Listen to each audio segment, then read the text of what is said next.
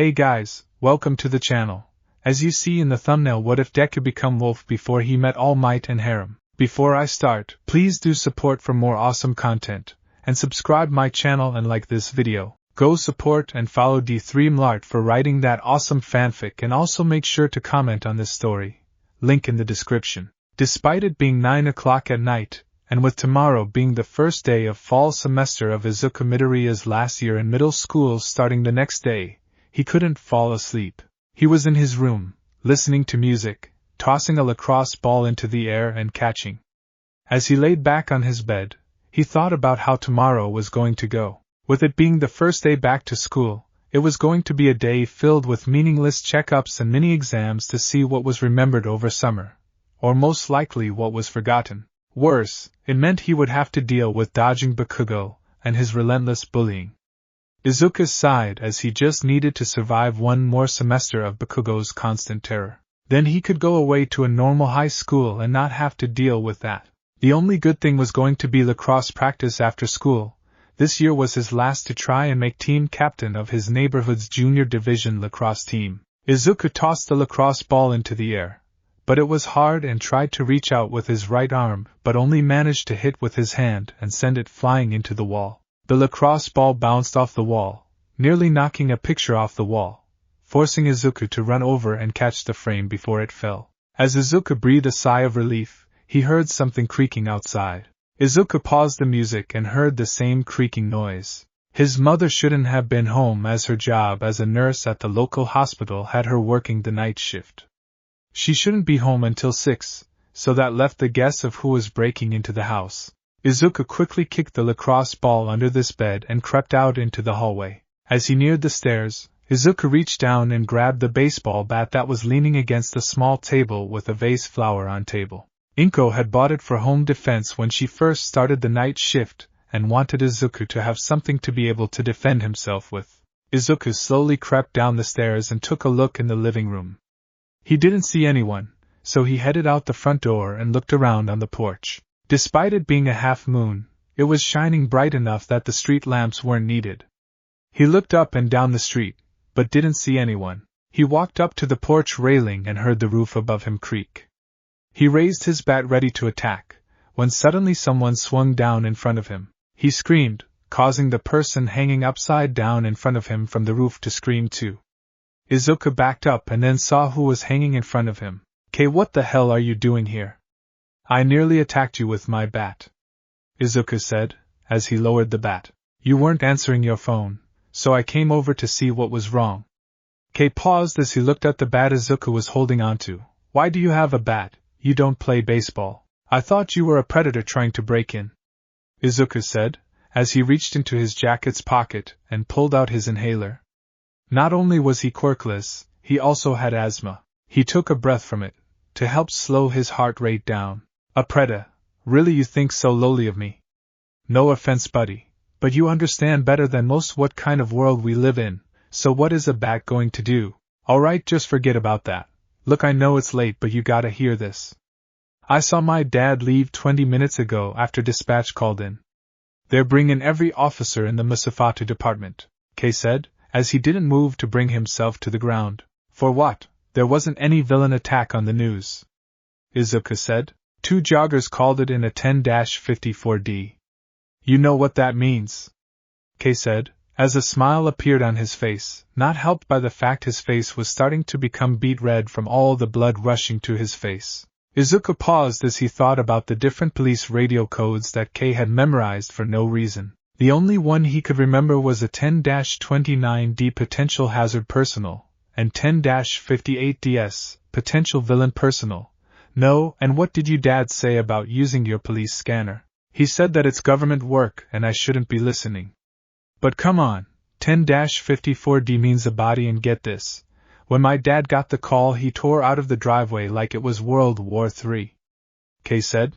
"Really, a dead body?" Izuku said, some interest appearing in his voice. It had been a while since a serial killer was running around. All Might had put a stop to more than just organized crime. "No. A body of water." "Yes, you idiot, a dead body. It was right off one of the hiking trails," Kei said. He swung a playful fist at Izuku. What's so special about that, and can you get down from there? I can see blood rushing to your head. Izuku said. Kei smiled, then disappeared behind the roof. Then he jumped down. He picked himself up and climbed onto the porch, leaning against the railing. Come on, a dead body found in the middle of the woods. Doesn't this sound a little weird? Kei jumped over the railing with a smile. By dumped in the forest, you mean murdered? Izuku sighed. Izuku only had one friend because he was quirkless. Kei only had one friend because, well, he was Kei. Nobody knows yet. Just that it was a girl, probably in her 20s. Kei said, as he brushed his pants off. Hold on, if they found the body, then what are they looking for now? Izuku asked. That's the cool part, they only found half of the body. Other half is still out there somewhere in the woods. Oh yeah, we're going. Kei began to nod as he hopped back over the railing and ran over to his bike. Without thinking, Izuku slid the bat through his jacket and ran over to his bike. He raced after Kei, who didn't stop until they came to a park that was right outside the forest. They parked their bike at the pavilion, and Kei led Izuku over to the hiking trails. Are we really doing this? School starts tomorrow, and with lacrosse practice afterwards, I would really like to get a good night's sleep. Izuku said. You asked that after you biked all the way here? Kei laughed and happily punched Izuku in the arm. Come on, is that all you care about? Good grades and lacrosse. Come on, live a little. You're always the one that talks about wanting an adventurous life when we were kids. Besides, when's the last time I let you down? Kei said, turning on his flashlight and pointing it at Izuku. Izuku looked at Kei. He and Kei had been friends since kindergarten, and Kei remained Izuku's friend even after Izuku didn't receive a quirk. And because of that, the only real excitement Izuku got was when he went along with Kei dumb outings such as this one. Besides, all we'll be doing is sitting on the bench for the season, and that's such a grueling task. Izuku groaned and said, I was actually able to make first line before summer started. Coach gave me a chance and said he was impressed. It's not team captain, but I'll at least be able to play. Hey, that's the spirit, and, Izuku Midoriya, always trying for the impossible. Now come, let's go exploring. Kei said, turn back to the hiking trail. Fine, but I want to be back by midnight. We both need sleep for tomorrow. Izuku headed towards Kei. Yes, Kei said and raised his fist up to his chest in a small victory. I promise you won't regret this. Kei suddenly tossed over his shoulder. Izuku caught it and saw it was another flashlight. You knew I would come, Izuku said, as he turned on his flashlight and looked around. Despite his quirk not having anything to do with mental or physical ability, Kei was always able to predict the choices or people around him. No, I was counting on it. Come on, the scanner said. The trail went cold in the forest. Kei turned to the hiking trail and began walking into the forest. Izuku sighed and quickly hurried after Kei. They walked down a dirt path, moving their flashlight back and forth, and tried to spot a dead body. Just out of curiosity, what half are we supposed to be looking for? Izuku asked. If he knew what he should be looking for, then maybe it would be easier to spot. Didn't think about that. Her description was 20 years old with average height, average build, based on the half the police found, Kei said, as he jumped over an above-ground route and dropped down a small hill. And what if whoever killed her is still running around in these woods? Izuku jumped over the route and looked up and saw Kei had disappeared. Kei, where did you go? Suddenly Kei was right in front of him, shining his flashlight in Izuku's eye. I didn't think about that either, Kei said. Will you stop shining that light in my eyes? Izuku said, as he grabbed Kei's hand and pulled the light out of his eyes. And it's comforting to know that you have everything planned out, with your usual attention to detail. I know, my mind can work such wonders, Kei said as he began to suddenly climb up the hill. Izuku noticed and climbed after him. At the top, Kei jumped to the floor and turned off his flashlight. Izuku followed his example. Izuku looked around and saw another flashlight and heard dogs barking. What are we going to do if we run into your father? Same plan for the killer. You run in one direction and I run in the opposite direction, and bad luck to whoever is caught. Come on, Kei said, as he suddenly stood up and took off running, almost tripping over a fallen branch. Wait, Kei, Izuku said, as he took a hit of his inhaler, then got up and took after his only friend. Wait up, Kei. As Izuku took after Kei, he noticed Kei was working his way around the police line, in an attempt to explore behind them. Kei stopped behind a tree and looked back at Izuku. Come on. Kei walked around the tree and came face to face with AK-9 unit. Oh wait. Kei stumbled backwards and fell to the ground. Hold it right there. An officer yelled as he shined his flashlight in Kei's eyes. Izuku was back a few yards and hid behind his own tree. Hang on. A voice called out that Izuku voice. Kei did say bad luck to whoever was caught, and Kei had just been caught by his father, Chief Keitaro. This little delinquent belongs to me. Dad, how are you doing? Kei said, as he crawled away from the dog and caught his breath. Kei, what are you doing out here in the woods?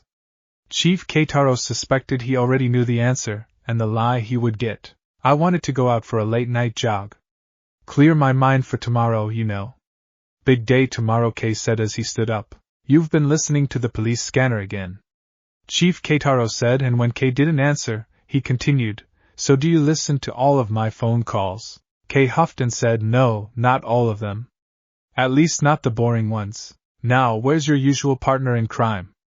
You're not stupid enough to be here by yourself, you have some self-preservation instinct, Chief Keitaro said, as he swung his flashlight back and forth. Well, I'm glad you think so highly of myself, but who? Midoriya. He's back and said he wanted to get a good night's sleep for the first day back at school tomorrow, and something about practice and making first line. Kei said, catching his breath. As it began to rain and some thunder roared in the distance, Chief Keitaro didn't look convinced. Midoriya. Izuku, Midoriya, you out there? He knew Kei would go to Izuku's home and do anything to convince him to come out, and Izuku was too selfish to let his friends go out into the woods alone with a killer on the loose. Midoriya. Alright, I guess Kei has to take your half of the punishment too. Chief Keitaro then walked forwards and grabbed his son's shoulder. I'm going to drive you home, and then we're going to have a long conversation about something called invasion of privacy. As they walked away, Izuku began to hit the back of his head against the tree he was hiding behind. He should have walked out and took his punishment, but he didn't. Thunder crashed in the distance and Chief Keitaro called out, Alright, let's wrap it up. We're not going to find anything in this storm. We'll have to wait until it passes. Izuku sighed and began walking back to where his bike was. He needed to get home and get to bed, or he wouldn't have the energy for school. As Izuku got back to the trail, he suddenly heard the flagging of bird wings and lightning split the sky. With the thunder, it sounded like the electrical surge had hit only a few meters away. Izuku's ears started to ring. Once they stopped, Izuku began walking away, when he suddenly heard a wolf howl. Izuku froze and looked around. It should have been impossible for a wolf to howl, as it had been over 100 since the Japanese wolf went extinct. Izuku turned his flashlight back on and used it to look around. He froze on a large black figure. It froze as the light landed on it. Izuku couldn't see any of its features, except for its red glowing eyes. The figure blinked and it seemed to disappear, causing Izuku to frantically look around for the figure. As he looked around, his air became shallow, so he pulled out his inhaler and prepared it for another use. However, as he brought it up to his mouth, the black figure suddenly appeared and charged Izuku. It crashed into Izuku and pushed him to the ground. Izuku fell to the ground and his inhaler went flying out of his hand. Izuku struggled to breathe, so he quickly got up and turned on his flashlight and looked around for it. Izuku couldn't find it, but suddenly something came into the light of his flashlight. Izuku looked down and saw it was the missing girl, yet the police had found one half. Izuku looked down at the girl's waist and saw something that almost made him puke. The girl's intestines were slipping out onto the ground, where her body had been ripped in half. Izuku looked from the bloody body, then against his better judgment, opened one of his eyes. Maybe to confirm he was seeing what he thought he was seeing. Izuku caught a quick glimpse of the girl's body and his legs gave out. And he fell to the ground. Unfortunately, he was on a hill and he began to roll down the hill. As he rolled, he screamed as got cuts over his arms, and the bat fell out from his jacket. Izuku slowed down as he rolled into a root. He took a swallow breath as he got to his hands and knees. He looked around and saw the same red glowing eyes in the distance. Izuku clenched his teeth as he moved his hand to the side, and it slid over his bat. He gripped his bat, just as the black figure came running at him.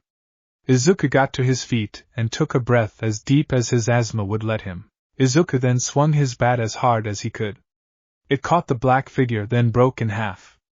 Izuku could barely register this as the large black figure crashed into Izuku again. Izuku hit the ground and his vision went black as the figure covered his body. Izuku tried to move, but stopped when he felt a hot piercing sensation in his side. It felt like hundreds of little knives were being rammed into his body. Izuku screamed out, then as quickly as the sensation began it stopped. Izuku nearly bit his tongue as he tried to sit up. He crawled over to a tree and used it to sit up. Izuku struggled to breathe as he discarded his broken bat and reached down to his side. His injury was surprising, not bleeding badly, like he had barely been cut, but his entire side was on fire. Izuku managed to get to his feet, only to see the black figure standing a meter away. Fighting against the pain, Izuku took off running. He didn't care which direction, as long as it was away from whatever that giant black figure was. Izuku ran until his footsteps suddenly sounded different. He looked down and saw he was standing on a road, until his shadow appeared on the road. Izuku looked opposite of his shadow, and saw a car coming straight at him. Like a deer in the headlights, Izuku froze at the sight of the headlight. The car blared its horns and in the last meter swerved to the right and shot past Izuku. Izuku took a few deep breaths, as the car disappeared down the road. Once Izuku got his breathing under control, he sighed and began walking down the road, in the directions he hoped would lead him home. Fortunately it was, and it led him back to the pavilion, where he was able to grab his bike and walk it home. As he walked, the burning sensation in his side slowly began to numb, and he could walk without much pain. When he got home, he stashed his bike next to the pouch and walked upstairs. In the bathroom, Izuku looked off his shirt and jacket and looked at the injury on his side. It looked like a bite. The symmetry U-shaped marks made that much clear, but it didn't look human. All the puncture had been made with pointed ends. A human bite would have some kind of molar marks. Izuku sighed. Maybe it was a criminal that had some kind of quirk that turned them into an animal. The pain was going numb, so the injury couldn't be that bad. Izuku would just have to wait until it healed. Grabbing some sticky gauze and a large bandage, Izuku peeled back the bandage and held it against his side with his right hand. Then, using his left hand and his teeth, he cut strips of gauze tape, which he used to hold the bandage in place. When the bandage was in place, Izuku put away the gauze tape and walked to his room. After throwing his shirt and jacket in the trash, Izuku walked up to his bed and fell on it.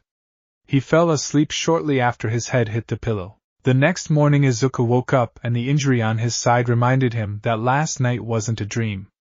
Not worrying about if his mom was awake, Izuku walked into the bathroom to change out the bandage. As he changed the bandage, he got a good look at the injury. It had started to heal, but it looked like it could still easily reopen if he wasn't careful. Izuku quickly changed out the bandages and walked back to his room and grabbed his phone. He pulled up Kei's phone number and hit dial. Kei almost picked immediately. "Hey Midoriya." "Hey Kei," Izuku said as he was confused about how Kei could sound so cheerful after the most likely hour lecture he got from his dad. Izuku could only assume Kei had snuck some coffee again. Izuku refocused on why he called Kei. "So Kei, were you able to get your bike back?" "Yeah, Dad sent an officer to pick it up this morning." "That was lucky, or they would have found your bike too." "I'm assuming they didn't find your bike, since I didn't hear my father call you Mom last night," Kei said. "Yeah, I got it home last night." "About last night, I found the other half of the body," Izuku said as he slipped out of his pair of pants and into a fresh one. "Where?" Kei screamed, making Izuku thankful he had switched to speaker and had his phone on the bed. "Actually not far from where we ran into your dad. I would have to go back to remember where I saw, but there's something more interesting. I think I ran into some kind of animal. It attacked me and bit me," Izuku said, as slipped into his shirt. Kei didn't respond for a bit. "Midoriya, are you just trying to make me feel bad for dragging you out last night?" "No, I actually have an injury on my side. I can show you at school." "Now where is my inhaler?" "Crap, I lost my inhaler in the woods last night," Izuku said, as he remembered how his inhaler went flying when he was tackled. "Well, my dad and his team have some stuff to do around the office and aren't able to resume the search until tonight. We should be able to get back in the woods after school and look for it," Kei said. "We've got lacrosse practice after school and it's on the other side of town." Izuku said, as he turned around and took a step. His foot landed on his lacrosse stick ball and he fell to the ground. He turned to land on his side, to save himself from a bloody nose, however he turned to land on his injured side. Izuku hit the ground and his body cried out in pain, making him yell, "Midoriya, are you okay?" Kei asked in a concerned voice. "I'm good." Tripped and landed on my side. "I'm going to check my wound then head out. I'll meet you out front." Izuku nearly bit his tongue as he ended the call and while grinding his teeth got to his knee. After slowly and carefully rolling up his shirt, Izuku peered back at the bandage and looked at his wound. He was expecting it to have reopened, but it hadn't. In fact, there was some black smoke coming out of the punctures. Izuku panicked a bit at that, but the smoke quickly disappeared. Izuku waited for his heart to stop, his eyes to melt, his brain to explode. Okay, maybe he was spending too much time with Kei late at night. Izuku took a deep breath and the pain disappeared, similar to how it had last night. Izuku waited for a few open seconds, but everything felt fine. He would just need to go see a doctor about the wound and the smoke. Maybe the local veterinarian would be able to identify what animal created the bite. Izuku redid the bandage and dropped his shirt. He then put a hand on his bed and picked himself up. After slipping his phone into his pocket, he grabbed his pre-made backpack and headed downstairs, making sure to be quiet as he hurried past his mother's room. Once downstairs he walked over to the kitchen and found breakfast waiting for him, along with a note leaning up against a glass of water. "Good morning, Izuku. Sorry I won't be awake to send you off back to school. We haven't had much time to be together still. I started the night shift, so I figured I would make you breakfast worthy of a pro hero. Good luck on your first day back." Izuku smiled as he looked down at the note then up at the breakfast. A full meal of okonomiyaki, causing Izuku to sigh. He loved his mother dearly, but she often worked herself to exhaustion. He wished she didn't. Then he noticed an extra sentence on the note. P.S. Lunch is in the refrigerator. Change exhaustion to death. Izuku knew he would need to make all this up to Inko eventually, but for now he was just happy to have just a loving and caring mother. Folding up the note and leaving it on the counter, Izuku grabbed the okonomiyaki and glass of water and walked over to the table. He sat down and quickly gave thanks and began to eat. With all that Inko had made, it took Izuku 6 minutes to eat over. So when Izuku put his dish in the sink, he looked down at his phone and saw he only had a few minutes before school started. Izuku panicked and grabbed his backpack from the living room, leaving his lunch behind. He bolted out of the door and down where his bike was waiting for him in the driveway. He hopped on his bike and rode his way out of the neighborhood and towards school. Izuku was so focused on getting to school, he didn't notice how far he was biking, only slowly down, and having a conscious thought as he pulled into his school's parking lot. Izuku pushed his bike into the bike rack and looked around. Confused by how he got to school so quickly, Izuku pulled out his phone and saw that he had beaten his record by over 3 minutes. Izuku had worked out over the summer, going on more jogs in the evening and doing workouts at home. Yet he hadn't done enough to get that much stronger, just some extra strength in his legs and some extra stamina. Moving his mind from that, Izuku leaned down to do his bike lock. As he twisted the channel locks, a backpack hit the back of his head. Izuku didn't even need to look up to know who it was. "Ha, Deku, guess your quirk finally came in and it makes you unnoticeable, almost to the point of invisibility." Katsuki Bakugo laughed as he shouldered his backpack and walked towards the main building of Aldera Middle School. Izuku stood up and Bakugo must have perceived that as a threat, as he turned around and lit off from explosions in his hand. Izuku quickly turned away from Bakugo to finish locking his bike. Izuku then came face to face with Kei. "Hey, you said you would show your bite at school." Izuku had to take a step back as Kei did not have a sense of personal space. "I meant like during lunch. Class is about to start, and I'd rather not be late on my first day," Izuku said, as he finished locking the bike. "Come on, just show me. This might be one of the coolest things to happen to either of us, so it's going to be a while until it's my turn," Kei said with a grin on his face. "Fine," Izuku said, then lifted his shirt and pulled back a bit of the bandage. Kei looked over the bite and smiled. "What do you think it was?" "A wolf of some kind. I hid a howl before it attacked me," Izuku said, reapplying the bandage and dropping his shirt. That's impossible. The Japanese wolf went extinct over 100 years ago, and no one in Mustafa has a wolf quirk. Kei said.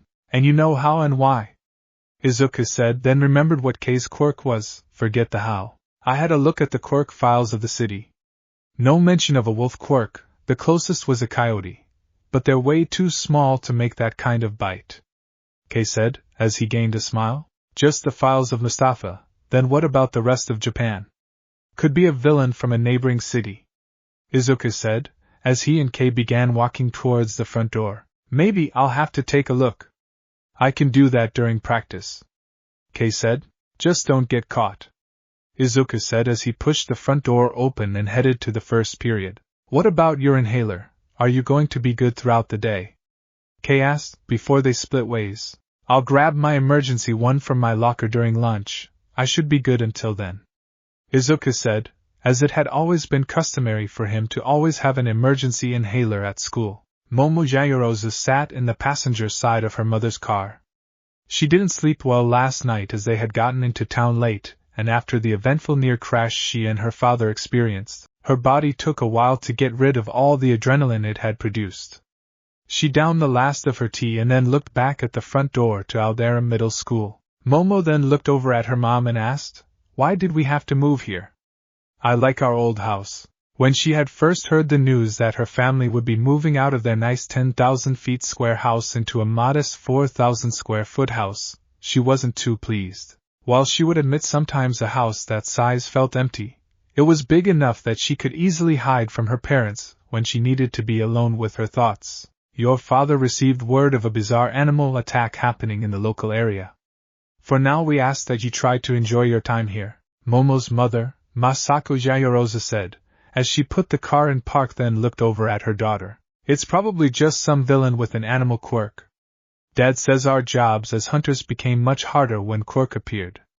Momo said, as she huffed and made no move to get out of the car. Yes, a thought that is shared among the group, but that is why we work as hard as we do.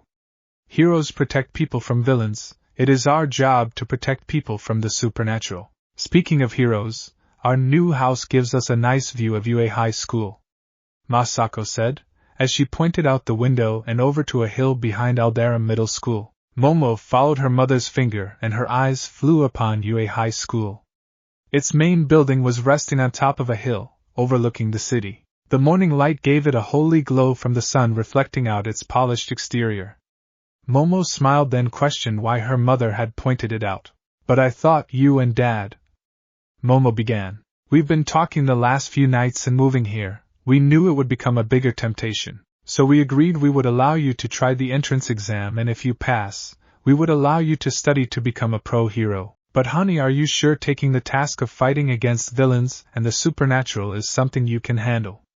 Masako questioned her daughter's decision. She had seen firsthand the stress that fighting the supernatural caused, many late nights and a strain on social life. Judging that with the work of a pro hero it could easily run someone down into an early grave. Momo looked at her hand, as she created a small Russian nesting doll, then said, ever since I gained my quirk, you and Dad have called it a gift, a blessing. It's something that I would like to use to better the world. Sure, I can do that by being a hunter, but some public recognition as a pro hero can't hurt. Masako laughed and rubbed Momo's head. Hearing from others outside of your family that you're going good, it does feel nice to hear that every once in a while. So if you promise to behave at your new school, you'll be allowed to try out for UA.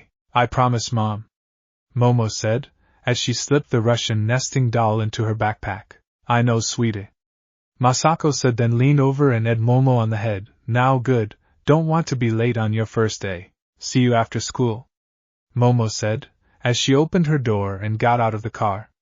She heard the warning bell, not giving her a chance to give any love to her mother. Momo quickly dashed to the front door of Aldera Middle School, pulling out her cell phone with her class schedule. Her first period was science and luckily was only a few classrooms away. Momo quickly ran to the room marked on her phone and opened the door, just as the bell rang. Right on time, Mississippi, the teacher said, turning to look at Momo. Not recognizing her, the teacher became confused, but remembered Aldera was getting a new student. He looked down at his attendance list and found a new name, Miss Yaoyorozu. Yes, sir, Momo Yaoyorozu. Momo said with a bow. Why don't you introduce yourselves to the class? The teacher said.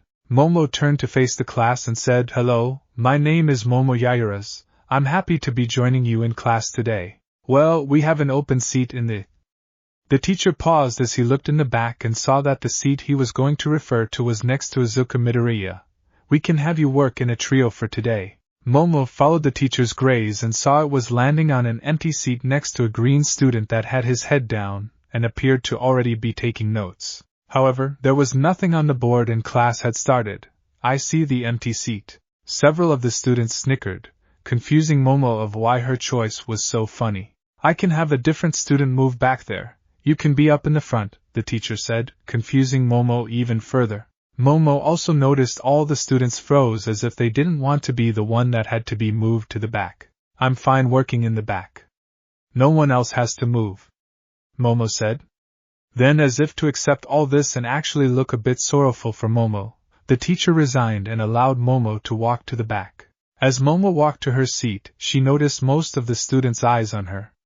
She also noticed some looked back at the green-haired student then back to her with hate in their eyes. Had she accidentally been paired with the extremely popular guy that all the girls wanted to date, and all the boys wanted to be? He didn't seem to be paying attention that much. Was he extremely smart? Or did he have an extremely powerful quirk? As Momo sat down, she slipped off her backpack and pulled out her notebook, then placed her backpack under the table. The teacher began reading off the attendance sheet, with each student replying with a variance of here. However, when he reached the name of Izuku Midoriya, no one answered. Momo noticed the teacher looking at the student next to her, making the connection. The green-hair silent student next to her was Izuku Midoriya. Hello Midoriya, I'm Momo Yaoyorozu, Momo said. Her parents had made the deal if she behaved so could try out for UA. Making new friends would make that easier to do. However, Izuku didn't say anything, he just continued to write in his notebook.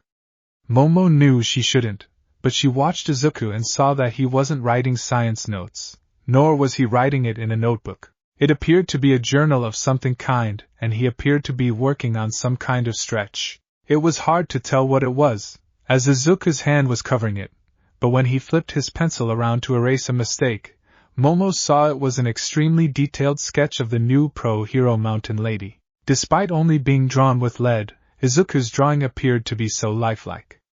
So much so Momo questioned whether Izuku's quirk dealt with his drawings, as if he could create something by drawing it, as she could create material by using the lipids in her body. If that was true, that would support her theory of being paired with the popular kid. As class went on, the teacher began to review the last lessons before summer break. He would write them on the board, then call on different students. Many struggled getting them correct and had to make a few corrections on their equations. Eventually he called on Izuku, maybe to use him as an example of how to correctly answer a question. Momo watched as Izuku took a small look at the science equations and on the board and said, comes out to 6 monocarbon dioxide and 3 sodium chlorides and 6 silicon dioxide. Momo was extremely impressed that he was able to solve it despite only having a maximum of 4 seconds before he solved the equation. However, the teacher called out, incorrect. Momo was confused and redid the math in her head, and Izuku's answer was correct. Katsuki Bakugo, how about you? The teacher called on an ash-blonde student in the second row. 6 monocarbon dioxides, 3 sodium chlorides and 6 silicon dioxides. The student said, saying the exact same answer as Izuku. Correct, the teacher said.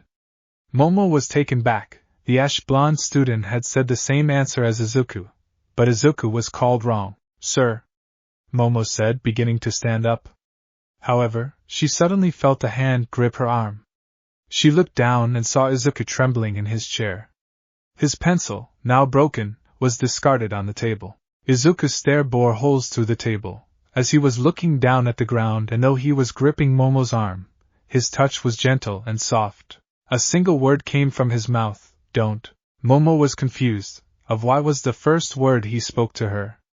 He hadn't stood up for himself when his answer was called incorrect, or when a different student stole his answer and was told it was correct. Then Momo noticed new things about Izuku Midoriya.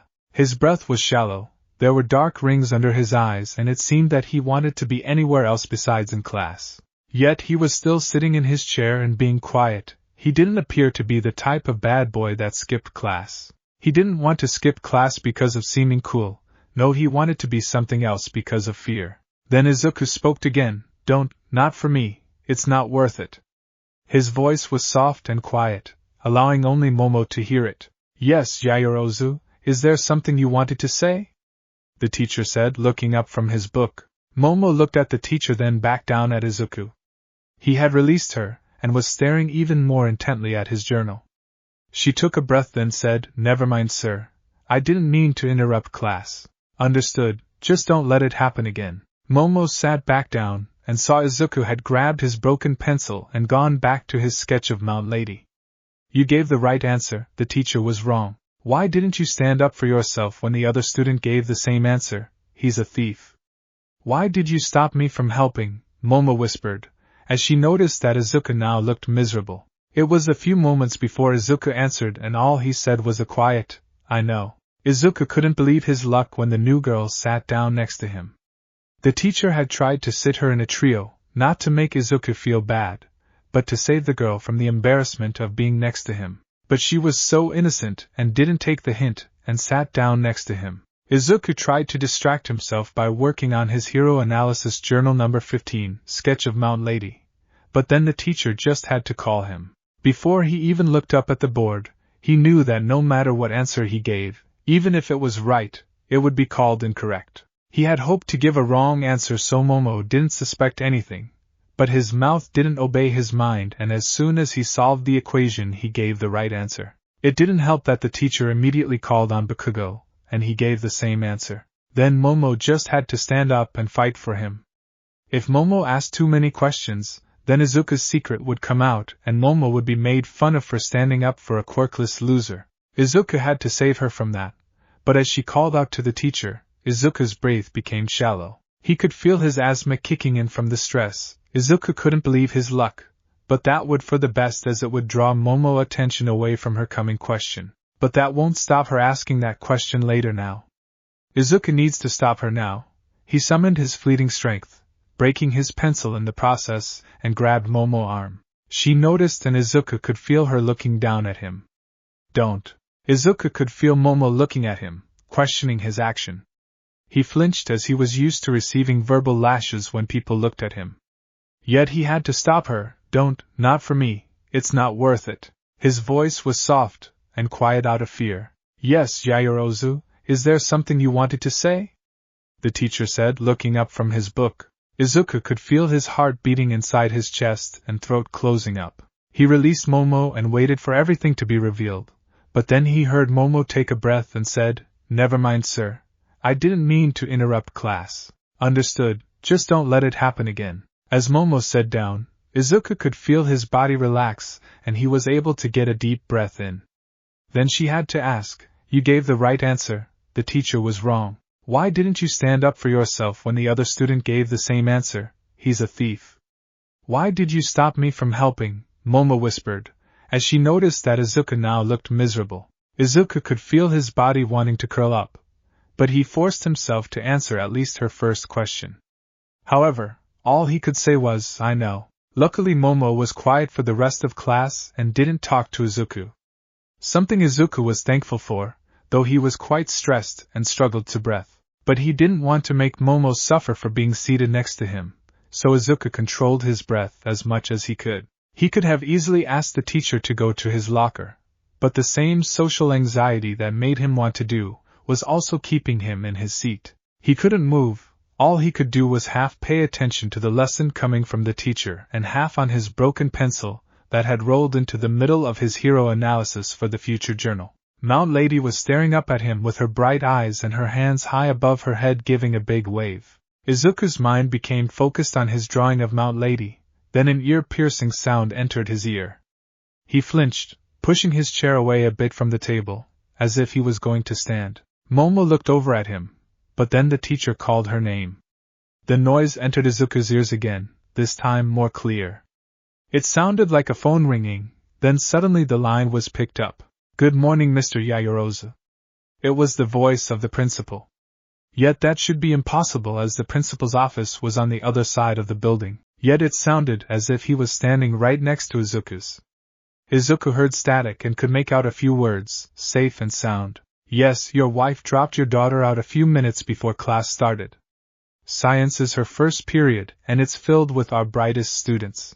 The principal hesitated a bit at the end and Izuku could hear his heart rate increase. You'll be in town tonight, then I'll look forward to meeting with you tomorrow morning. Then the bell rang, shooting pain through Izuku's ear. Izuku looked up at the clock on the wall and saw that the first period was already over. Izuku quickly gathered all of his material and headed to his locker to grab his inhaler. Izuku was the first one out of the room, keeping his head down as he walked to the front and walked past his science teacher. As he walked, his breath got caught in his throat, making him increase his pace to his locker. It soon came into view and he ran the last few steps, quickly turning the locker and throwing the door open. Izuku grabbed his inhaler and shook it, then held it up to his lip. He pressed down on it, and the air stuck in his throat was shoved out of the way, allowing him to take a deep breath. As Izuku relaxed his body, then voices entered his ear again. Voices of all the students and teachers at Aldera Middle School. Then one caught his interest. I'm sorry we had to put you in the back with him. The principal wanted you to give you the best experience here. It was the voice of the science teacher. It's quite alright, right? I'm usually in the back since my last name is at the end of the alphabet. Momo said, as she slipped her pencil into her backpack and stood there. She noticed the teacher stopping himself from saying something. It's nice that you see it that way, but I'll rearrange the student to have you not by the boy. The teacher said as his heart rate increased. Is there something wrong with him? He didn't seem that much of a troublemaker.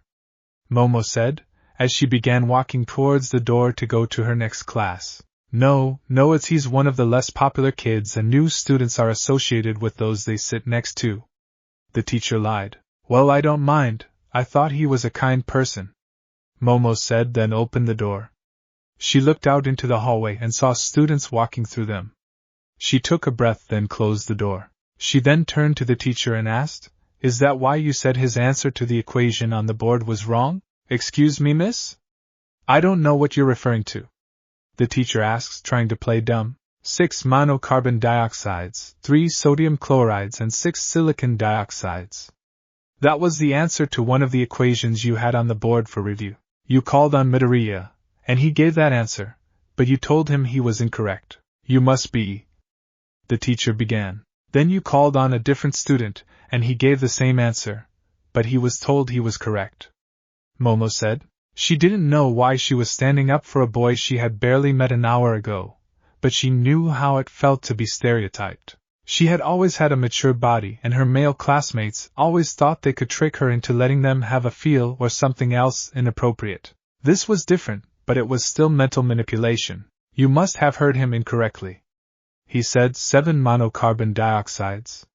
The teacher said as he leaned across his table. Momo trusted her memory enough to know Izuku had said 6 monocarbon dioxides. Miss Yayorozu, believe me when I say Izuku Midoriya is a student you don't want to be associated with.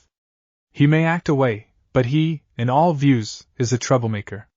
The teacher said. Momo didn't believe a single word that came out of her teacher's mouth, but said nothing of it. She just nodded and left the room and headed to her next class, but first she had to put her science textbook in her locker. She walked to her locker and turned the dial to input the communication, and once the door opened she began to put her textbook in it. So I heard that you're from Aichi. A prideful voice came from behind her locker door. Momo closed her locker door and came face to face with the ash-blonde kid that had part of her conversation with the teacher. Katsuki Bakugo, if she remembered correctly. However, she didn't allow her disgust to show through. Yes, that right. Well then the question is what brings a hot girl like you all the way here to Musafatu? Kago said, leaning up against the locker next to her. Surely it can't be the town or the people, you should have stayed in Aichi. Momo could tell Bakugo was trying to flirt, and failing miserably. Actually, it's my dad's work. He's an arms dealer that helps get firearms to local law enforcement. That usually scared the boys off, especially those that were more after her body. Yet Momo saw it in Bakugo's eyes. That comment just gave him more interest. Then how about you come over to the party on Friday? The local team is coming over after scrimmage. Bakugo said with a smile appearing on his face. Scrimmage? Momo asked, as she was unfamiliar with sports. Lacrosse is the local sport. My team has won the state championship the last 2 years. We actually have practice after school if you want to see how the next number 1 hero fights, Bakugo said. Momo wanted to roll her eyes. She couldn't believe how full of himself Bakugo was. However, she managed to stop herself and said, Fridays are usually family night, but I'll see if I have time. Momo then turned and walked away. Kei and Izuku could only watch from their lockers. How is it the new girl has been here for only a period and she's alright being invited to practice and to the party on Friday? We're a part of the team and only just heard about the party. Have you ever known Kaken to not be confident in himself? Yayorozu is beautiful and Kaken is just letting everyone know she's off the market, Izuku said, then took a hit from his inhaler. Come on, we have the rest of the day to get through. Izuku closed his locker and walked off to second period. The rest of the day was normal. No one besides Kei talked to him. He ate lunch by himself. He wasn't called on in class, and he never saw Momo again. When the final bell of school rang, Izuku gathered all his materials and headed out to his bike, where he found it to have a flat tire, from a pen that was still sticking out of the tire.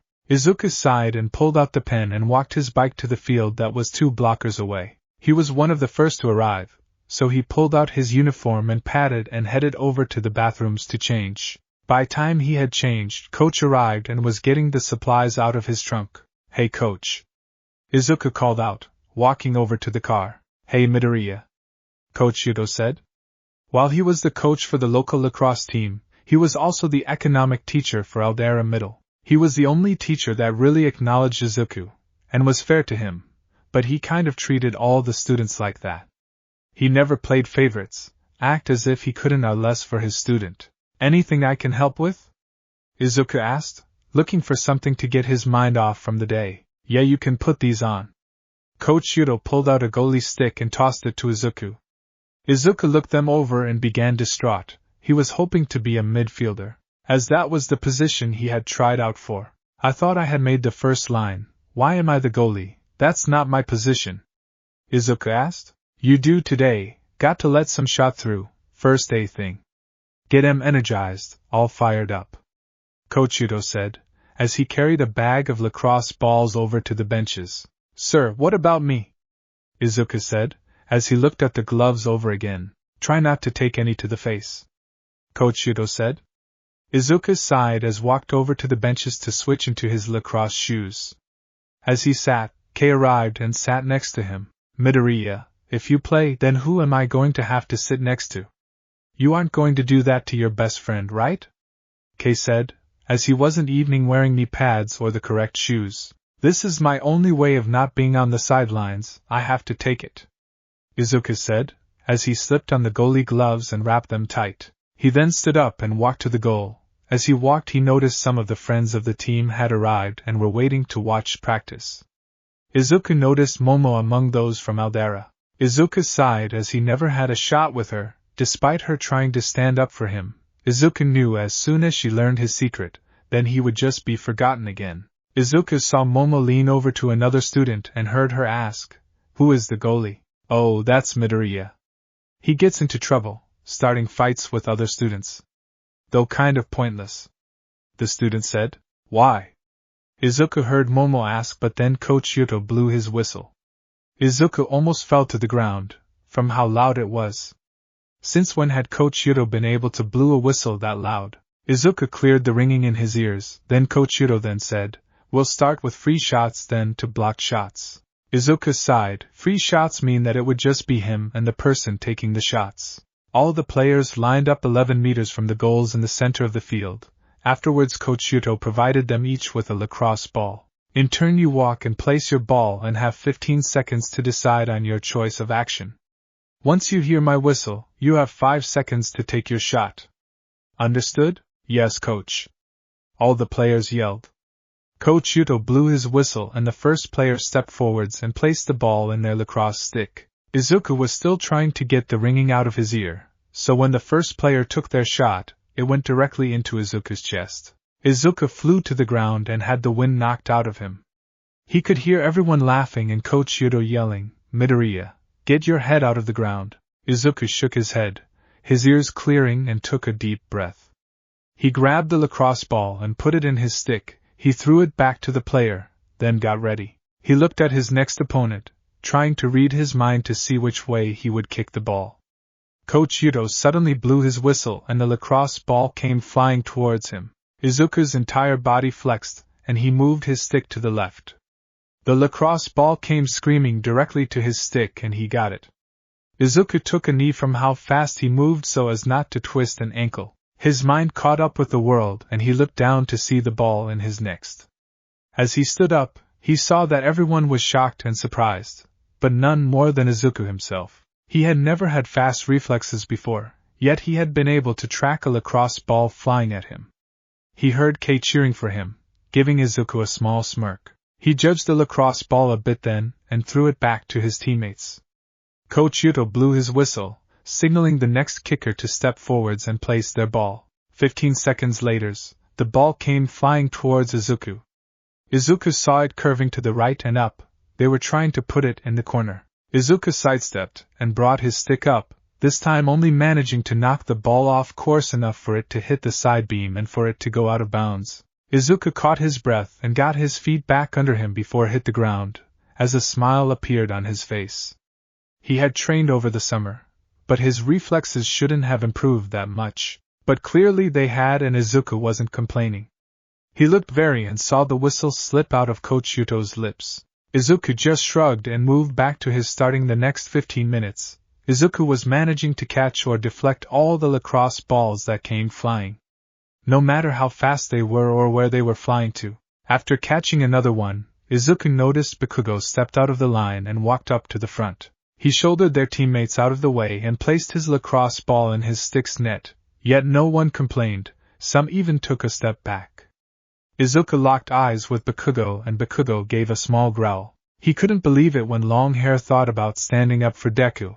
That's why he had invited her to practice and the party, just so she could see how useless Deku was without any quirk. "Come on, Deku, let's see what you got," Bakugo said. Then Coach Yuto blew his whistle. The world around Izuku slowed down. Everyone was moving in slow motion. He could see Bakugo's eyes flicker to the right, but it was faint. His hands were posed to throw the ball left. Izuku took a small step back, then swung his stick to the left, just as Bakugo took a small step forward and chuckled the ball. Izuku looked forward and saw the ball coming towards his face. Izuku panicked and his hands began to move to catch the ball. Izuku closed his eyes, waiting for the impact. However, it never came. He listened for the sound of the lacrosse ball hitting the net behind him, but it never did. Izuku finally opened his eyes and saw he had caught the ball within his goalie net. Izuku confusedly tossed the ball into the air and caught it with his hand. Izuku then held the ball up like a trophy to show that he had caught it. The crowd cheered and Kei yelled out, "That's my friend." Izuku looked over at Coach Yuto, who had an impressed look on his face. Izuku then looked over Bakugo, who was snarling. Izuku smirked, and tossed the ball back to Bakugo. Bakugo caught the balls with his own hand, and Izuku could see smoke coming out from under it. Kago growled as he turned away from Izuku and walked off the field. Izuku quickly turned to face his next opponent. After blocked kicks, where Kei was put as defender, though he wasn't really good at it, Izuku was called off the field to talk to Coach Yuto. "Midoriya, due to your unique position," Izuku had a feeling Coach wasn't talking about being a goalie. "There's a specific question I have to ask. I know you trained over the summer since you made first line, but you couldn't get that good that quickly. So I have to ask, are you taking enhancing drugs? You mean steroids?" Izuku asked, and Coach nodded. "No, my mother would kill me and curse my grave. Still, when the first game comes, you might be forced to if you want to stay on the team," Coach Yuto said. Izuku couldn't believe his ears. He got good, but because he didn't have a quirk, people were going to assume it was drugs. All because quirkless people couldn't be good at anything. Izuku huffed and looked at Coach Yuto. He knew it wasn't Coach's fault. "May I ask to leave, sir?" Coach Yuto nodded and said yes. Izuku pulled out of his gloves and walked to his bike. He grabbed his backpack and began walking home.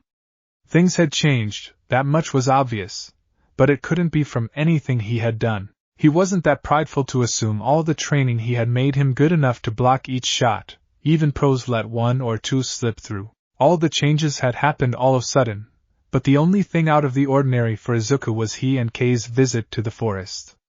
That must have been the cause of this, more specifically whatever attacked him. Izuku needed to figure out what really happened in the forest. Once Izuku got home, he changed out of his Lacrosse uniform, threw his backpack on his bed and quickly got changed into a regular pair of clothes. Izuku made a quick bite to eat, then headed out for the forest.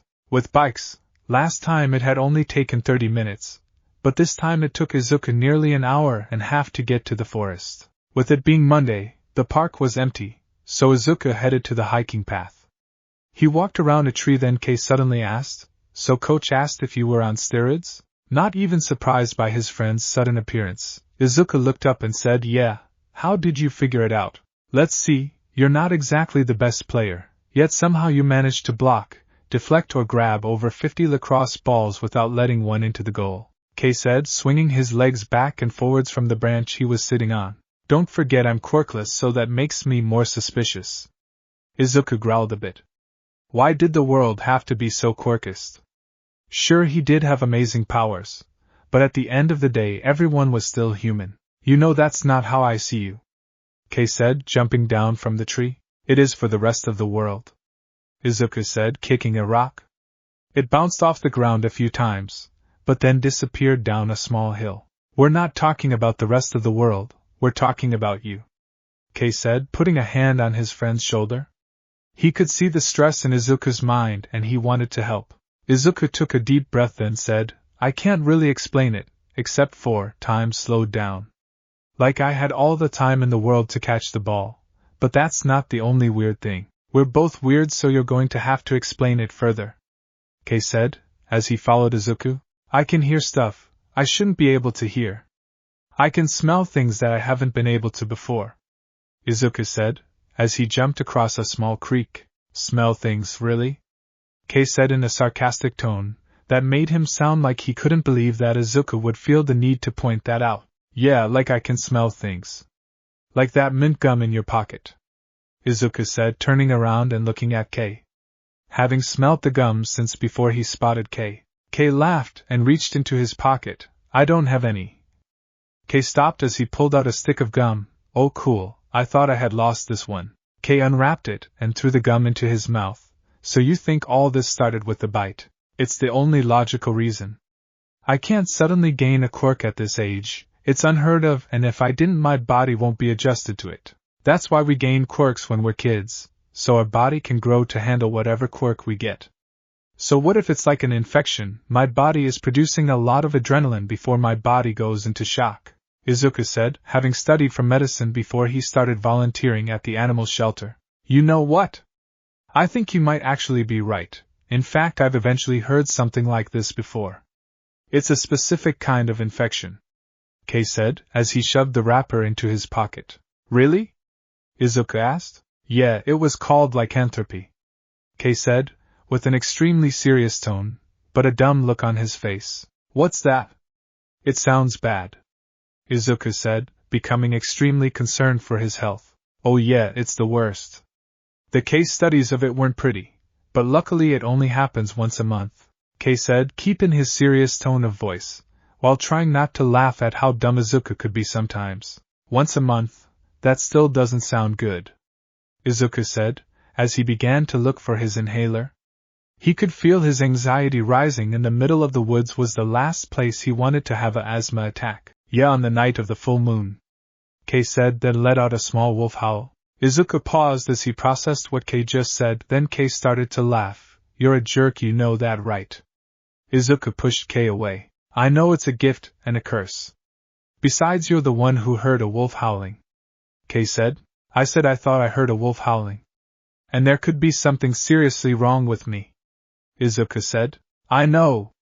You're a werewolf," Kei said, growling like an animal. "The supernatural doesn't exist," Izuku said. Of all the crazy ideas Kei had had, one probably took the cake. Sure, quirks were a thing, but there was still a limit to how crazy a world could get. "I'm obviously kidding, but works do. Come on, think about it. Quirks have been around for a long time. What do you think are the chances of one appearing that could turn people into werewolves?" Kei said. Then I'm sure it would be written something in history, and until I read it, the supernatural simply does not exist. Izuku said. Okay, but if you see me in science class trying to melting all the silver I can find, don't blame me. Kei said. Why? Izuku confused by that, as Kei wasn't that cautious as a person and rarely planned ahead. "'Cause Friday's a full moon," Kei said. Izuku suddenly stopped. He looked around and realized where he was. Had he instinctively walked back here? Yet he wasn't even thinking about it. He hadn't thought about the dead girl all day. This is where it was. What? Kei said, looking around, then crouched down to look at the ground. Nothing is here. The other half of the girl. This is where I was attacked, then found the girl. Izuku crouched down and moved some leaves. His broken bat was revealed. I dropped my inhaler and found the body when I was looking for it. Kei slapped his leg as he stood up. Maybe the killer moved the body. Then he took a step back. Well, if he did, he better have left my inhaler. Those things are really expensive.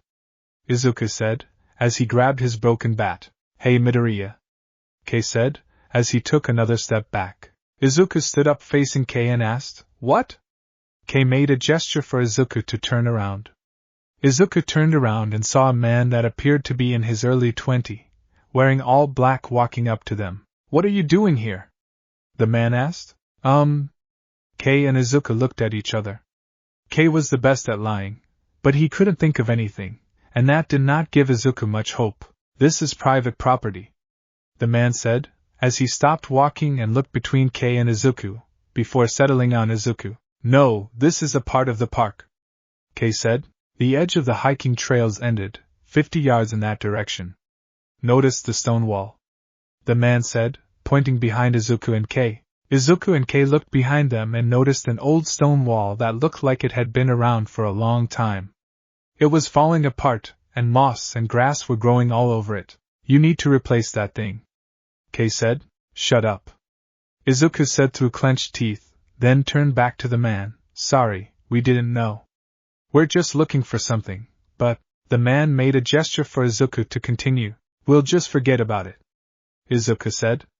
The man then pulled his hand out of his pocket and tossed Izuku something. Izuku caught and found it to be his inhaler. Izuku looked up to thank the man, but he had already turned around and walked away. Come on. I'm supposed to be at the vet volunteering. However, Kei stopped Izuku and said, Dude, that was Kurium Takeo. He's only a few years older than us. His family was really rich and had a lot of history with Musafatu, especially in the Quirk Revolution Wars. Was? Izuku said. They were killed. What, 10 years ago?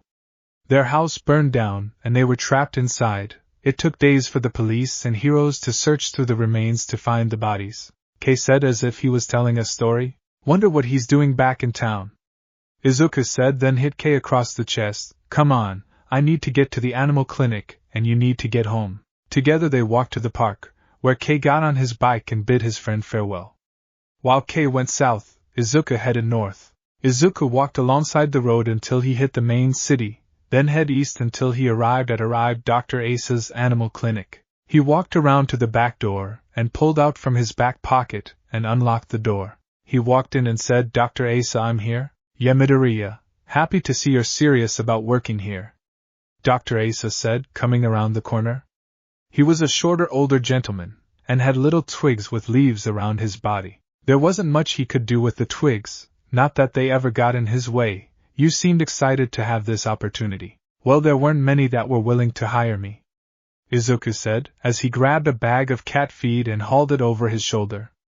Izuku knew he should have felt some bite in his abdomen, but he didn't. However, that did remind him of something. Hey Doc, would you be able to identify an animal bite for me? Is this for a school paper of some kind?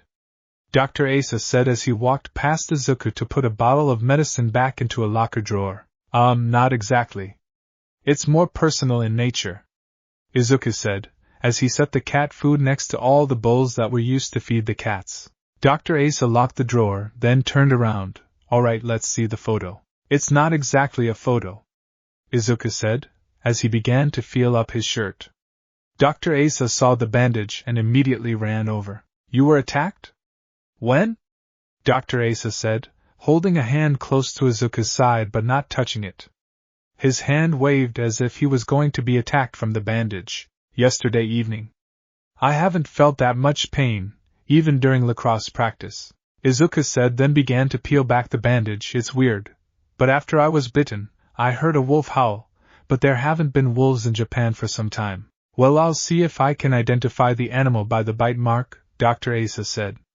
Izuku nodded and pulled back the bandage. However, the injury on this side was missing. The skin was a little raw, but there was no scarring or any sign that there had been an injury in the first place. Well, all I see is the side of my assistant.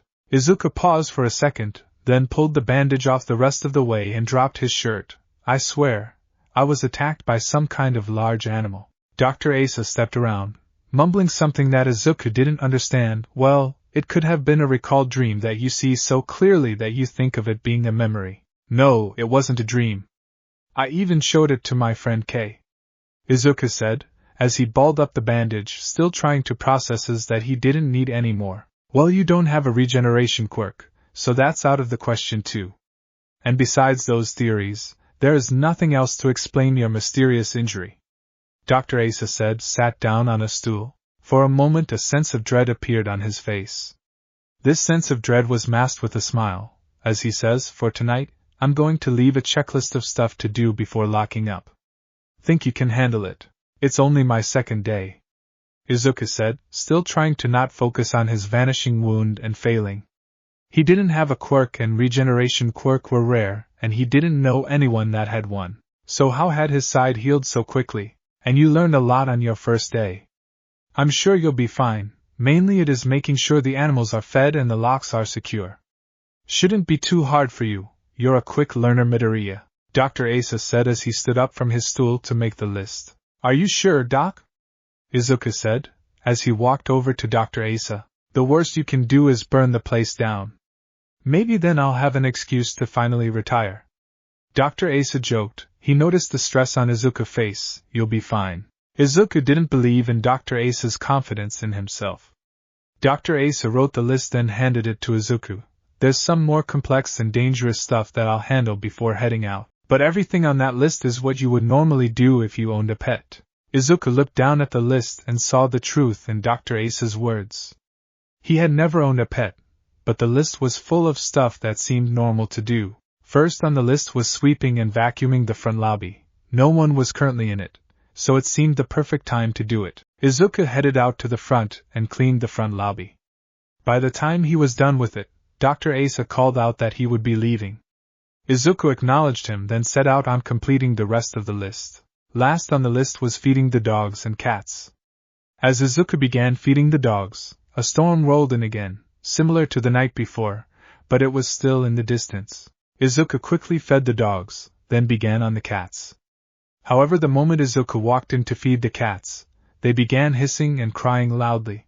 Izuku figured it was the storm, but hadn't reached the clinic yet. Then suddenly the cat's cry went straight through Izuku's ear. A massive headache quickly formed in his head and he had to walk out to have a single thought. As he closed the door behind him, he noticed the cats began to calm down. He thought about heading back in to feed them, but then he heard a worried knock on the front door. He quickly walked to the front and saw Momo Yayorosa standing outside. Her hair was wet and clung to her face, and matched her watery eyes. Izuku walked over to the door and opened it. Before he could get a word out, Momo said, "It happened so fast. I was changing the song on my headphones, then before I knew it I hit it." She began to cry, so Izuku said, "What exactly did you hit?" "A dog," Momo forced out before she took a shallow breath. "Can you tell me where it is, so I can call animal control?" Izuku said, putting a reassuring hand on Momo's shoulder. It's right down the street on the corner," Momo said through tries. Izuku nodded. It was close, he could handle it. Momo led him to the street corner. When they followed a dog on the ground, as they approached it, it raised its head and tried to bite Momo. Momo jumped back and let a small cry escape her lip. "It's okay. It's just scared," Izuku said, as he saw that was the main emotion within the dog's eyes. "That makes two of us," Momo said, taking another step back. "Let's see if I have any better luck," Izuku said, as he crouched down to be eye level with the dog. The dog locked eyes with Izuku, then looked as if it was going to bark, but then it lowered its head and began to whimper. Izuku smiled and reached forwards and scratched the dog's head. See, they need to know that they can trust us and that we trust them. Izuku scooped the dog up and carried it back to the clinic, where he took the dog to the back and placed it on a metal table, then looked the dog over for injury. He heard Momo walk in, so he said, "She's just got a broken leg. I've seen the doctor do them before, so I can do it myself, then give her a painkiller for now. No collar, I'll have a look around tomorrow, call the owner when I do." Momo nodded, so Izu grabbed a gauze wrap then walked back over to the dog. He set the bone the best he could, then began to wrap the dog's legs in the gauze. After a few minutes it was completely wrapped, and the dog seemed to relax. Izuku then looked over at Momo and noticed her wet clothes. While he tried hard to not look at how her shirt hugged her curves, he said, "We have some extra uniform shirts." "No, I don't want to bother you any further," Momo said, as she chewed a bit on her nail before stopping. "It's no issue," Izuku said as he walked over to a floor-to-ceiling cabinet and pulled out a maroon shirt. "Here." Izuku tossed Momo the shirt. "You can change in one of the empty rooms." Momo caught the shirt and said, "Thank you." She left to get change, while Izuku walked back to the dog. The dog lifted its head, looked towards the door Momo had just walked out, then back at Izuku and licked his face. "Oh, shut up," Izuku said, then fed the dog the painkiller he had grabbed from the cabinet. "I'm not going to look." Momo returned shortly afterwards, brushing her hair. Izuku was confused where she got the comb from. "Thank you, but you really didn't have to do that," Momo said, but she was happy to have a dry shirt on. "It's no problem," Izuku said, as he scratched the dog's head. "It's just that I feel like an idiot," Momo said, as she sat down on a stool. "It's okay, it was an accident," Izuku said. "Remember all the time he practically did first aid on himself to cover up the burns he had? Those times weren't accidents, but this was. I don't know, maybe because I freaked out like a total girl. I'm training to be a pro hero, but I can't handle accidentally running into a dog," Momo said, as she continued to brush her hair. "Well, you are a girl, so I think you're allowed to. You're training to be a pro hero," Izuku said, as he sat down across from Momo. He had to rein himself from freaking out. "Well, I don't want to follow in my father's footsteps, and with my quirk, I thought I could become a pro hero. But with how I just acted like a girly girl, maybe not," Momo said. "Yeah, everyone has a bad day. You just moved and it was your first day at a new school," Izuku said. "How did you?" Momo said, then finally realized who she was talking to, Midoriya. Izuku blushed that a girl as beautiful as Momo would remember her name, in the flesh. He said before he said anything embarrassing, "Small world, I guess. I saw you at practice. I don't know lacrosse, but you handled yourself pretty well," Momo said, as she rubbed her arm a bit to warm up. How could a boy that seems as sweet as Izuku be called a troublemaker? "Well, I trained over the summer. Though that was my first time as goalie, coach wanted to see how I would do," Izuku said, as he went back to rubbing the dog's head. "So you said you wanted to be a pro hero. You must have an amazing quirk." Momo beamed a bit with light, and said, "It's nice to have. I struggled in the beginning to control it." "Is it hard to do so?" "Control it, I mean?" Izuku said. "Maybe control isn't the best word. It's not like I have super strength.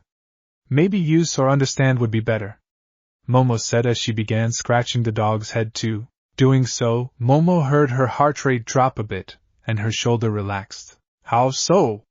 Izuku asked. He enjoyed seeing new quirk and what the possibilities of them were. "Well, I can transform the lipids in my body into inorganic materials and create an object, but to do so I need to know the atom structure of the object," Momo said, then was taken back when Izuku suddenly pulled out a notebook and began writing.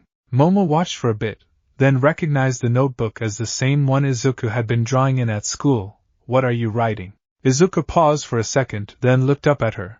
"Oh, sorry, I take notes about quirks that I find cool, and I've never heard of one that's like yours." "Oh, I remember you drawing Mount Lady in science," Momo said. "Remember how detailed Izuku's drawing was?" She still wanted to ask if that dealt with his quirk. "Well, she's a new pro hero that debuted only early this year, so I have new stuff to add every day," Izuku said, embarrassing Momo had seen his drawing.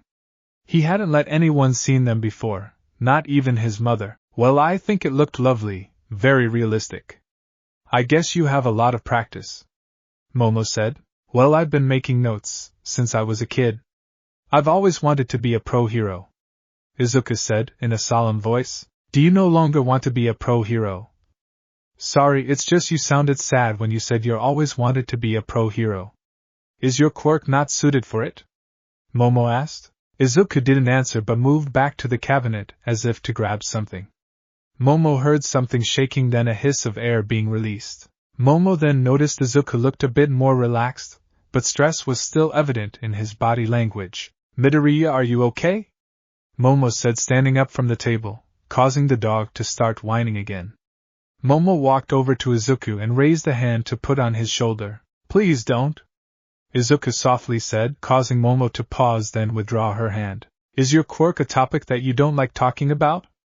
Momo asked, as she took a small step back. Izuku put his hands on the counter and Momo saw a small device in his right hand. She recognized it as an inhaler. Is that why my question? You have asthma. Izuku didn't enjoy talking about his quirk, or the lack of one, or his asthma, but if he had to choose one he preferred to talk about his asthma.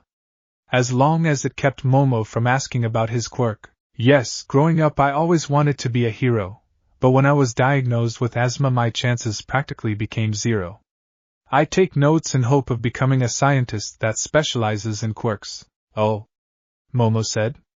Izuku's goal of becoming a scientist was an admirable goal, as though quirks had been there for many generations. Deciphering the genetic markers of quirk was still being researched. Midoriya, do you have a phone I can use? Mine broke when I fell over.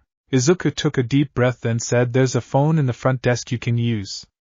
I'll walk you to it. What about the dog? Momo asked. She'll live, just hope she doesn't sue. I'll put her in bed for the night, Izuku said, getting a small laugh out of Momo. Izuku walked over and gently lifted the dog off the table and carried her to a bed in the back, with Momo following him. Once the dog was settled down, Izuku walked Momo to the front room and pulled out the phone. Momo thanked Izuku then tapped in her mom's phone number. It quickly picked up. Hey, it's Momo. I'm fine, just got into a bit of an accident. I ran into a dog and knocked it over. We're both fine, there was a veterinarian down the street.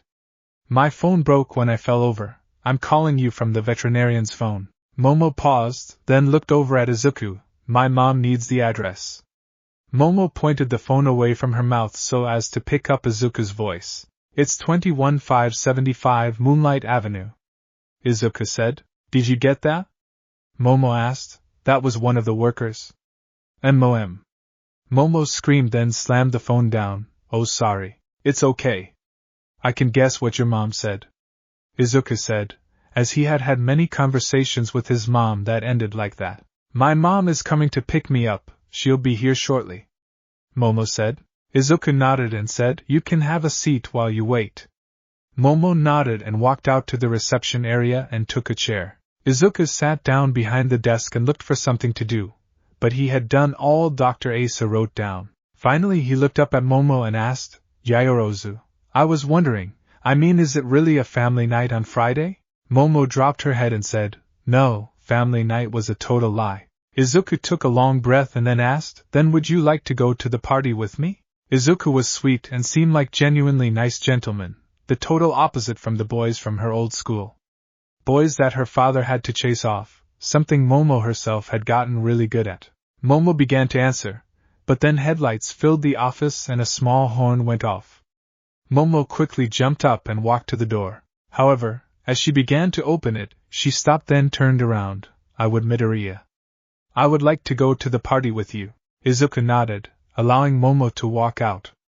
As soon as the door closed, Izuku's knees went weak, causing him to fall. He hit the edge of the chair, pushing it back and allowing him to fall to the ground. Izuku couldn't believe he had just asked a girl out to a party, especially one as beautiful as Momo Yaozoyara's. The headlight pulled backwards and left the parking lot, giving Izuku a moment of clarity. He sat on the floor for a bit longer, then he stood up and locked the front door. It was time for him to go home and get some rest. He had a long week ahead of him. Izuku quickly checked all the exterior doors and windows, then walked outside and went home. At home he took a cold shower, then changed into a pair of pajama shorts, then hopped in bed. He laid his head on his pillow and looked up through his window at the moon, its light bathing his room. This day hadn't gone the way he was expecting, but that wasn't a bad thing. He had spent his entire life living with no direction, but maybe in this last semester of middle school that could change. Momo seemed interested in him, or she wouldn't have accepted his offer. Maybe he could keep his quirkless secret a secret a bit longer, but eventually she would learn. Izuku shook his head to get that thought out of his head. He would deal with it when he came across the bridge. Izuku closed his eyes to go to sleep and roll onto his side. However, his mattress became wet and stiff, and it felt like something was poking him in his ribs. Izuku quickly shot up and looked around him. He was no longer in his room. His rooms had walls, his current locations did not. It was foggy around him, but Izuku could see trees all around him. Izuku shook his head, but his vision stayed the same, telling him he wasn't dreaming about being in a forest. He actually was. Izuku quickly stood up, using a fallen tree to brace himself on. The cold wet ground covered in leaves made Izuku shivered a bit. He was confused about how he could have gotten out here. Izuku took another look around, his eyes passing a dark figure. Izuku's eyes shot back to the dark figure. It was the same one from the night before. This time, however, it was on all fours and staring directly at Izuku. Izuku took a hallowed breath, then the next second he took off in the opposite direction. Izuku could hear the creature, or whatever it was following him. Its feet, paws shook the ground as it ran. Izuku knew he couldn't slow down, or the creature would easily catch up to him. He willed his legs to move faster, not noticing he was running faster than he had ever before. Trees whipped past as Izuku ran for his dear life. He might not have done a lot with his life and might never really got to. But his conversation with Momo gave him hope that his life would get better. Izuku looked over his shoulder to see if he had last seen the creature, only to feel his feet miss the ground. Izuku's eyes became dinner plates, as he looked forwards and found him falling into a stream. His head went under water, and he had to stop himself from taking a breath. He kicked as hard as he could, and shortly afterwards, his head broke the surface of the water. He took a long breath, before remembering the creature, causing him to look around in the forest, but he couldn't find the creature. Izuku shook his head, and his vision changed. He was no longer in the forest, or swimming in a stream. He was in a pool and found an elderly gentleman watering his flower. Izuku wiped the water off his face and smiled. "Good morning." The elderly gentleman gave a small wave. Izuku nodded, then quickly swam out of the pool and began walking to the gate. As he reached the gate, he opened it, then quickly took off running to get home. When he got home, Izuku realized he had 45 minutes to get to school.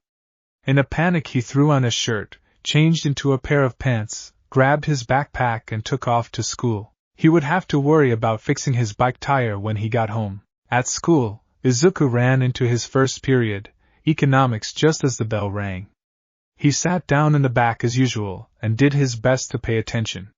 However, his morning was still fresh in his mind. He was still confused of how he could have woken up in a pool. He wasn't known to sleepwalk. Izuku thought about this throughout school, but fortunately once school was out, Izuku could distract himself with lacrosse practice. Without his bike, all of his teammates easily rode past him, laughing as they did. Izuku was the last one to show up to practice. Izuku walked over to the changing rooms and changed. Izuku then walked out as he adjusted his knee pads. As he stood up, he was suddenly thrown into the wall. Izuku had hit the wall, and his mind momentarily went white. Once his mind cleared, he saw Bakugo hold him against the wall with one hand. Bakugo's other hand was pulled back, ready to unleash an explosion. "Alright, you damn nerd, why don't you tell me where you're getting your juices? Tell me the truth, then I'll finally be able to get you kicked off this team." Normally Izuku would want to curl up into a ball, but something made him hold his ground. Yet he was still confused. "What? Where are you getting your juice?" Bakugo repeated his question, a small explosion starting from his free hand. "I don't know what you're talking about. My mom does all the grocery shopping," Izuku answered as the smell of caramel filled his nose. He never realized Bakugo's quirk gave off such a strong scent. "Now listen, Deku, You're going to tell me exactly who you're buying from because there is no way a quirkless nobody like you could have stopped all those goals yesterday. You're going to tell me, then I'll tell the coach. Bakugo said, lighting off a small explosion. Oh, you mean steroids? Izuku said. Izuku and Bakugo had known each since they were kids and at one point were friends. So how could Bakugo ever question that Izuku would do something as immoral as steroids? Yes, you idiot, what else could you be on? Bakugo said, pulling Izuku away from the wall and slamming him into the wall again. Or have you been lying this entire time? You've had a quirk this entire time, but you've played the weak Deku, just waiting for the perfect moment to show me up. Is that what is going on? No, it isn't. I'm still quirkless, and I always will be. You want to know, well, so would I. I don't know what's going on, but I feel like I'm going out of my freaking mind, Izuku said, as he felt some anger build up in his chest. He had spent years as Bakugo's punching bag, and though nothing had really changed, Izuku had a sense he no longer had to be. Bakugo scoffed and dropped Izuku to the floor. One way or another, I'll learn the truth. I don't care how long it takes, and then you'll be kicked off the team and I won't have to deal with you anymore, Deku. Bakugo then kicked Izuku in the guts, then promptly turned and left. Izuku struggled to catch his breath. Once he could take a deep breath, he slowly picked himself off the ground. He brushed his hair out of his face and slowly walked out to practice. Midoriya! Midoriya, wait up! Kei yelled as he came running over to Izuku. Hey, can it wait? I'm playing the first elimination, can it wait? Izuku said, as Coach Yuto blew his whistle. Just hold on, okay? I overheard my dad on the phone. Call came from Tuoko. Fiber analysis came from the body they found in the woods. They found animal hairs on the body. Kei said in a panicked tone. Izuku walked away. Kei, I got to go. Wait, no, Midoriya. You're not gonna believe what animal it was. Kei said, raising his arms up, but Izuku walked out of ear range. Kei sighed, dropping his hands onto his head. They found wolf hair. It was a wolf. Izuku got into the huddle, but made sure to be on the opposite side of Bakugo. Alright, you've all had a day to warm up, so practice starts for real today. You all know how this goes. If you don't make the cut, you'll most likely be sitting on the bench for the rest of the season. But if you do, you get to play. Make your parents proud, show off your skill, get some extra points with your girlfriends. Everything else is rice. Coach Yuto said, then blew his whistle. Alright, let's see what you've got. Izuku stayed quiet, while everyone else cheered. Izuku quietly moved to the right wing position and waited for the whistle. As he waited, he saw Bakugo move to be center right defender, which was unusual as he was usually center attacker. Coach Yuto put the lacrosse ball down in the middle of the field and raised the whistle to his lips, causing everyone to become focused. With the blow of the whistle, the game had started. Izuku's team had managed to win the break and get the ball first, and get it to their center forwards. However, Bakugo quickly descended on them and knocked the ball out of their pocket. As the players stumbled to the ground, Bakugo smoothly swipes the ball out of the air and flicker across the field to his own team's center attacker. Come on, that was weak. Bakugo yelled as he looked down as the teammates he had made fell to the ground. He then turned to glare at Izuku. Izuku did his best to ignore him and moved to help defend his goal. His team worked well to get the ball back and passed it to their goalie. The goalie swooped it up and looked around the field. Most of Izuku's team was in their own territory, except for Izuku, as he was right on the midfield line. Normally no one would dare pass to Izuku, but maybe because of how well he had done yesterday, the goalie pointed at Izuku and then threw the ball. Izuku froze as the goalie pointed at him and then threw the ball. Izuku had to take a few steps back as the goalie threw the ball a little hard. Izuku caught the lacrosse ball in the pocket of his stick, then immediately turned around and began judging it to the goal. He still had the opponent's center defender. However, as Izuku got close, he noticed his opponent didn't seem too stressed about getting the ball back. Then Izuku remembered the unspoken rule. It was rare for Izuku to have the ball in his possession, but every time he did, it was always Bakugo that was the one to take it from him. Something Bakugo made sure happened, as he scared off anyone that tried to defend Izuku. Izuku could hear footsteps right behind him, then he felt something attack his stick. Izuku's stick was knocked down, then up and out of his hand, while an elbow was rammed into his jaw. Izuku fell to the ground, hitting his head, but getting a clear enough view of Bakugo catching the ball again. He tossed into the air mocking Izuku while he said, "You shouldn't have played Deku." Bakugo then turned and began working the ball to Izuku's goal. Izuku took a bit to catch his breath and get his hit from bussing, a clear sign that what Bakugo had done was a penalty. But like at school, Bakugo was never called out for breaking the rule. As Izuku finally sat up, he heard Coach Yudo blow his whistle and Bakugo and his team cheering. Izuku looked over his shoulder and saw Bakugo sliding across the grass. Then Coach Yudo walked into his field of vision. "I know you can be a good player. Sports is the one place you have a level playing field," Coach Yudo said, as he crouched next to Izuku. "Show them what you've got." Izuku stood up and brushed off his knees. Coach Yudo blew his whistle and said, "All right, change positions. Bakugo and Midoriya will break." Izuku signed as he walked to his new position, Bakugo bumping his shoulder as they walked past each other. Izuku's goalie threw Coach Yudo the ball and he placed it in the center of the field, on my whistle. Izuku and Bakugo both crouched down and held their sticks ready to swoop the ball on. Coach Yudo then moved off the field and raised his whistle to his mouth and blew. Before anyone else had a chance to move, Izuku swooped the ball off the ground, then shoulder-checked Bakugo, causing him to fall to the ground. Then everyone began to move. The defender moved to stop Izuku, but he was too fast for them. He juked the first one, jumped the second one, and shoulder-checked the third one. This left Izuku with a clear shot to the goal, where the goalie waited for him. Izuku feinted to go to the top right corner, but went to the bottom left. He shot the ball and it bounced in off the side beam. Izuku took a breath as he realized what he had just done. Everyone on and off the field stood still for a second, as the lacrosse ball hit the net and stretched it to its full length. Worse yet, there was so much force still within the ball, it threatened to blow through the net and keep on going. Eventually the ball slowed back and the net was able to bring it back into the net. "Let's go, Midoriya." Coach Yudo was the first one to yell, and after that other people began to yell his name. His teammates began to run over to Izuku to congratulate him, except for Bakugo and the one who should have been doing it, K. K was just looking at the lacrosse ball that was sitting on the goal. He should have been down on the field, congratulating his friend and what he was going to do, but then his joke from yesterday came back into his mind. Lycanthropy. It was a joke that was all it was supposed to be. A dumb joke to poke fun at his best friend for thinking of crazy things, to get back at him. Yet Izuku Midoriya wasn't that kind of person. Sure, he and Kei messed with each other, but that wasn't Izuku's style. Then there was the improved skills, reflexes and speed. Kei walked away from the bench, but not in the direction of Izuku. No, Kei walked towards the hanging room, where he grabbed his backpack, got on his bike and then went home. He needed an answer. Once home, with his father off work, Kei was distraction-free to do some research.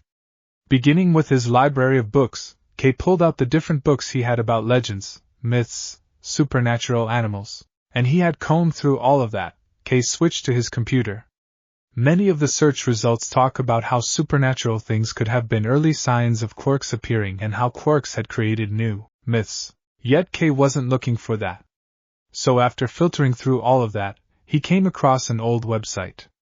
It solely talked about legends, myths and supernatural animals, not bringing up quirks once.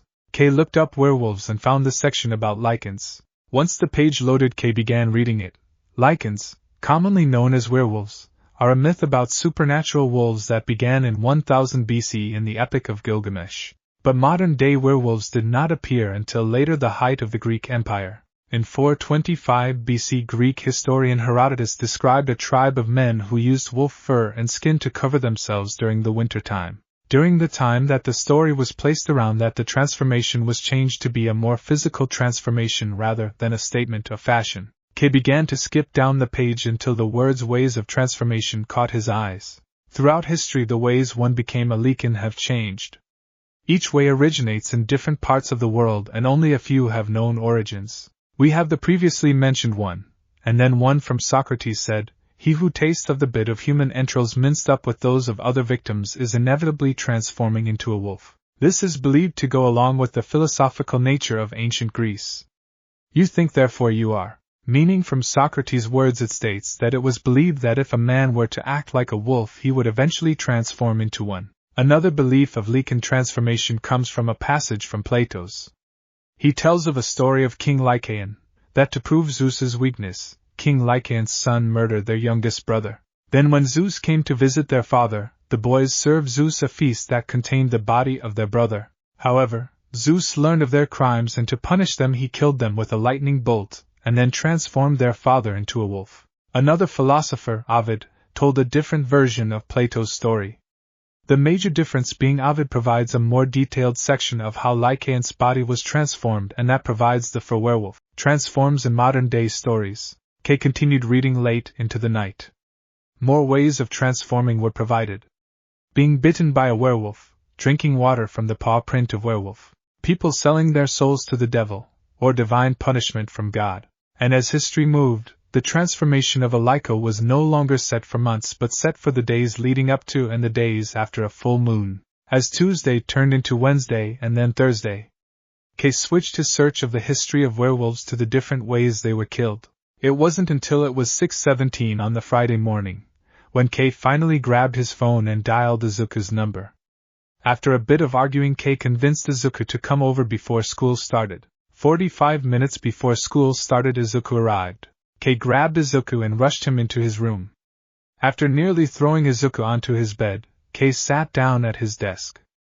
As he looked at his best friend, his knee began to bounce as he tried to organize his thoughts. "Alright, I've been up all night, reading book websites. Everything I can find."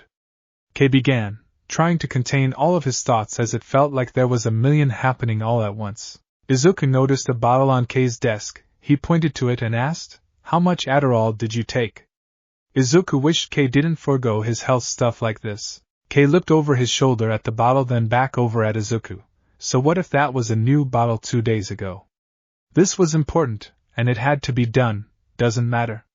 Just listen. Did your dad and his team find who the body was, or something?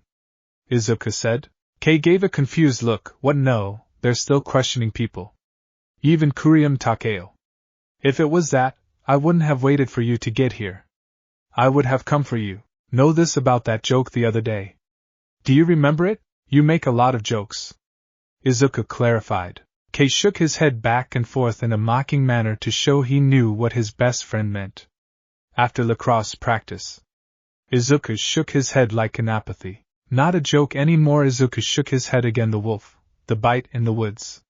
So I started researching it. Do you even know why wolves howl? No. Izuku shook his head. Kay let out a sigh, as if it should have been common knowledge. It's to signal their location to their pack, okay? When a wolf is alone it will howl, and when the pack howls back it can know where to find its pack. So if you've heard a wolf howling, it could mean that there's more around. You think that there is a pack of wolves in Japan? Izuku said, standing up and looking at Kay like he needed help. You're the one that heard a wolf howl in the woods. And not just a pack of wolves, a pack of werewolves, Kay said, defending himself. I don't know what I heard. Izuku said, his voice getting a bit hot-blooded. Are you seriously wasting my time with this? I have a lot going on today, and I'd rather you not try to distract me. Izuku began moving towards the door, but Kay grabbed his shoulder and held him back. Midoriya, just hold on. I saw what you've been doing on the field all week.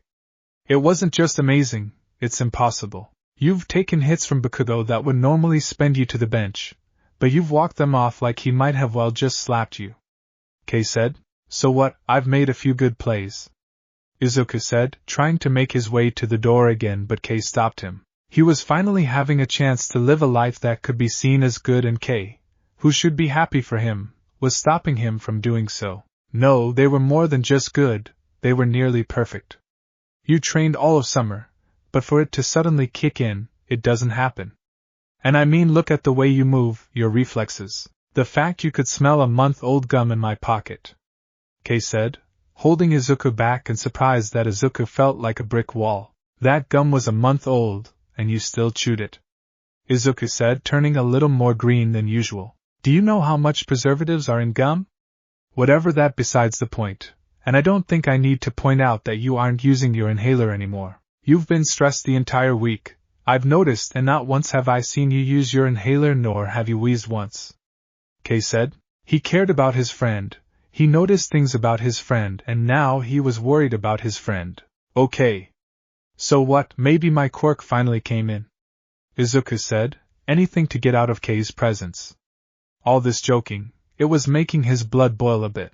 Dude, you and I are practically brothers, so we both know despite how badly you want something like that to happen, it never will, you said it yourself. We gained quirks was kids so our body can grow to handle them. Suddenly gaining a quirk the power would backfire on the user. And why would it be a wolf quirk? Your family history doesn't have anything like that, I would know. I took a look. Kei said. So what, I can't think about this right now. Like I said, I have a lot going on right now and I'd rather not be distracted. Izuku said, we'll talk tomorrow? Tomorrow, no. The full moon is tonight, and it wouldn't just be a physical change. The moon heightens a werewolf bloodlust. Kei said, sitting down, I'm just trying to help. Bloodlust? Izuku questioned. Your urge to kill. It's also affected by pulse, blood pressure. We both know what a large crowd does to you. Going to this party will be an extremely bad choice, because... Kei sighed, you're cursed, Izuku. You have to cancel your date. Izuku lunged at Kei, grabbing his shirt, lifting him up and slamming him against the wall. He had a chance to have a friend outside of Kei, a girlfriend at that, and with someone as beautiful as Momo, he wasn't going to risk that. The only thing raising my blood pressure is you. I'm not canceling my date with Yaoyorozu. For once I had a chance to make something of my life and I think you would be happy. You're my only friend. Izuku said as his eyes began to glow yellow. Izuku punched Kei's chair knocking it over and then like that his anger was gone. Midoriya, I'm happy for you. What I won't give to be you on the date with Yaoyorozu. A girl as beautiful as her, hell I would probably be willing to fight All Might for a chance like that. But you and I have always been honest with each other and ourselves. So I ask you to look at yourself through the day, and if 1 second you start to believe me, find it in yourself to call Yaoyorozu and cancel that date. Kei said. Izuku growled as he walked over to Kei's bed and grabbed his backpack. I'll see you at school. Izuku left Kei's house angry for the first time and that anger didn't disappear as he biked to school. He had a long day ahead of him, and he just wanted to get through it. School was completely different from what it usually was. Izuku and Kei didn't speak to each other once. While Momo spoke with Izuku any chance she had, they discussed how they would get to the party, deciding since Izuku's house was closer, Momo's dad would drop her off, and then they would walk over. The day went fine until last period. The one period Izuku had with Bakugo where either Momo or Kei were in class. Izuku kept his head down, focusing on getting through the day and not wanting to get into any fight. And it seemed he was in the clear until the bell rang and Bakugo decided to blow off some steam. Hey Deku, I don't know what the hell you think you've been doing this week, but you better knock it off. Because it won't be long until the truth comes out, then you'll be kicked off the team, Bakugo said, as he swiped Izuku's notebook from his hands. And what's this? You think by writing about others' quirk you'll get your own. Hey, give that back, Izuku said, standing up and trying to take his notebook back. Why don't we see what you've been daydreaming about now? Bakugo said, as he flipped the notebook over to the open page, and just by Izuku's luck he had been working on Momo's page. Ha! You think you've got a chance with Ms. Aichi, she's far out of your league. Bakugo laughed, and his goons behind him joined in as if they had heard the greatest joke in the world. That's what Izuku was to them, a great big joke that never got old, and was always funny. Well, we're going to the lacrosse party tonight, Izuku said, his voice timid despite all that he tried to show confidence. What? She said Fridays are family nights? Bakugo said, then growled and unleashed an explosion from his hand, burning the notebook. I'd better not see you at that party tonight, or your ass is mine. And if you think you can bring MS look at me, then I'll personally send your ass to hell. You're both layers and you aren't coming to my party. The party is for the whole team, you don't, Izuku said, but then Bakugo unleashed another explosion. Be lucky I find you unworthy of my quirk, or I will cream you right now. Izuku knew it was because they were still in a classroom. You're just a worthless, quirkless, asthmatic Deku that will never be a pro hero. Your best bet is to jump off the roof and hope for a better quirk in your next life. Bakugo said, then closed the notebook and got prepared to throw out the open window. I'll give you an example.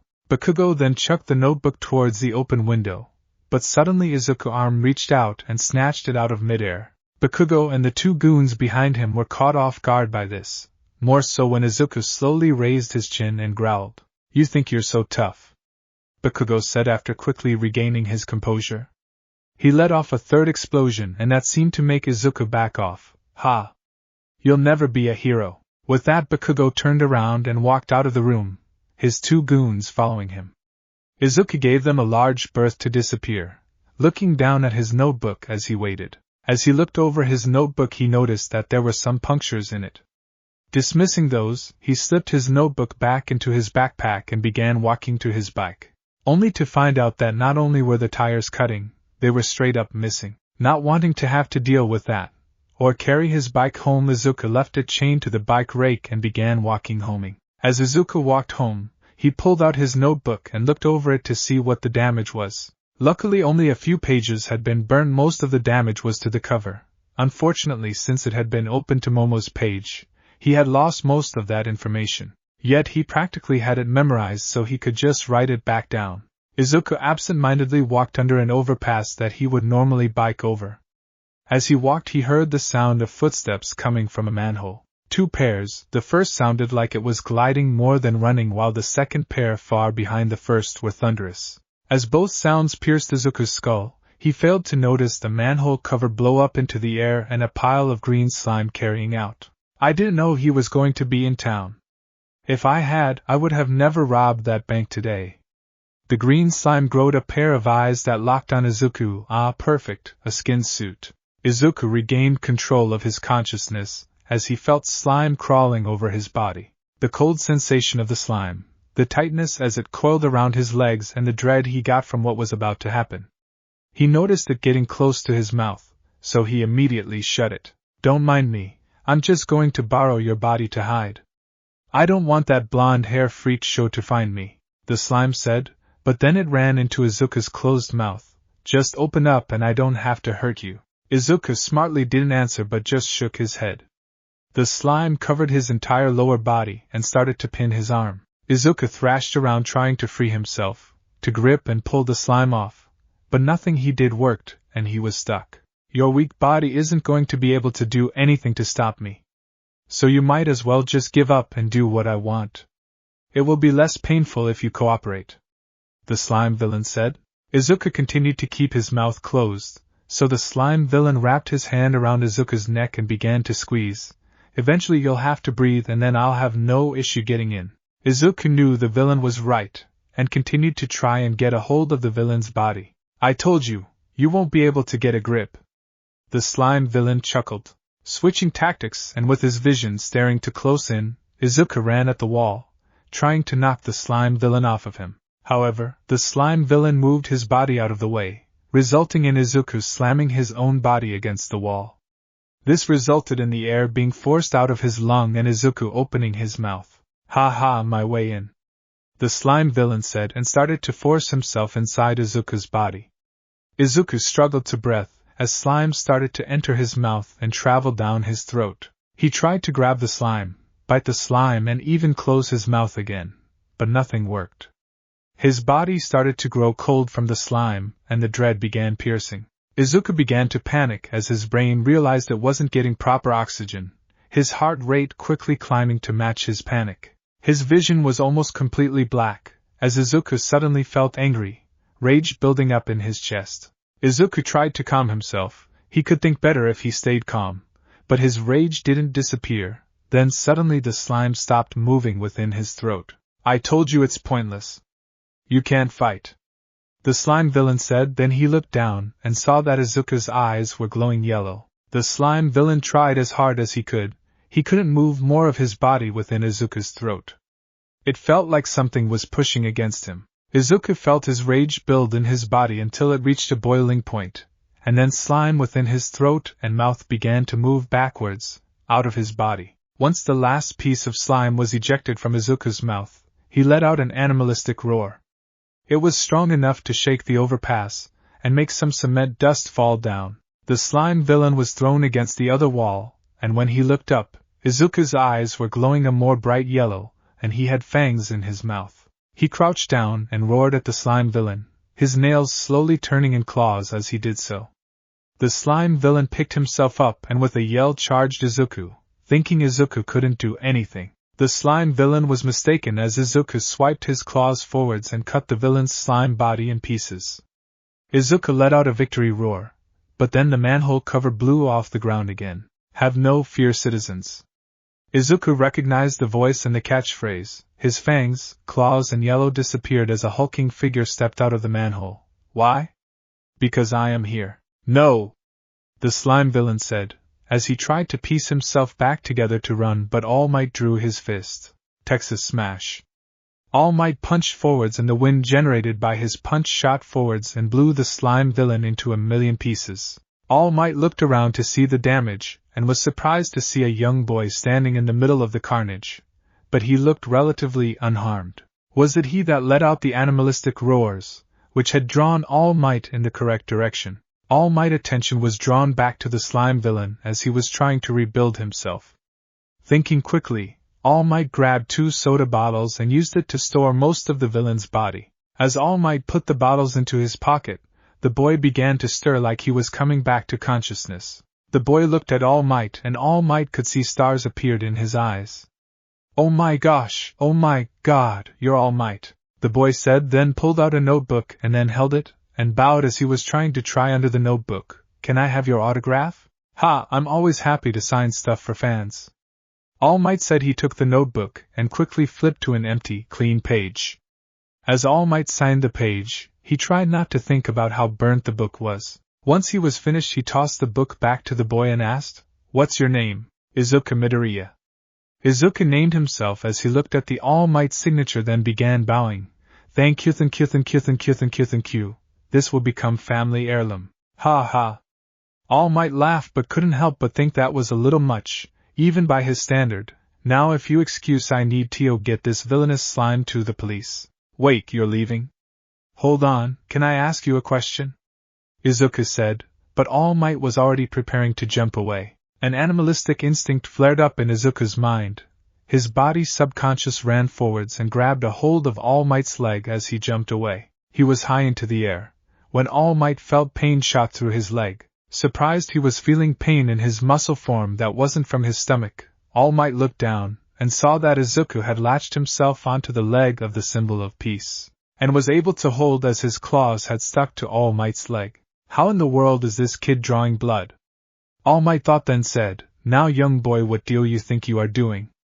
I love the media, but this is a bit far too much for my taste. I will have to ask you to let go, but if I do, then I'll fall.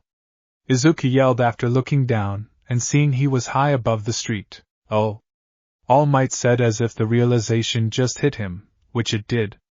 Directing the path down to a nearby rooftop, All Might felt his body start to relax. No, it couldn't be happening, not at a time like this. When they landed, Izuku was thrown a bit, but All Might was slightly more concerned with his leg. He held a hand down to the leg and pressed it. Pain shot through his leg, and when he withdrew his hand it saw there was blood on it. All Might looked at Izuku as he brushed the dust off of him. All Might noticed that he seemed alright, but did not look at the fact that standing right in front of the symbol of peace was the second person he had even met that could harm him. How was that possible? All Might looked at the claws that were where the kid's fingernails should be. Those were what had made him bleed.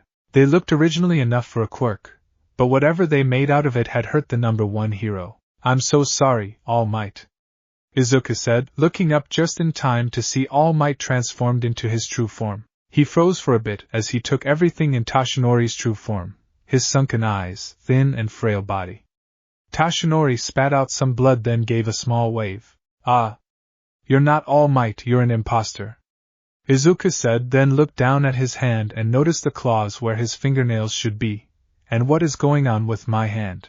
Tashinori would have laughed over the fact that Izuku seemed more certain about his own quirk, something he should be used to by now, than the fact that All Might had just transformed, if not for the fact that he had just revealed himself to middle schoolers. Oh man, oh man, oh man, oh crap. Kay was right. Lycanapathy is real and I've got it. It's a full moon and I've got my date with Yaoyorozu. Oh man, oh crap, I have to cancel it, and I'll never get another shot with her. What am I going to do? Izuku said, falling down onto his butt and looking at the ground. Wait, All Might? Izuku looked up at Toshinori and got a confused look on his face. You're not All Might. Toshinori laughed as that was the first time he had seen someone have such a massive change in view. I can assure you, kid, I'm All Might. You know how guys are always flexing at the pool to look buff. My quirk works a bit like that. Toshinori said as he fell to the floor in exhaustion. He hadn't done much day until the slime villain caught his attention, then running through the sewer system. He could do with a cold drink. But All Might is a giant of a person, undefeatable, and is always winning with a smile on his face. Izuku said as he looked over at Toshinori. How could the skeleton of a man be the symbol of strength and peace? I can assure you that there is a lot of fear behind that smile. Toshinori said as he looked over at Izuku. Now it was just two helplessly confused males sitting on a roof looking at each other, neither of them saying anything. What's like an apathy? Toshinori asked at the same time Izuku asked. Can I ask you a question? Izuku flinched at Toshinori's question. He had overheard Izuku, and that didn't sit well with Izuku. If he really was a werewolf, then maybe the less people that knew the better. Toshinori chuckled at the jumble of words, so he allowed Izuku to ask his question properly. Can someone without a quirk, or with a cursed quirk, become a hero like you?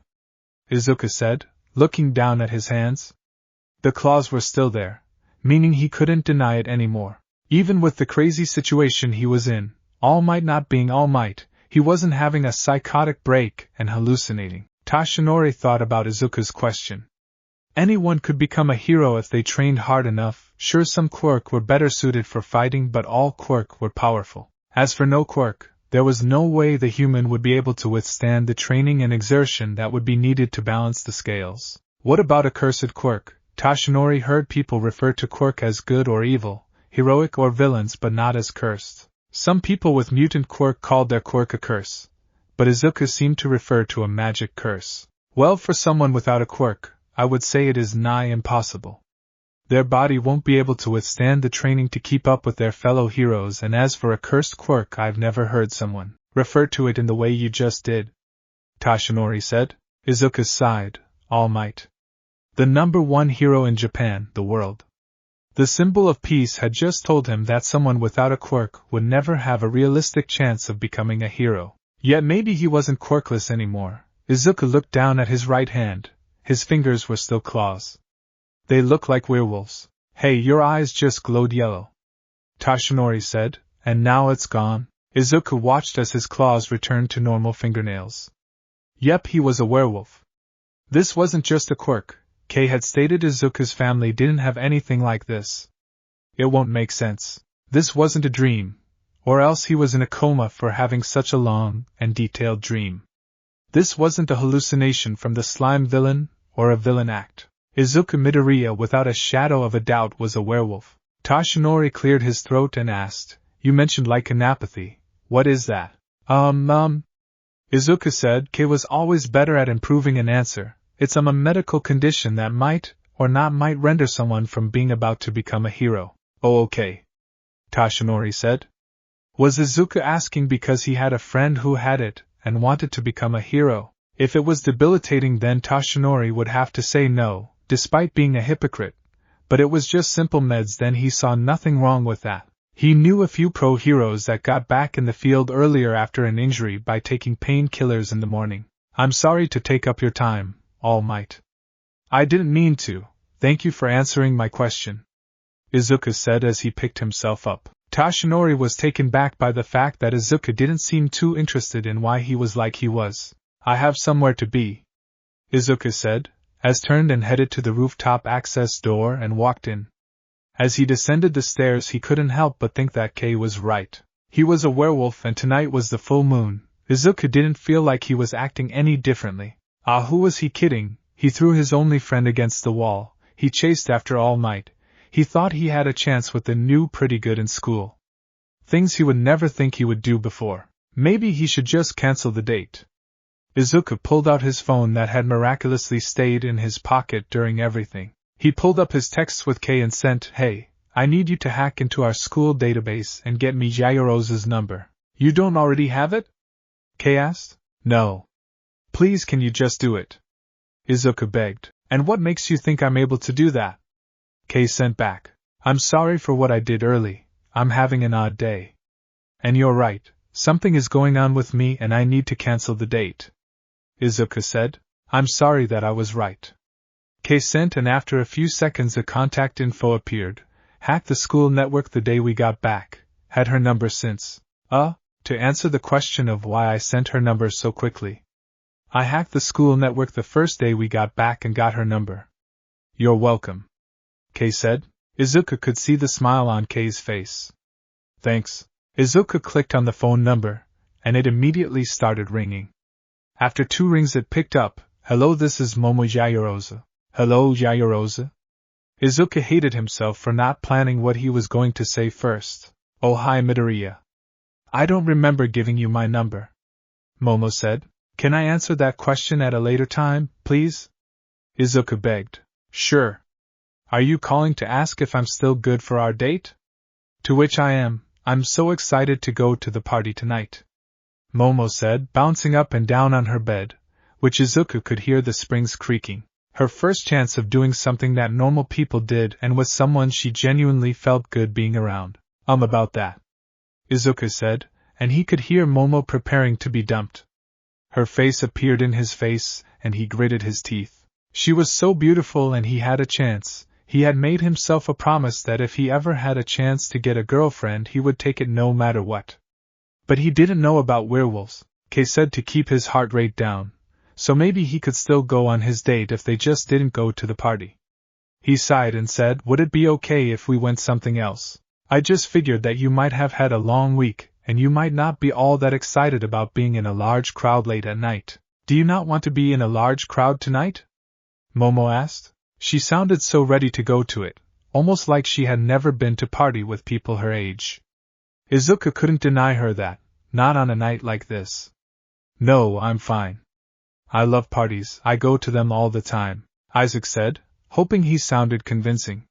He couldn't tell if it was working. Well, I'm completely fine, and like I said, I'm excited to go to the party. Meeting new people, making new friends, Momo said, talking to the most antisocial, hated meeting new people, and had only one friend for life kind of person. Izuku bit his tongue to try and make his mind clear. Thankfully it did, and Izuku tried to talk himself out of date, which was the whole reason he called. Yet he couldn't bring himself to. Momo was beautiful and the first person out of his mother, and Kei, and his father to treat him like a normal human being. Werewolves and everything be damned. Yeah, I was just calling to make sure you were still going for our date. I'll see you around 7 o'clock. Izuku said, his voice becoming joyful. Perfect. Momo said, then ended the call.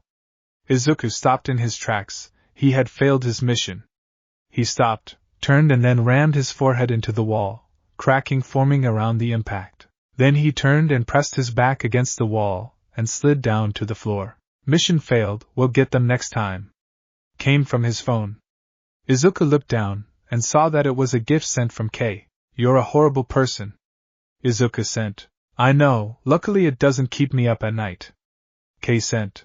Toshinori gave Izuku a large window of time to walk away, lying to himself that he should give the kid his space, when in actuality Toshinori was too tired to move, so as he rested he kept a close eye on the bottles in his pockets. He still had to drop off the villain, and once he was rested, he called his friend Detective Tsukachi and arranged for a pickup. Once the slime villain was in police custody, Toshinori hopped onto a train to head to his apartment. As he rode the train his mind went back to the conversation with Izuku, lycanthropy. It sounded like a medical disease, but one Toshinori had never heard of. Did Izuku have it or did one of his friends? And what made it so bad that it could potentially stop one from becoming a hero? Without being able to think of the answer himself, Toshinori turned to the one person that could answer it. Walking through the door of his apartment, Toshinori dialed the phone number to Principal Nizu. It quickly picked up and Toshinori heard Principal Nizu's voice. Hello All Might, what can I do for you at such a time? Hello Nizu, I have an odd question for you. Earlier today I ran into an odd young man and he mentioned a medical term I am unfamiliar with. I thought you could tell me about it, Toshinori said as he walked over to the couch and sat down on it. If it's medical, then we should have Recovery Girl weigh in on this conversation. Principal Niza said, and after a few seconds the phone call turned into a conference call with Recovery Girl. It's Friday, my time off started 2 hours ago, what is it? Recovery Girl asked. Tashinori, please inform Recovery Girl of your question. Principal Niza said, as if releasing the bulls and the only thing in their way was Tashinori. With Recovery Girl it sort of felt that way. Hello Shizenji? Toshinro said, as he put his phone on speaker and put it on the armrest of the couch, afraid that she would begin to yell at him. Tashinori. There was no warmth in Recovery Girl's voice, but at least she didn't yell, did you rip another stitch? No, nothing like that. Tashinori could almost hear Recovery Girl release the pencil she was able to snap into two. It's just that I ran into a young boy earlier today, and he mentioned a medical disease I'm unfamiliar with. He called it lycanthropy, and he made it sound like stop someone from being a hero, so I was curious about it, and wanted to know if it was treatable. Tashinori then noticed that neither Principal Nizu nor Recovery Girl had cut him off as they often did. Hello. Tashinori, did the boy state whether he had it, or if a friend had it? Principal Nizu asked, his voice becoming a bit more serious than usual, making Tashinori look down at his phone. Unsure, but it was someone close to him. What is it? Do we need to call the CDC? Tashinori asked. It was serious enough to make two of the smartest people Tashinori knew to take a pause. Could it be deadly, and needed to be stopped? Principal Nizu, you can't be serious. It is superstitious. Lycanthropy doesn't exist, not even within our world of quirks. Recovery Girl said, even with all the weird quirks she saw and treated, it simply was not possible. We've always suspected that it could be possible. Maybe even older than quirks, and were myths that were thrown away as such. Principal Niza said, breaking his calm persona a bit. If anyone was going to believe in the supernatural, it would be the animal with a quirk that made him act human. It's not real. Recovery Girl argued. It could be. Was Principal Niza's rebuttal. It's not real. Recovery Girl argued. It could be. Was Principal Niza's rebuttal. It doesn't exist. Recovery Girl argued. It could. Was Principal Niza's rebuttal, and finally Recovery Girl screamed in a way that would get anyone admitted to a psych ward. You two are going to kill this old lady. Tashinori cleared his throat, getting their attention. Anyone care to fill me in with what lycanthropy is? Recovery Girl sighed then said, lycanthropy is a medical term for when someone becomes a lycan. Otherwise a joke of when someone undergoes a transformation into a werewolf. Sounds like a quirk. Tashinori said. There were animal quirk all over the world, even the number 5 pro hero had a rabbit quirk. That is where you are wrong. Lycanthropy would be the step beyond a quirk. While someone with animal quirks can receive some animalistic instinct, someone with lycanthropy receives all animalistic instinct, full integration. The urge to hunt, form a pack, kill. We're talking full werewolf, as in the supernatural kind. Recovery Girl said, as transformed on a full moon and kills everyone. Tashinori said, laughing a little at everything. Werewolves and the like weren't real, and it was most likely just someone that misunderstood their quirk. Yes. I knew someone that had a wolf quirk and I asked them that question about their quirk and werewolves. While this man's family had wolf quirks since the dawn of quirk, not a single member was affected by the full moon. No heightened instincts, that is what sets a simple wolf quirk apart from werewolf. The amount the wolf part takes over. Principal Niza said, I believe it would be best if you got closer to this boy and learned who they believe to be a werewolf. If it is a simple misunderstanding, there will be no reason to fear. But if werewolves are real, we have a real problem on our hands. How so? Tashinori asked. The only way to become a werewolf is through another werewolf. Only an alpha can make new betas, and if whoever you met doesn't already know about werewolves, then they're a beta, and wherever there's a beta, there is an alpha. And an alpha werewolf isn't going to be happy with just one beta. Principal Niza said. Tashinori knew he needed to see Izuku Midoriya again. Yet how was he going to find a single boy in a city the size of Muzurifu? Izuku was sitting in the living room on the couch, looking out of the front window. As he waited for Momo to arrive, his knee had started to bounce. Today could not have happened, not for the obvious reasons that were about to arrive, but what had already happened. Izuku thought he could lie to himself, that he had managed to overpower the slime villain and save himself, but he was realistic. Maybe it was his quirk coming in. No, Kay was right. The chances of having such an abnormal quirk so different from his parents, it wasn't possible. And who had heard of quirk from the animal transformation that was controllable? Look at the rabbit hero Mirko. She couldn't turn on and off her quirk. Her rabbit features were always there. Izuku heard his mom coming down the stairs and looked over at her. She gave him a sweet smile and said, "I know she's a little late, honey. But you remember how hard it was for us to find this house at first." Izuku got a small smile as it was almost the dead of night when they finally found the house. "I remember you were only a few minutes from pulling over and having us sleep in the car. So is this a date or a party?" Inko asked, as she sat across from Izuku. "A bit of both," Izuku said, a small blush appearing on his face like every time he thought of this as a date. "Good. We don't have to have that talk, right?" Inko said, staring and locking eyes with her son. Izuku immediately went red before he shook his head. "Do we have to?" "No, I know you're not man enough to do something like that on a first date. You're too kind of a person," Inko said, and laughed as Izuku looked like he had swallowed his own tongue out of embarrassment.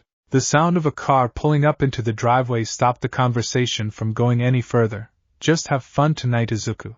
"Thanks, Mom," Izuku said, as he stood up from the couch, grabbing his jacket before heading over to the door. Turning the knob, Izuku walked out just in time to hear something about protection, and then Momo promptly got out of the car and slammed the car door shut. "He's a respectable man. He won't do anything like that," Momo said, almost yelling. She then turned and saw Izuku standing on the front. She was wearing a brown shirt that went down to her mid-tight, and black jeans covered the rest of her legs. She was holding a windbreaker jacket in her hand. As she locked eyes with Izuku, she went a little red and asked, "How much of that did you hear?" "Only what you just said," Izuku said, then saw Momo's father sitting in the car. He waved. "Good evening, Mr. Yaoyorozu." "Good evening, Midoriya. Keep those manners, they'll do you well," Mr. Yaoyorozu said, waving his hand out the window. Izuku looked back at Momo, but he sensed Mr. Yaoyorozu's eyes still on him. "Sorry I'm a little late. Our car didn't know how to get to your house," Momo said, walking up the walkway and onto the porch. "My mom called it. We struggled when we first moved in," Izuku said, then waved again to Mr. Yaoyorozu. With that, Mr. Yaoyorozu pulled the car out of the driveway and slowly drove away. "So where is the party?" Momo asked, brushing her bang out from in front of her eye. Izuku's heart fluttered a bit with a breath he managed to say, "At an old boathouse owned by Kaken's family." "Oh," Momo said. Izuku House was always far out of town, and she didn't look forward to the idea of walking back after the party. "Don't worry, it's not that far from here. Just a 10-minute walk," Izuku said, and Momo perked up at them. "We should be headed out. It will have started by the time we get out there." Momo smiled and nodded, then followed Izuku off the front porch and down the road in the opposite direction that her father had just driven away in. The music and lights of the party could be seen and heard far before either of them could see the actual boat house. As they climbed over the last little hill, they saw a crowd that looked to be the whole graduating class of Aldria Middle School. The main party was held in the backyard of the boathouse, where lights had been streamed around and led down the docks where a few people were dancing. A table with food had been set up on the back porch and had a fog machine underneath it. "So this is how music for parties," Momo said, taking in the sight. "Have you never been to a party like this before?" Izuku asked, having to raise his voice a bit to be overheard by the music. "No. The ones I went to had more adults and more alcohol," Momo said, remembering all of the meetings her father had with other hunters the night before going out to hunt werewolves. Momo was always told to be in her room, but as she had started middle school, she was allowed to join in on just the meetings, her father claiming she needed to know how to fight, as she would soon be joining them on their hunts. "I doubt that. One of those kegs is probably filled with alcohol, snuck in by someone," Izuku said, getting a small smile on his face as he did. He could smell the alcohol, and for a lightweight like himself, and his heightened smell, that was enough to make him feel a little buzzed. "And you don't think you'll get caught by the police?" Momo said. Izuku chuckled a little as he opened the side gate to the backyard. "We'll be fine. My friend's dad is the chief." Izuku turned and held his hand out for Momo to take. "Come on, live a little." Momo had been sheltered more than other kids her age, beyond the claim she was being protected from the supernatural. Her parents made sure she grew up with proper manners and spoke as such, acting formal when she met new people and present a mature age. But now, just before she turned 15, she could act her age and unwind a bit. She smiled as she took Izuku's hand and he pulled her into the backyard. The music was loud, the lights were bright and the moon was full, but Momo sighed as she began to enjoy herself.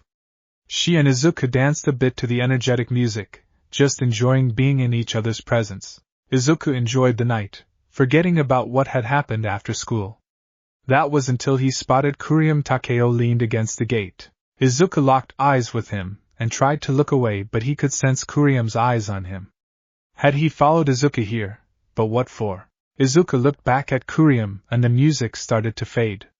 The world disappeared, and the only thing Izuku could focus on was Kurium. And the rage started to build up in his chest, the same rage from when the slime villain tried to take over his body. Walking away from the food table, Izuku stumbled through the boathouse and made his way to the front yard.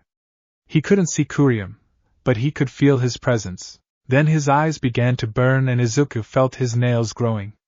He had to get out of here and away from Kurium and from Momo.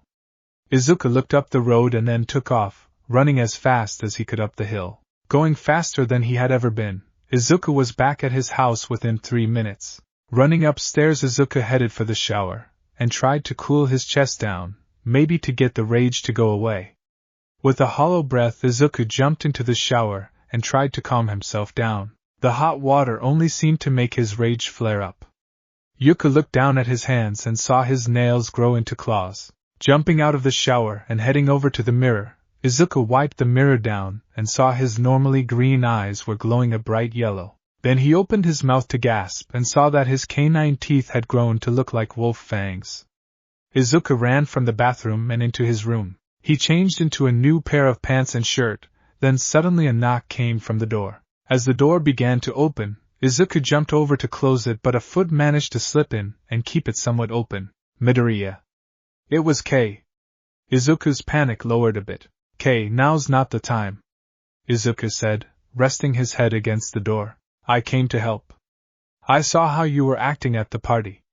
The clouds were blocking the moonlight, but the moment you stepped into it, you started acting like you were drunk, and I know you weren't because your mother would kill you and then me.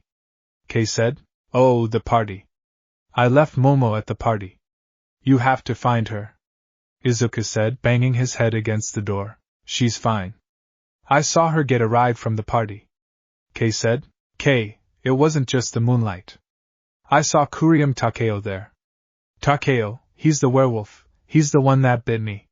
He's the one that killed the girl in the woods. Once I saw him at the party, I could feel his eyes on me. He must have been trying to get me to do something. Izuku said. Midoriya, we have a big problem then, Kei said, trying to push the door open again. But Izuku was still leaning against it. Takeo was the one that drove Momo away from the party. Suddenly Kei fell into Izuku's room, the door opening wide as there was no more resistance. As Kei picked himself up, he saw Izuku jumping out of his window and into the woods behind his house. Oh, we're in Dig SH. Izuku landed on the ground and his rage exploded, but now it was more focused.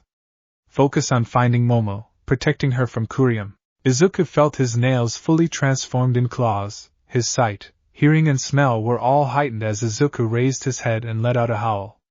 Then without waiting he began running to the forest. It would be the logical location for Kurium to take Momo. As Izuku ran he never once felt winded despite how fast he was running, and then the world seemed to slow down. He noticed more detail of things in his vision. He could hear the music at the party, and he smelt Kurium waiting for him in the woods. Once the parking lot of the forest came into view, Izuku saw a black Camaro parked there. Looking through the windows, Izuku saw that it was empty, so he continued into the trees.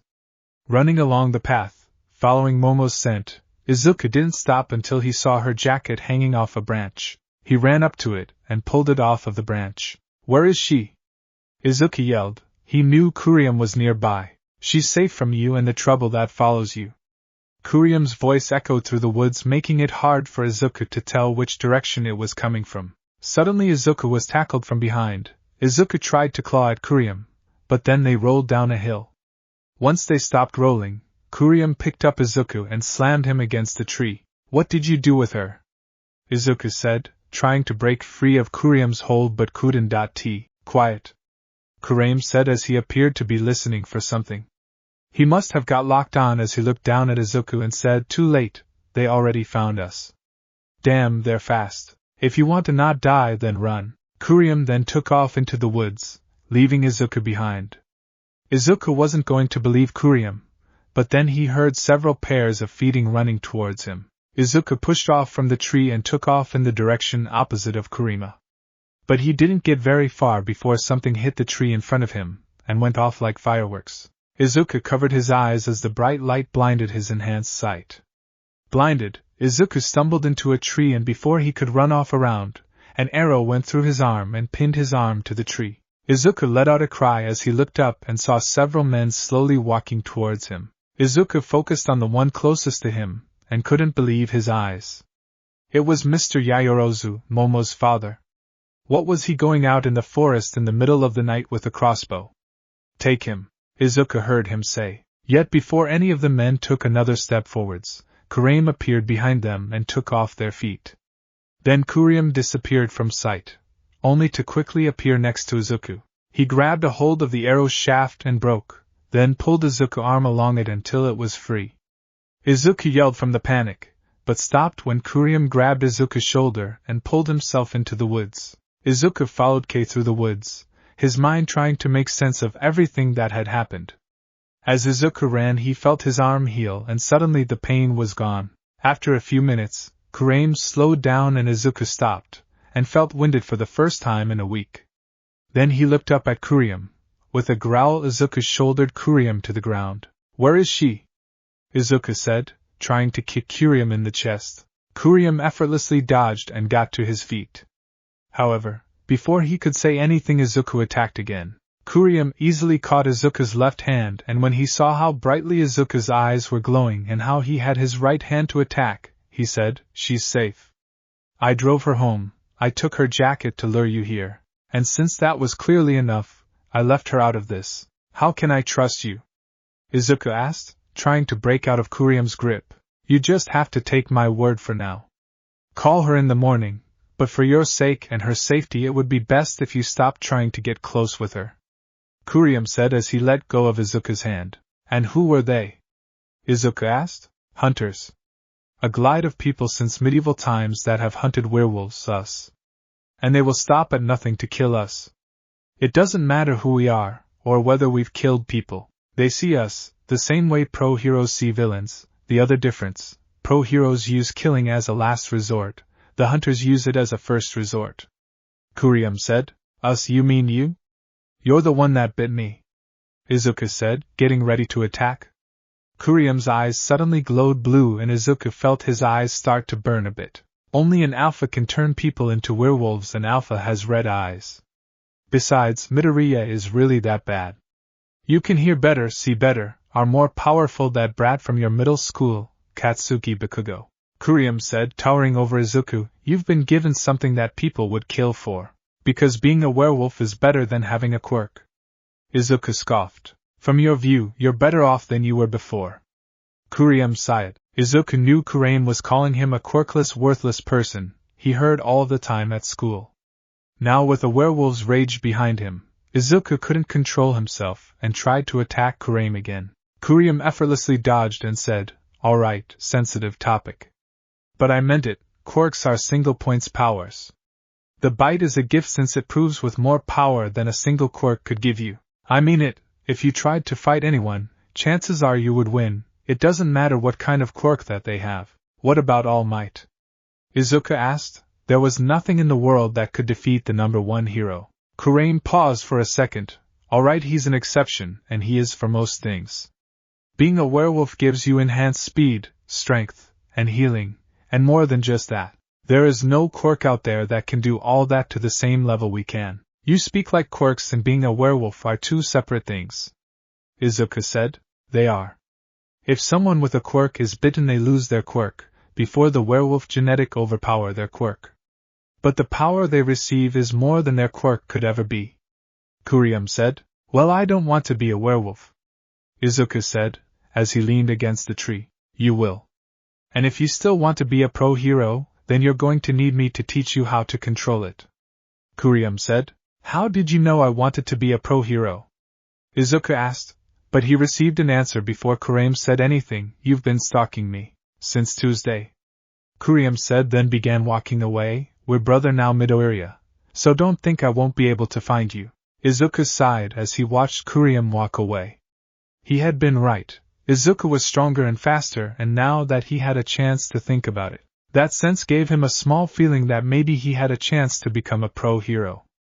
But what about the hunters? They hunted werewolves and they would come after Izuku, even if he called his power a quirk. Izuku pushed off the tree and headed home. As he walked down the road away from the forest, Izuku saw Kei riding his bike up to him. Once Kei reached his friend, he stopped and swung his legs off and began walking alongside Izuku. So how did it go? Kei asked like he was a high school girl asking for gossip. Poorly, but you know the thing that worries me the most, Izuku said. If you say Yaoyorozu, I'm actually going to punch you in the crotch, Kei said, and he meant it. It was the only thing Izuku seemed to focus on for the last week.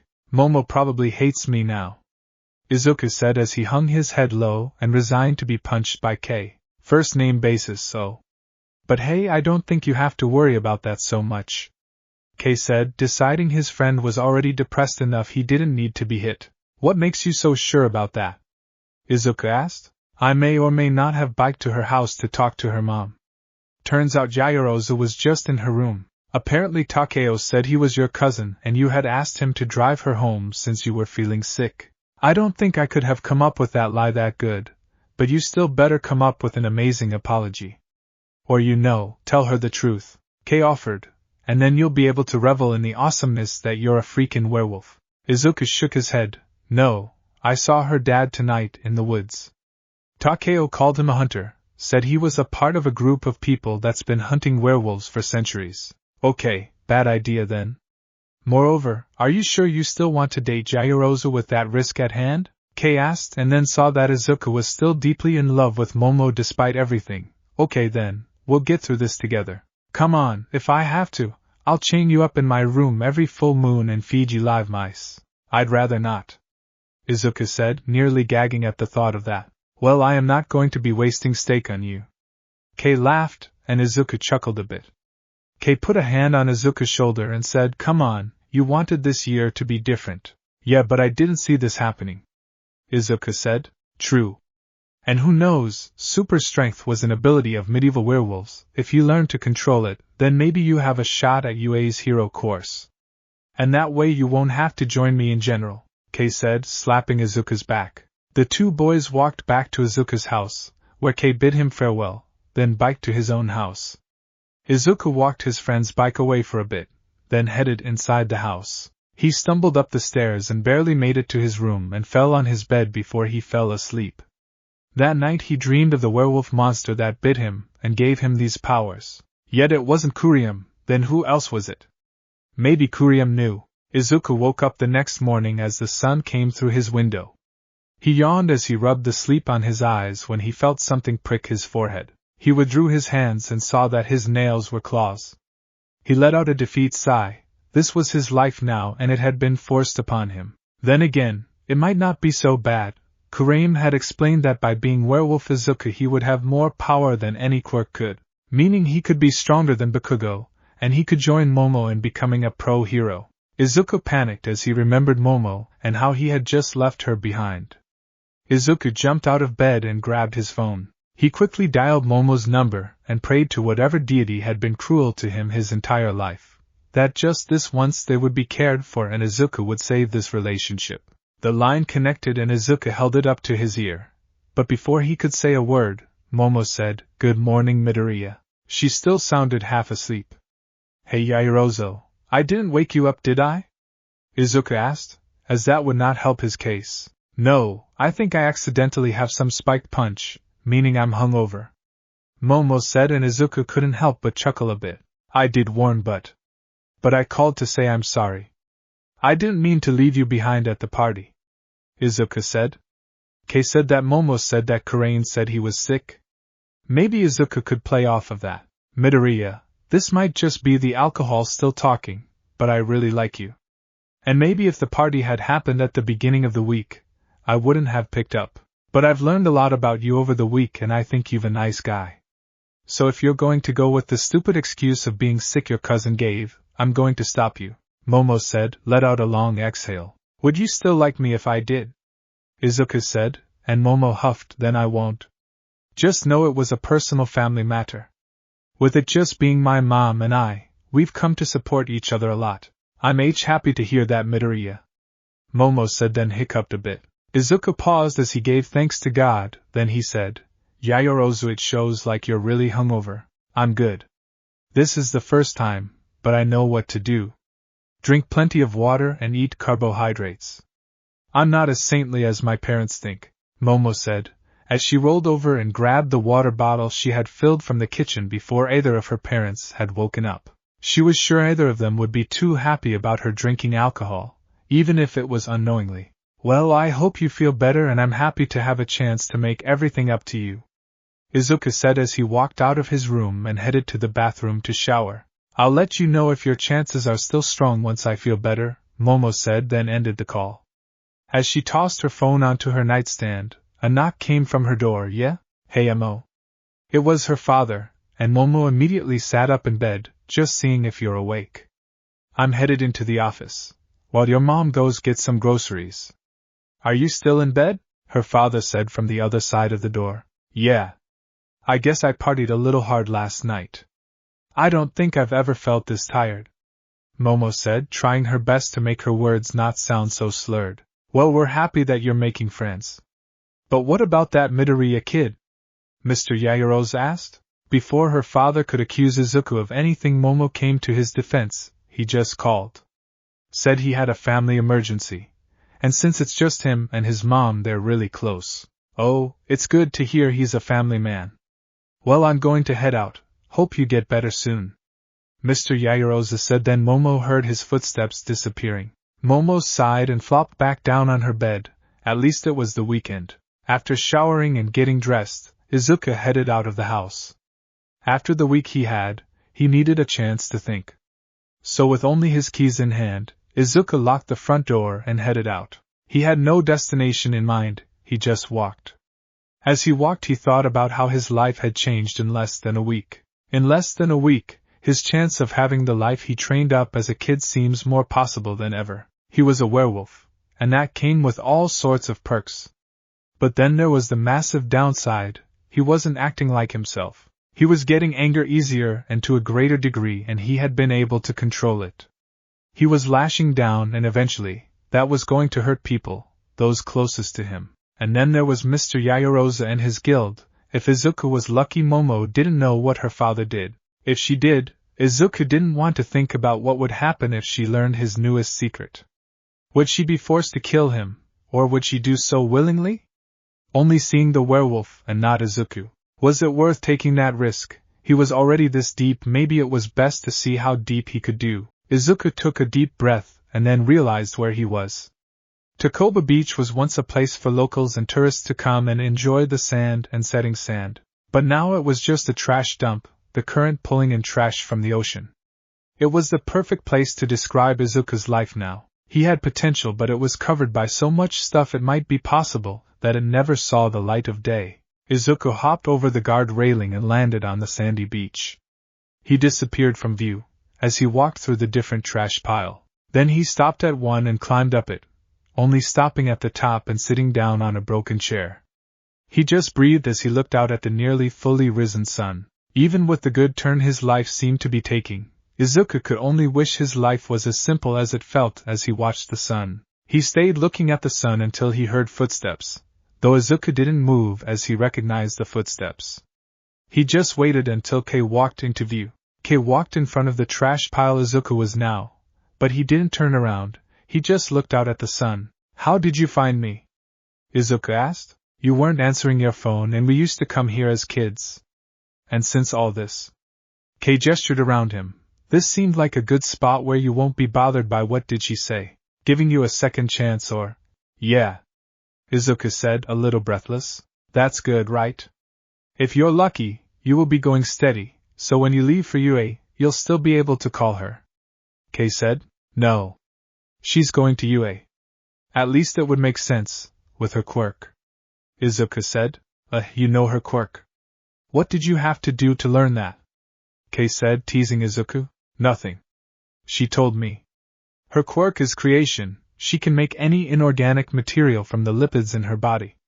Izuku said, as he leaned forward and looked down at Kei. Lipids, that explains why she's so toned.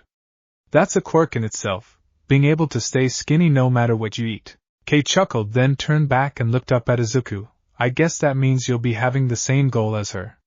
You'll be boyfriend and girlfriend before you are even in high school. Izuku smiled at that thought. Yeah, but what am I going to do about her dad? I mean, I haven't told Momo that I'm quirkless and I could pass off being a werewolf as my quirk. But then he's always going to be watching me, seeing if I'm lying or not. I think part of that is, did he recognize you? You said you saw him last night in the woods. Did he see you and enough to recognize you? Kei said as he began to climb the trash pile. I don't think so. Otherwise, I suspect my front door would have been kicked down. Izuku said. True, and then there's the question of Lacrosse. You're probably good at dodging Bakugo at school, but during practice and games, he has free reign, and he's going to be enemy number one of raising your pulse and making you angry. Kei said as he leaned down on a flattened cardboard box. But that's Lacrosse. It's a pretty violent game. You remember how much it took to convince my mom to let me play?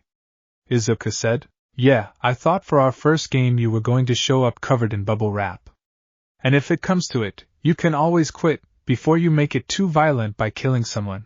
Kei then showed a brief flare of anger, as he raised his fists. He clicked his tongue and lowered his arms. You're going to hate me. Our first game is in a week and if you don't have control, you won't be able to play. But I'm first line and Coach Yuto is impressed. If I bow out, I'll be pulled and never have a chance to play again.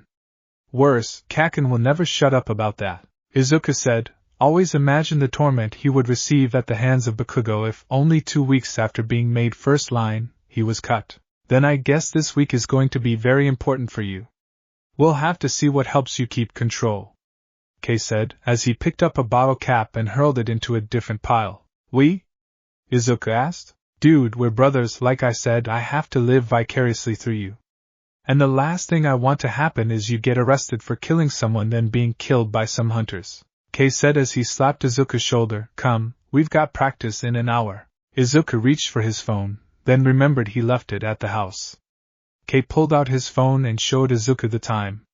He didn't realize he had been at the beach for so long. Come on, after practice we can head to my place and play some games. Maybe strategize how to keep you from going all bloodthirsty. Kei said, as he stood up and then began making his way down the trash pile, walking every step so he didn't slip. When he reached the top, Izuku suddenly landed next to him. Izuku's feet sunk a bit into the sand while kicking up some into a dust cloud. What? Izuku said, feeling his heart race a bit from the adrenaline he was feeling. Cool. Kei just shook his head and the two of them left to get to practice. At practice, Kei was on the bench again, watching Izuku as he tore through their teammates and scored point after point. But with each point Izuku made, Bakugo made sure to match it. Then practice switched from matches to drills. It eventually came to blocked shots, and just everyone's luck Bakugo was the defender. He made sure no one got past him as he trucked everyone to the ground. Then it was Izuku's turn. He picked the ball up in his net and stared down at Bakugo. Bakugo growled as he dug his foot into the ground. Come on, Deku, let's see what you've got. Bakugo said, baiting Izuku. Showing this was going to be the hardest Bakugo had ever hit him in practice. Coach Yuto blew his whistle and Izuku took off. He tore down the field and as he reached Bakugo, he tried to dodge. But Bakugo was too fast. Izuku suspected he used his quirk a bit, as Bakugo's shoulder came ramming Izuku's chest. Izuku was pushed away and hit the ground, falling onto his back.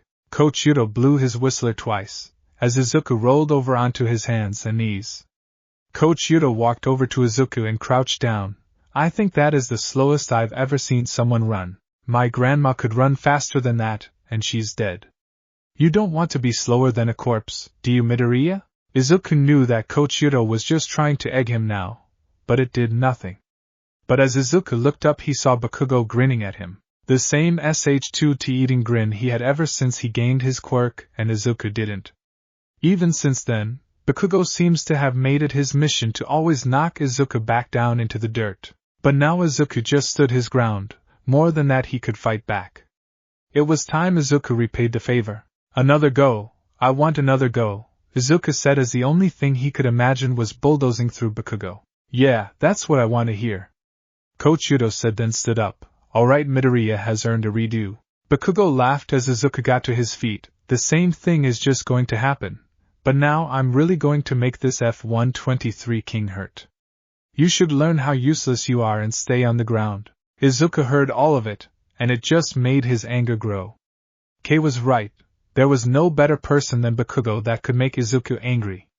Izuku walked back to the line and picked up another ball. He won't go too far, just make it past Bakugo and show how strong he is. Yet as Bakugo got ready and shifted his feet against the ground, Izuku could only think about the years of torment he suffered because of the Ash Blonde's inferiority complex. Coach Yudo blew his whistle and a small growl formed in Izuku's throat. With all of his strength, Izuku charged forward and saw Bakugo was ready for him. Yet Izuku didn't care as he shoulder-checked Bakugo, breaking through his lacrosse stick. Bakugo flew back about and hit the ground, while Izuku charged forward, only to fall to his knees a few feet later. As it was clear both were injured, the whole team ran forward.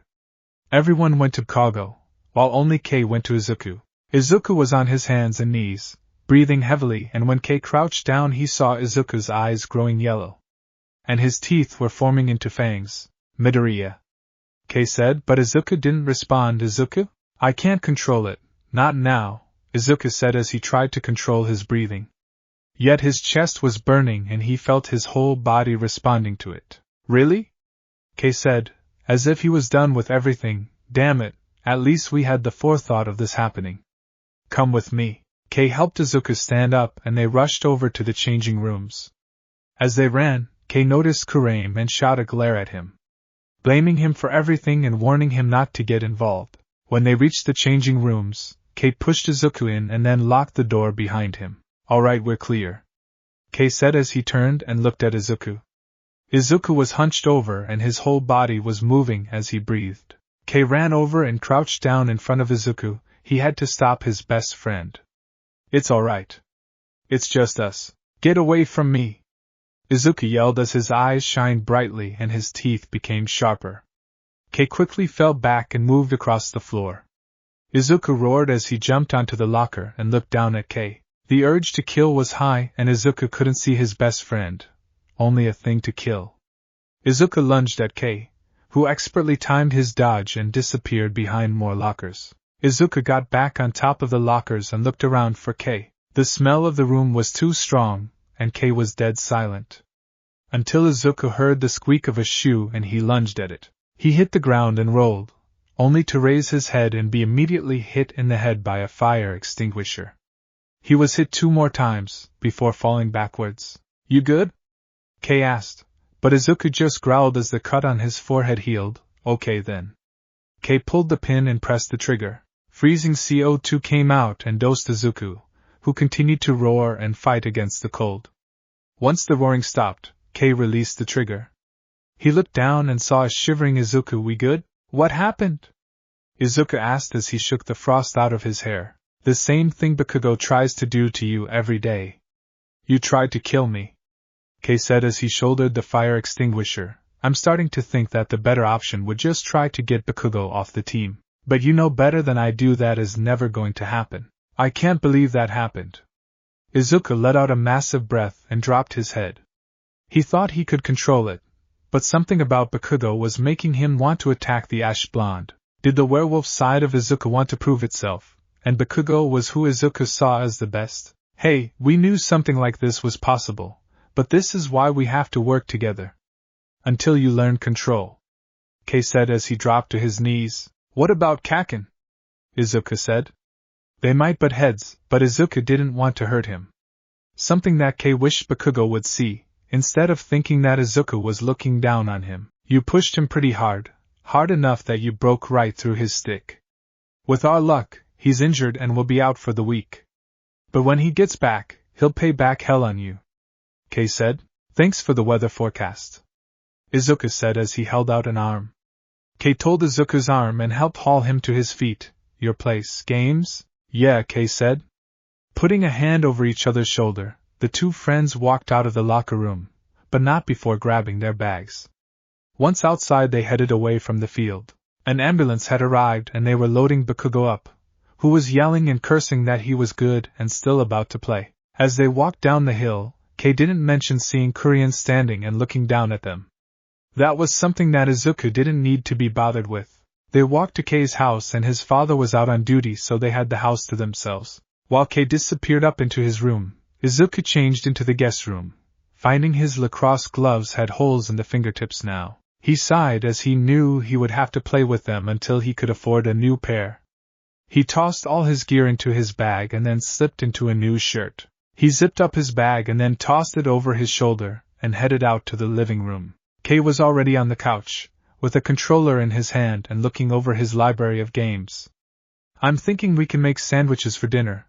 We've got lunch meat that is about to go bad. Izuku didn't agree or disagree, he just flopped down on the couch with a huff. Selecting Superhero Brawl 15, Deluxe Edition, Kei handed Izuku his remote. You know the rules. You don't get All Might and I don't get Edge Shot. Yeah, but usually you break that rule first, Izuku said as he powered on his controller, and the game entered into the menu. For the next few hours, the two of them jumped from game to game, just enjoying each other's company. As the evening began, they had both become hungry enough to make the effort to get off the couch. Pausing the game, Izuku and Kei headed to the kitchen to make dinner. Kei grabbed the lunch meat out of the refrigerator, along with lettuce and condiments, while Izuku headed into the pantry to grab the beard. They stood on the opposite side of the island and made their stations. Kei put on the mayo and mustard while Izuku put on the lettuce, and then meat. So you want the good news or the bad news? Kei asked. Whichever one came first? Izuku asked as he put the top slice of beard onto the second-to-last sandwich. Bad news, Bakugo's shoulders were hurt, nearly dislocated.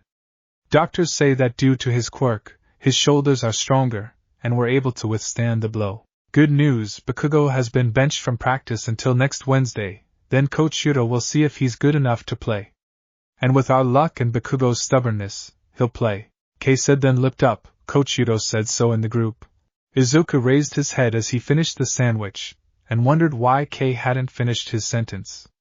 Izuku saw the worry on Kei's face. Had Bakugo arrived and was ready to cream both of them? Izuku then noticed that Kei's right hand drifted over to the butter knife he was previously using and was now gripping it tightly.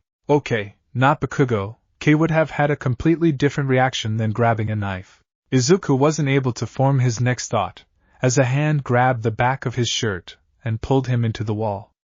Izuku tried to free himself, but weight was pressed into the middle of his back. You shifted, right in front of everyone. Any one of them could have seen you, then they would have come after you, and then me. Not just the hunters, everyone. Pro-heroes, the police, out of fear, villain because they would want out power. Kurium said, his voice dipping with anger. Then he turned to Kei, who had somehow found the strength to walk towards Kurium, weakly holding the butter knife out in front of him. You don't. Is that a butter knife? Maybe, Kei said as he looked at the butte knife in his hand. Maybe not the best weapon to use against a werewolf. The least it could be was silver. Okay, it was the closest thing to me. Now do you mean putting my friend down? Not until he thinks how serious this is. Kurium said, then turned back to Izuku. The best course you can do is run away. Withdraw from Lacrosse, from school, everything, and come with me. Not until you learn to control it, and with the way you've been acting today, that's not going to happen anything soon. You've been following me? Izuku asked. Ever since you left your house. And if you even think about playing next Saturday, I'll kill you myself. Kurium said, then released Izuku from the wall. Izuku fell and turned around, just in time to see Kurium walk out the front door. We've really to work on your control if you want to play Saturday, Kei said, as he walked over and stood next to Izuku. Then I suggest we get to work, Izuku said as he pushed himself up.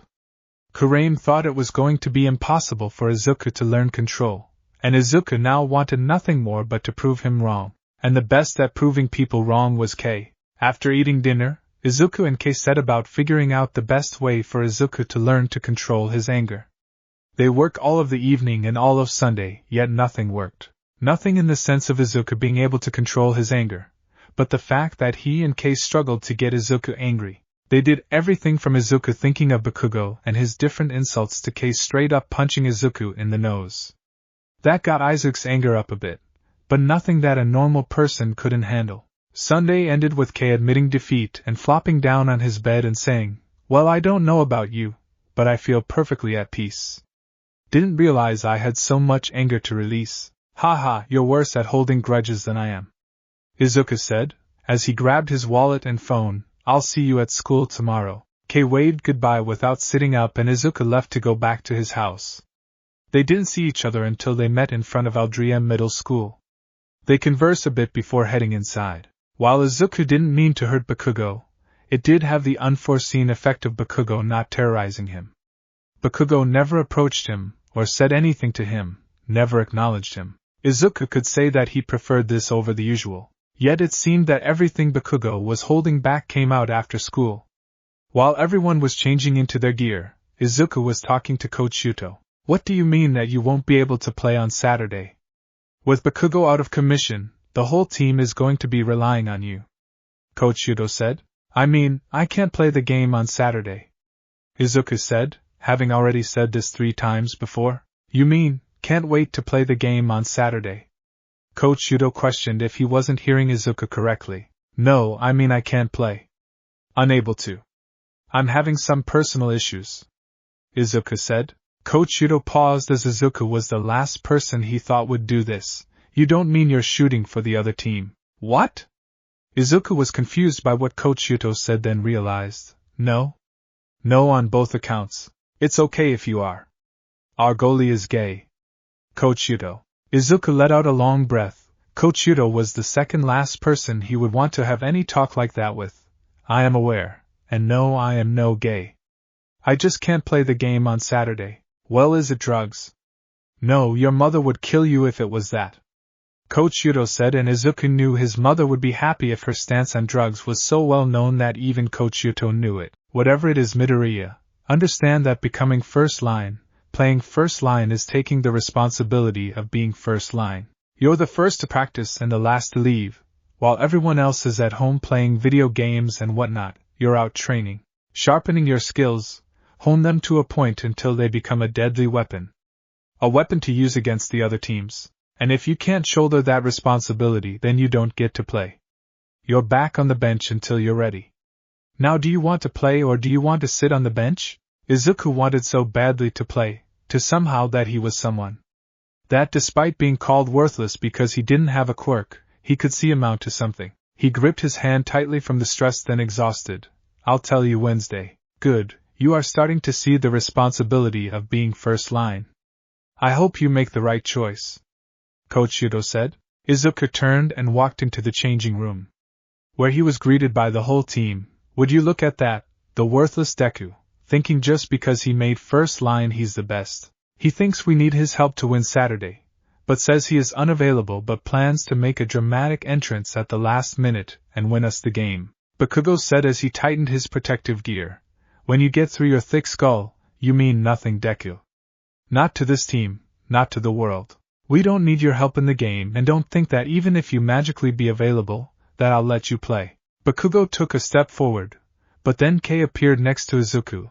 "Bakugo's surprised that you're in gear, especially since Coach benched you until Wednesday. Now you won't want to disrespect Coach, lest he also benches you for the game. He always takes our health and safety as priority number 1. Bakugo scoffed but didn't remove his gear. He just walked to Izuku and hit him with his shoulder. "Now I see why Ms. Look at Me likes you. She's almost as pathetic as you." Izuku's eyes began to shine a bit, as his chest heated up and he turned to look at Bakugo. Izuku could take Bakugo's insult. He had been for years now and was always immune to them. But now that Bakugo was throwing insults at Momo, a person Izuku called a friend and had no place in their feud, Izuku clenched his fists tightly as a growl began to build in his throat, and he noticed that Kei looked ready to act. But then Izuku realized that he didn't need to stand for Momo. She was a powerful woman, and if she ever heard Bakugo insult her, Izuku held back a smile as he imagined Momo being more than willing to prove whether she was a hunter or not. Bakugo noticed the change of look in Izuku's eyes and just scoffed. Bakugo left the changing room and the team left with him, leaving only Izuku and Kei in the room. Kei held a fist out towards the door the team had left through, but then sighed and turned back to Izuku, who was getting changed. Any anger? Kei asked. A bit, Kaken insulting Yaoyorozu. I think that's what triggered it, Izuku said as he slipped on his protective gear. His phone went off and he pulled it out. It was a text from Inko. Got the night off, excited to see you play. Can't wait. Well, I'm dead, Izuku said as he turned his phone off and put it in his locker. My mom got the night off, now I have to play. Then Takeo will kill you. Maybe he's just kidding, Kei said as he leaned against the locker. Come on, we've got all week to figure this out. You'll learn to control your wolf side and you'll cream the other team and prove Bakugo wrong. I just hope I have my camera ready. Izuku chuckled a bit, then finished up getting dressed. He and Kei walked out of the changing room, where Momo was waiting for them. I'll wait for you on the field, Kei said, then walked away. Yeah, Izuku said, then turned to Momo. Hi. How are you feeling? Better since Saturday? Yeah, I don't think my parents caught on. Are you busy? Momo asked as she brushed her bang out in front of her face. No, it's just Kei. It's nothing. I'm never too busy for you, Izuku said as he and Momo began walking towards the field. I think I like the sound of that. I have to run, but I wanted you to know that I'm coming to watch you play on Saturday. Then we're going on a double date, with Bakugo and Mio, Momo said. Izuku said as it was going great until Bagwo was mentioned. Going on a double date with Bakugo and Mio, that was only to end up in a disaster. Clearly, Mio had been the one to agree to it, and was dragging Bakugo along. Please, it will give me a chance to show you off to him, and tell him how wrong he is about you, Momo said, taking Izuku's hand. Izuku didn't need to feel his chest to know his heart was beating faster. He took a deep breath and said, What did you have in mind? Arcade, Momo said, and Izuku thought about how he had a chance, as he knew for a fact he was better at arcade than Bakugo ever could be. If it turned into a contest of wins or tickets, Izuku would easily win. Yeah, it sounds perfect, Izuku said, thinking that Bakugo would never show up and Mio would just cancel. Then he and Momo could go on their date alone, and after he had won the game, that would be the perfect way to end the night. Momo nodded and let go of Izuku's hand, allowing him to head over to the team. Practice went by swimming. As Bakugo was benched, and under the threat of being benched for the game, Izuku didn't have to deal with him. Once practice was done, Izuku spent some extra time shooting into the goal with Kei being goalie. This gave off the presence that he was training extra. Well, in truth, he just wanted to not have to deal with the team while he changed. After Izuku and Kei changed, they headed to the mall as Izuku needed to get a nice shirt for his date. Actually, Kei demanded it of him, as Izuku's wardrobe consisted of an All Might t-shirt and plain t-shirts with kanji on them. After being forced to try on several different shirts, Izuku and Kei were able to agree on a dark green collared shirt. Izuku paid for the shirt, and as they headed through the exit, he turned to Kei. Since when did you consider yourself to have fashion sense? Simple. I listened to what Mrs. Bakugo always pointed out to her husband of what looked good, Kei said. Then he looked up and noticed a man walking past the mall's security guard. He checked his watch, then suddenly pulled out a gun and fired into the air. The security guard tried to withdraw his own gun, but the man quickly pistol-whipped the security guard. The security guard was knocked unconscious, and the speaker playing music cut out. There is no need to panic. We have taken over the mall, and if everyone listens, then no one gets hurt. The hero and police have chosen not to listen to reason, so we are going to make them see our side. A rough voice called through the speakers. Throughout the mall are my associates, each armed and dangerous. We won't want to give any reason for them to act reactively. Just stay where you are, sit or stand, your choice. But at this moment each one of you are our hostages. With the thug's attention elsewhere, Kei pulled Izuku and they hid behind a tree. Kei pulled out his phone and saw that he had no service, so there went the plan of calling his dad. Midoriya, do you hear an alarm? Kei said as he turned to Izuku. What? A security alarm coming from the security room. A mall like this isn't going to have a silent alarm, Kei said, As he looked through the tree and watched the thug, Izuku closed his eyes. He could sense everyone's panic. They all feared getting shot and killed, to serve as a pedestal for a villain's sermon. He could hear quiet breaths, the radio going off and parents comforting their kids. Yet no alarm. No, I don't hear anything, Izuku said. That means one of them has to be in the security room, disabled the alarm and is being the lookout. Best way to keep track of everyone in a building this size. If I could get to the security room, I could restart the system and get word out to the police, Kei said as he looked around and spotted a security door. It would make it easier to move around. Midoriya, security door. Kei nodded to the door and Izuku looked over it. Izuku then looked back at Kei and saw that he had a key ready. Wait, Kei. Yet Kei dashed over to the door and inserted his key. Once Kei felt his quirk take hold of the key and transform it, Kei turned the key and opened the door. He rushed inside and knew Izuku was right behind him. After Kei silently closed the door, they both let out a breath neither of them realized they were holding. Come on, that was just step 2, Kei said and began running towards the security room, with Izuku running behind him. They soon arrived at the security room and Kei looked through the window. On the other side were several monitors and a man dressed in jeans and a plaid shirt with a bulletproof vest over it. Kei looked down and saw the unconscious guard lying on the floor. It's just one guy. I think he's the leader, Kei said as he turned away from the window. Great, what's your plan to knock him out? Izuku said. Time to use some of that werewolf speed of yours. I unlocked the door and you rushed in and knocked him out, Kei said as he silently inserted a key into the lock. Izuku quickened his breath a bit, as he had learned that was the best way to get his werewolf side to activate. The only reason he had come along with Kei was to try and keep him out of trouble. But that was no longer going to happen. You're enjoying this a bit too much. Maybe, Kei said then pulled the door open. Izuku didn't give the villain a chance to react, as he rushed in and ran both of his knees into the man's chest. The villain fell back and slammed against the desk. The villain quickly withdrew his gun and shot Izuku. Izuku felt the bullet hit his shoulder, and that made his anger explode. His eyes shined bright and his teeth and hands transformed as he roared. Izuku saw his reflection. In one of the monitors his face had changed too. His eyebrows were sharp and angled, and he had grown some sideburns. Izuku turned back to the villain, and could smell the fear coming from him. In the hell are you? The villain demanded, but Izuku didn't respond. He just took a step forward and knocked the villain out. As the villain fell to the ground, Izuku let out a small growl and his body transformed a bit back. His face looked normal but his canibals were still sharp and his nails were still claws. He let out a pained growl as the pain in his shoulder grew a bit, but then it suddenly stopped, and the bullet was pushed out of his shoulder and fell to the ground.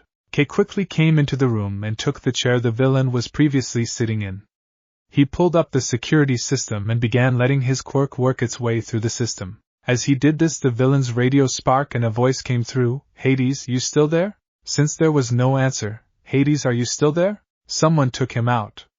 Move to Plan B, a second voice said. Kei looked up at the monitor and saw that all of the thugs had their guns or quirks aimed at innocent civilians. Izuku noticed it, and his eyes shone a bit. He couldn't just let those thugs hurt innocent people. Crap, Kei said, then his quirk took hold and his finger began tapping on the keyboard. With the press of enter, Kei was in the system. I'm in the system. We've got 15 thugs and are all ready to harm people. He looked over the monitors and then pulled toward the door. We've got 2 thugs close to each other, 50 yards in that direction. How quickly could you knock them out? I don't know, Izuku said as he assumed as fast as he had run from the party back to his house, so pretty quickly. He looked over the monitor, and noticed some he recognized, All Might. There was no mistaking his true form. Izuku quickly pulled out his phone and looked up a video. Kei, the moment I take out the first thugs, I want you to turn on the speakers and hit play. Izuku tossed Kei his phone and Kei looked at the video. What? Do you plan on taking them all out and want some hype?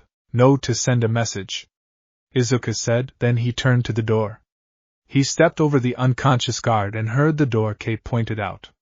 He quietly turned the knob and looked out. The closest thug was only 10 yards away and the second one was 40. Izuku would have to act quickly. Izuku tried to make himself angry, to shift, and to save anyone. but no thoughts could make him angry. Then he looked up and saw the fear the hostages faced, and heat started forming in his chest. Izuku was not going to allow innocents to be hurt if he could do anything about that. Izuku's teeth and hands transformed, while his eyes glowed. Then with a growl, Izuku dashed out of the hallway. Izuku jumped up and rammed his knee into the first thug's back. The moment the thugs hit the ground, Izuku pulled the hostage away.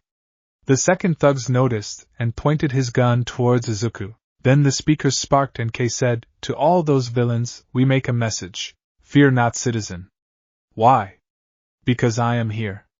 Izuku smiled as All Might's voice and laugh echoed through the mall. Izuku saw the fear in the thug's eyes, but then he pulled the trigger. Izuku quickly dodged out of the way and then took off towards the thug. The thug fired 3 more times, but then Izuku planted his fist into the villain's gut. The villain fell to the ground but managed to keep a hold of his gun, which he quickly pointed at Izuku. Izuku flinched a bit, but then he felt a presence behind him. "You villain should know it best to surrender when I am here." The thug pulled the trigger, but All Might quickly moved in front of Izuku, and the bullet bounded off of his chest. Then the thug passed out from panic and fear. All Might laughed, then he turned and looked at Izuku. Young Midoriya. Fancy see you here, yet if you are here, then who play my debut video? That would be my friend Kei in the security room, Izuku said. Ha, I will need to have talk with you and your friend about being vigilance. And you will have to talk to the police, All Might said. Izuku's shoulders troubled and his body relaxed. His werewolf features disappeared. All Might then leaned down and whispered, "Do not be distraught, you handled the situation quite well, but we will discuss that when we have more privacy." Izuku nodded, then followed All Might to the security room where they collected Kei and the unconscious villain. The police had arrived and All Might handed all of the thugs and their leader over. The officer in charge thanked All Might, then gestured to Izuku and Kei. "What are they doing?" "They played a small hand in keeping everyone safe. And as it was only a small part, I thought I could handle taking charge for them," All Might said. Izuku and Kei looked at each other, holding back their smiles. They weren't going to get in trouble, however. I will make sure they learn their lessons and see to it that they make it home. Izuku and Kei became distraught. They knew having a talking to with the #1 hero wasn't going to be that much fun. All Might walked behind them and grabbed their shirts. "Now if you excuse me." Kei began to panic, unsure of what was able to happen, while Izuku gained a bit of a grin. All Might crouched down a bit, then jumped off into the horizon. Landing on a rooftop, All Might set the 2 boys down, then while Kei worked to keep his lunch down, Izuku turned to All Might. "I think you're good. Kei won't say anything." All Might nodded. He needed to get close to Izuku, and have him trust him, and the best way to do that was to trust his opinion. All Might's body began to relax and then deflated in a cloud of smoke. Tashinori spat out a bit of blood and said, "How did you know to play my debut video? I saw you on one of the monitors. If people thought All Might had arrived, you would know it was time to act. Sorry if that put you on the spot," Izuku said as he rubbed the back of his head. "It's quite alright, I was simply waiting for an opportunity to act. Knowing that the villain was no longer watching the monitors, I knew I was good, and the only way someone could know All Might was there, was if they knew me," Tashinori said. "I can't believe we just helped All Might save the day," Kei said, then turned around. Since when had the skeleton arrived and how did Izuku know him? "Where's All Might?" Izuku pointed to Tashinori, who waved. It was obvious Kei didn't believe his friend, so Toshinro buffed up and then immediately transformed back. Imposter. No, even if someone could make themselves look like All Might, there's no way anyone could copy his strength. With that, Kei fell to the ground. "Well, it's nice to meet you, Yagi Tashinori." Tashinori introduced himself, then he turned to Izuku. "Young Midoriya, I've been meaning to speak with you again. About like and apathy." Kei snapped his attention to Izuku and said, "You told him. I thought we agreed that the fewer people that knew the better. It kind of slipped out," Izuku said, looking highly embarrassed. Kei shrugged his shoulders and then sighed. Well, who better to trust the #1 hero? Seeing that the 2 of them could get into an argument, Tashinori cleared his throat then said, "Before we get to that, we need to discuss what happened back there." The 2 boys looked ready to defend themselves, but Tashinori didn't give them a chance. "Yes, you were able to help and played a part in saving everyone. However, If I had not been there or if young Midoriya did not know who I was, the result could have ended quite differently. Kei thought about it for a second. While he had planned to trip the silent alarm, the guards were onto them before he had the chance. Kei sighed, then said, "He's right. They were onto us and were ready to kill people. People they could have killed before the police had a chance to arrive. And it's only thanks to All Might I wasn't killed," Izuku said as his shoulders dropped. Seeing that the boys saw the error of their way, Toshinori didn't feel the need to hound them any move. "I'm glad you understand that. Now, young Midoriya, like an apathy, werewolves. You brought it, but failed to mention it while it pertained to you or a close friend. Given that I now know what you mean and I have seen more of your quirk, I understand it pertains to you. It's not a quirk." Kei interrupted Toshinori. "Young Kei, there are many cases of people not understanding their quirks, believing it to be supernatural or from a cult-like figure. And with young Midoriya imagination." Toshinori sighed. "It's not a quirk." Izuku interrupted Toshinori. "Young Midoriya." Toshinori sighed. "Miruko. Cow Lady, Hawks, Godzilla, Gang Orga and all other mutant-type quirks. None of them can turn on and off their quirks.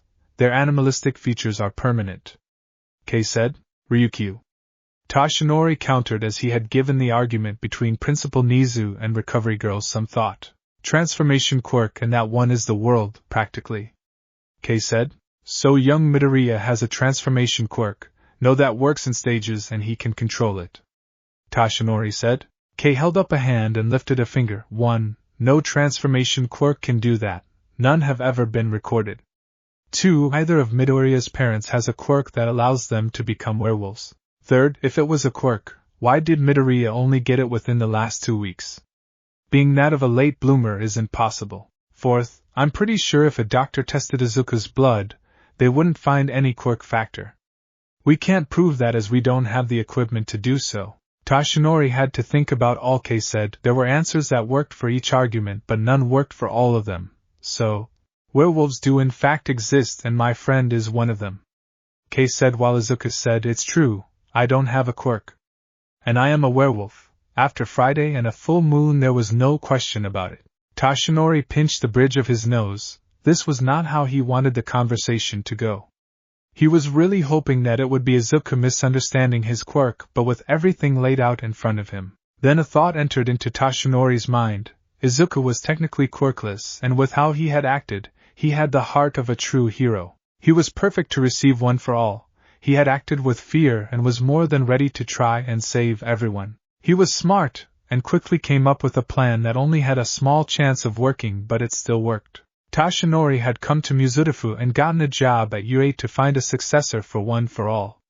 Yet standing in front of him was a better option. Instead of having a group of people to pick the best out of, Toshinori had the chance to mold Izuku Midoriya into the perfect successor for One for All. A young boy who clearly wanted nothing more than to become a hero. Toshinori stood tall and looked down at Izuku. "Young Midoriya, you have a heart that I have not seen in a long time. A heart of a true hero. You risked yourself to save others, never stopping to learn about yourself. You trust in your friend, looking to him for help, something that not many heroes can bring themselves to do. So if you will accept, I will help train you to become a pro hero, and when the day comes I will pass my quirk on to you." Izuku was starstruck, to be trained by the #1 hero. This was the best thing to happen to him, but then Kei had to stick a needle into his balloon. "Excuse, but what do you mean by I will pass my quirk on to you? Quirks can't be handed from one to another, it doesn't work like that. Quirks are genetic, and only show themselves in the host's original body. You have a great understanding of quirk theory, but my quirk is not like any other, it is called One for All. It is like a torch that can be passed between generations, and with each new user, it becomes stronger. Its purpose is to bring light to all and keep this world in the light of peace," Toshinori said. Right. Kei said, not believing in the #1 hero. "I don't care. Even if you can't pass your quirk to me or not, I will accept your training. To be trained by the #1 hero, the symbol of peace. I accept," Izuku said as he stood up. No second guessing, no doubting, it was not the time for that. Izuku was being handed a gift he never thought he would get, and he was not going to throw it away. "Excellent. Now if you still feel the same way, meet me at Takoba Beach Saturday. Toshinori said, then began walking away. Hold it. Kei said, and Toshinori stopped from the power in Kei's voice. We have a game on Saturday night, one we can't miss. So we will meet you at Takoba Beach on Sunday, after lunch. And I will be joining. I'm not going to leave my best friend alone in something like this. Toshinori then fell flat a bit. One for all was the biggest secret in the world. Only the users and a trusted few were supposed to know. Yet he had just talked about it in front of someone he didn't fully know. Yet if Izuku was to inherit it, it was clear he would reveal it to Kei. And it helped that within Kei, Toshinori saw a bit of his mentor Gran Torino. I accept. Takoba Beach Sunday, between noon and 1. Toshinori said, then he transformed into All Might and jumped away. Please make your safely back to your homes, Kei said as he stood up and turned to Izuku. He had noticed how angry his friend seemed when attacking the thugs. Like all he could think about was attacking them, so he asked, how do you feel? Like changing? Izuku fell to the ground. No panic. I feel panic. I have a chance to be trained by the #1 hero in the world, and the only way I'm calm is thinking that this will help me save people in the future, Izuku said, blanking, staring at the wall. For the past 2 weeks, Izuku could never dream of something like this. As much as he thought this was a dream, he knew it had to be true. The world had broken him down so many times and now it was finally giving him all the good luck it had held back. Remember, before you can think about training to become a hero, first you have to learn how to control your emotions, Kei said, as he held out his hand and Izuku accepted it. Kei hauled Izuku to his feet. Come on. You've got your shirt, let's head home and get to work after the rush at the mall and talking to All Might. The two of them headed to Kei's house to work on more ways to help Izuku control his anger. Yet they continued to run into the same roadblock, and once it was time Izuku left to go home. The next day at school, Izuku was tired. His body was all the training with Kei and his mind from staying up late thinking about All Might's offer. He had forced himself to focus on his training with Kei, but as he laid down to go to sleep, his mind went back to that conversation. Luckily school was easy and Izuku didn't have to focus too much. Then as he left to go to lacrosse practice, Kei grabbed him and dragged him over to a corner. What are they saying? What? Izuku asked as though he had been friends with Kei since they were children, but he was still caught off guard by Kei's antics. My father and his deputy are talking to the principal. What are they saying? Kei said as he pointed around the corner. Izuku poked his head around the corner and focused on the conversation. We haven't ruled out either villain attack or animal attack, but for the time being we're thinking about enacting the curfew. We want everyone under the age of 18 to be in their home no later than 9:30, and if any student is found missing, the school needs to contact the police immediately. Sheriff Keitaro said. Izuku pulled away from the wall. They're putting in a curfew. They haven't ruled out villain or animal attacks. Great. Half the police force is going to be looking for a rabid animal, while the other half look at the wrong people. While Takeo runs around with no one the wiser, Kei said as he held up his arms in defeat. Well, it's not like your father would believe you if you told him the truth about Takeo, Izuku said, knowing that Sheriff Keitaro listened to his son's bizarre theories with a grain of salt. Kei suddenly looked like he had a dumb idea. I might not be able to tell him, but I can show him. You showed me the spot where you found the body. Takeo admitted it was on his property. Chances are he hid the other half somewhere around that. I just have to find it and show it to my dad, Kei said, then took off. He dodged around Momo with a quick hi then disappeared. Was that Keitaro? Momo asked as he walked up to Izuku. Yeah, and he goes by Kei, Izuku said, then noticed Momo was holding her jacket from the night of the party. He was pretty sure that he had accidentally left it in the woods. Nice jacket. Yeah, I thought I lost it after the party, but it showed up in my locker today, Momo said as she slipped it on. It's one of my favorites. Happy you could find it, Izuku said. The only other person who knew that jacket was in the woods was Kurium. He had gotten too close to Momo for Izuku's liking. Can you excuse me? I've got to practice. Momo smiled and Izuku headed out of the school. Yet he didn't go in the direction of the field, he headed straight for Kurium's house. Walking down the memorized trail, Izuku soon arrived and yelled, Takeo. Izuku then looked around the house, It was old and had burn marks, and the only recent thing was a dirt pile in front of the house. A few moments later, Kurium walked around the corner of the house and got onto the pouch. What? Just stay away from her. You hear me? I don't want you going near Momo again. She doesn't know anything. Izuku said, his chest heating up, and it wasn't too bad. He could just bear the thought of Momo being hurt. Momo, Momo, Momo. Kurium repeated each time with more irritation in his voice. First name basis, you've gotten close to her. I thought I told you to distance yourself from her. Her father is a hunter, and she's probably one too. If not, then all you're going to do is put her in harm's way. Kurium began to turn around, signaling the conversation was over. You don't get to tell me how to live my life, Izuku yelled. Kurium quickly backed around and faced Izuku, then began walking towards him. You think your life is simple. It's not. You think your friend Kei can just look up werewolves and have all the answers. What the world knows about our kind is very little to the whole truth. You don't get it, Midoriya. I'm trying to look out for you. Then you have made my job more difficult by telling All Might. Izuku paused. How did? I told you, Midoriya, we're brothers now. You can't hide anything from me, Kurium said. Izuku then realized if Kurium knew about his conversation with All Might, then did he know about One for All? Do you know about One? If Kurium knew that All Might needed to know. I don't care about others' quirks. Me knowing the truth about the symbol of peace's quirk does now hold the world in balance. But he doesn't matter, the issue is you. If you play on Saturday, you're out on the field, the aggression takes over. Then you shift, and then everyone at that game will see. Your friends, your teammates, the other team, your girlfriend, everyone sees you, and when they do, everything will fall apart. You're a smart kid, so why don't you stop acting like an idiot and make the right decisions? Kurium then turned and walked back up the porch and disappeared into the burnt-down house. Izuku huffed, and as he looked at the spot, Kurium had disappeared. All of his issues were coming from Kurium. If Kurium would just mean his own business and stay away from him. Yet Kurium had made it clear he wasn't going to. Izuku then looked down at the fresh dirt pile and smelled blood. Kurium wouldn't be able to get to him if he was behind bars. Turning away from the house, Izuku pulled out his phone and texted Kei. Found it.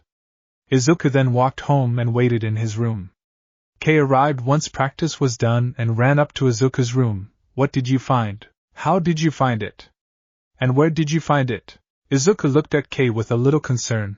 Yes, I've had a lot of Adderall today. Now tell me. I found something at Takeo. I think it's the other half of the body. In front of the house, there was a fresh dirt pile like something had just recently been buried, and I smelled blood coming from it. If Takeo did kill the girl and is trying to hide it, I think that's where he did. Izuku said. That's awesome. I mean horrible. I mean that could get him arrested. Whose blood? Kei asked as his right eye twitched a bit. Izuku stood up and said, I don't know, but tonight we're going back and digging the body up. When we do, your dad can nail Takeo for the murder. He's arrested and put behind bars. I don't have to worry about him and I can focus on the game, while you help me figure out how to play lacrosse without changing. Okay, sounds like a plan, but first we need to make sure the scent is the same. Because I don't want to go digging up from old grandma and be cursed for the rest of my life. Kei said. Good. I heard my mother talking about the body at the morgue at the hospital, and with your quirk, we should be able to easily get in. Izuku said, as he grabbed a jacket and headed out of the room. Yet Kei took a few moments, then raised his hands up and cheered. Finally you make a plan where I have to use my quirk. You're finally starting to see how easy it is. At most we're only going through 2 doors. Izuku said as he walked down the stairs. Come on, why do you have to ruin my fun? Kei asked as he went after his friend. Getting on their bikes, they traveled over to Mizurufu General. Dodging the receptionist's desk, they headed to the elevator and called it down. Stepping inside, Izuku hit the button for the 3rd floor. After a quick ride, the two stepped out and instead of heading to the waiting area to the right, Kei went to the left and easily unlocked a door. Sneaking through the door and then quietly closing it, they hurried down the hallway until they reached the door that had morgue on it. Kei inserted a key in another door and after a few seconds, turned it, and the door easily swung. They slipped in and while Kei stood guard, Izuku moved over to the wall that held the metal door. He scanned them until he came across one that said, Jane Doe and partial. As that could be anyone else, Izuku opened the door and pulled out the gurney. Pulling the white sheet up a bit, Izuku had to hold down his lunch as the smell hit his nose. Izuku quickly dropped the white sheet and pushed the gurney back in. Once he closed the door, he turned to Kei and said, Yeep, the smell is the same. Alright, then let's go dig up the other half of the body and get Takeo arrested, Kei said. After making sure the coast was clear, the two made their way out of the morgue and back to the elevator. As they rode the elevator down, Kei turned to Izuku, We're going to need some shovels. With that being the plan, Izuku and Kei headed to Kei's house and grabbed a pair of shovels. With the sun setting soon, the two of them made their way to the park and then waited for the sun to fully go down before heading to the Takeo house and finding the dirt pile. Yet as they walked around, something felt off and Izuku told Kei. Different how? Kei asked. I don't know, just something. Izuku said as they stopped at the dirt pile and looked down at it. So we're about to rob a grave. Identify a girl's body based on smell and then report to your dad and have a guy we barely know get arrested for it. Yeep, and funny enough that's not the strangest thing we've done today, Kei said as he pushed the tip of his shovel into the ground and began digging. Izuku quickly joined his friend and they spent the next hour digging. As they dug, a question arose in Izuku's mind. So what are we going to do if Takeo comes back? Same plan as always, you go one way and I go the other. And since he seems more interested in you, I wish you the best of luck, Kei said, as he pushed his shovel down and felt it go through something. We hit it. Kei knelt down and brushed some dirt away, revealing some rope and a trap. Izuku crouched down and helped move the dirt away. After a bit of work, the trap was uncovered and they undid the rope. Together they pulled the trap back, ready to lose dinner over the sight of a girl cut in half, yet as they revealed the body they were greeted with the front half of a wolf. Kei still screamed and jumped back, while Izuku just left back. What is that? It's a wolf, Izuku said as he looked over the body. Yeah, I can see that. When you said you smelled blood, I thought you meant human blood, Kei said, as he looked up at the sky and caught his breath. I don't understand the scent from both, they were the same, but I knew something felt different, Izuku said as he sat down next to Kei. Alright, this didn't work. We have to find something else. For now, we cover this up and go home, Kei said as he grabbed his shovel. You want to help? Izuku nodded and grabbed his shovel. As Kei put his shovel into the dirt pile, he looked up and noticed a strange flower. It looked like a salvia flower, but much smaller. Kei pulled out his phone, turned on the flashlight, directed it at the flower, and saw that the petals were a mixture of white and purple. You see that flower? I think it's wolfsbane. Wolfsbane?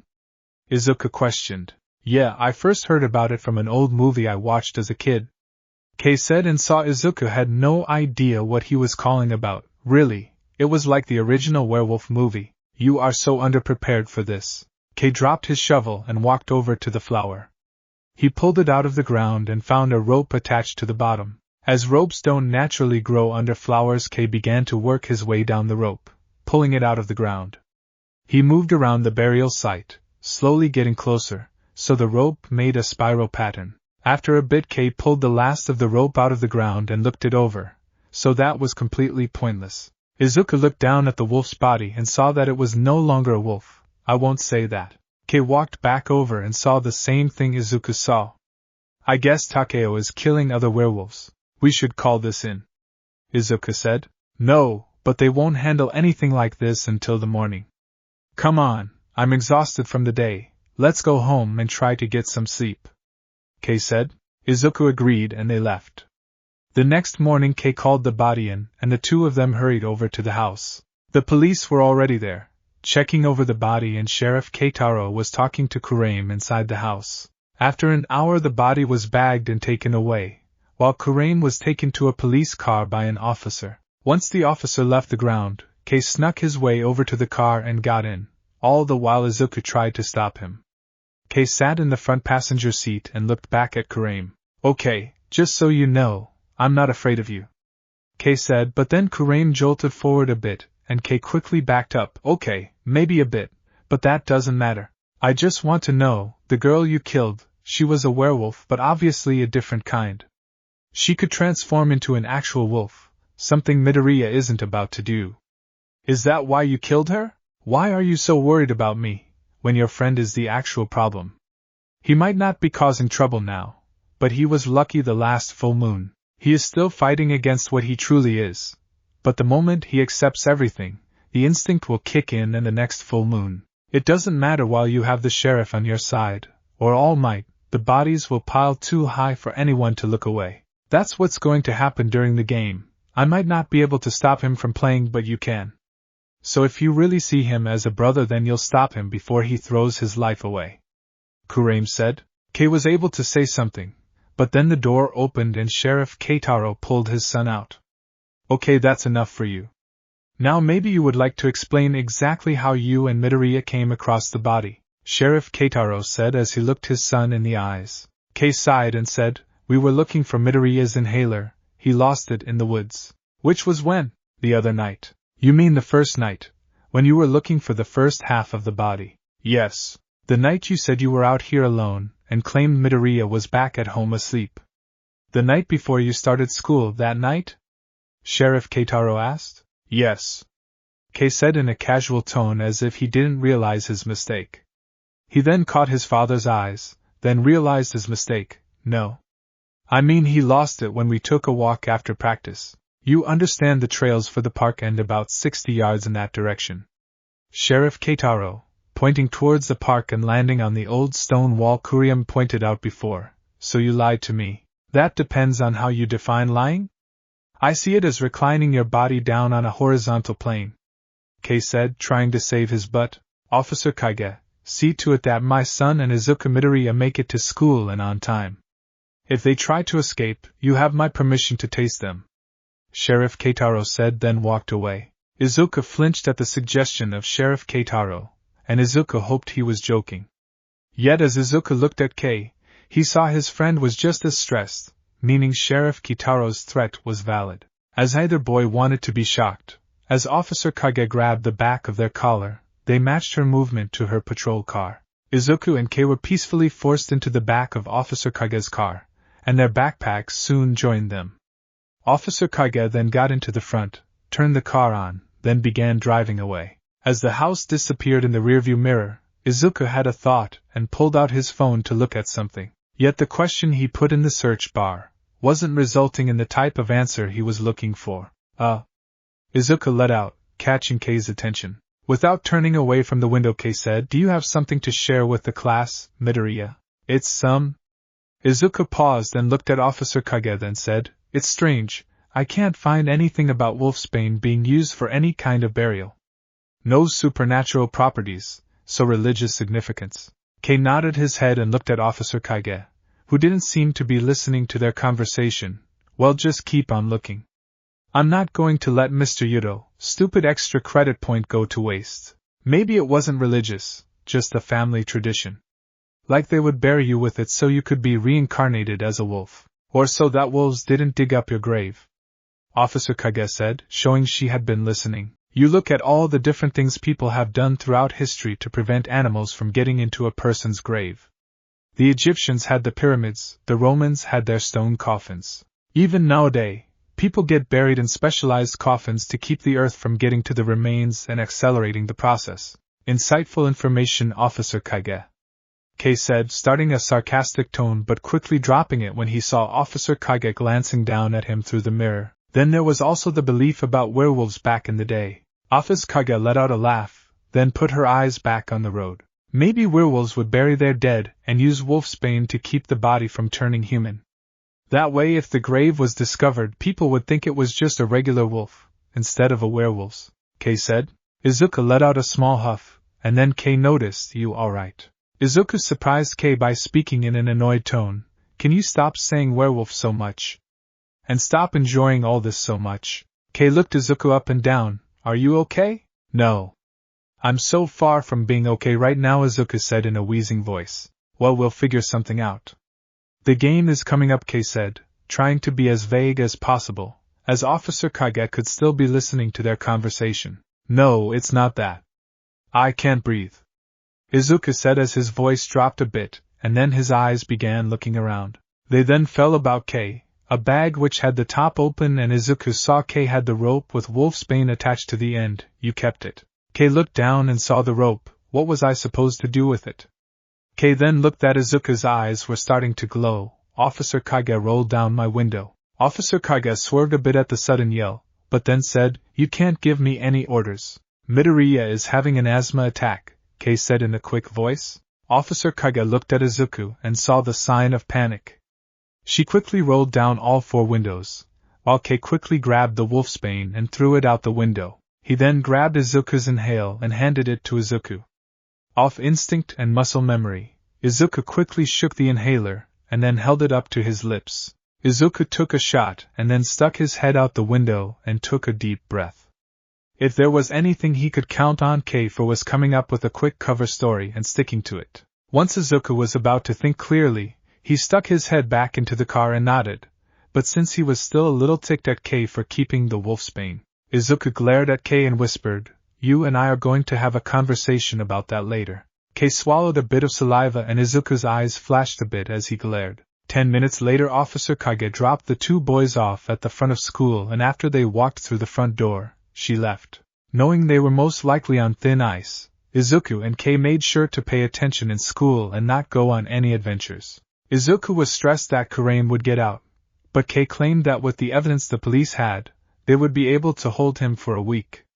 That was if they didn't arrest him at all. Friday after school got out, Izuku was headed to his bike. Luckily it hadn't been damaged this time.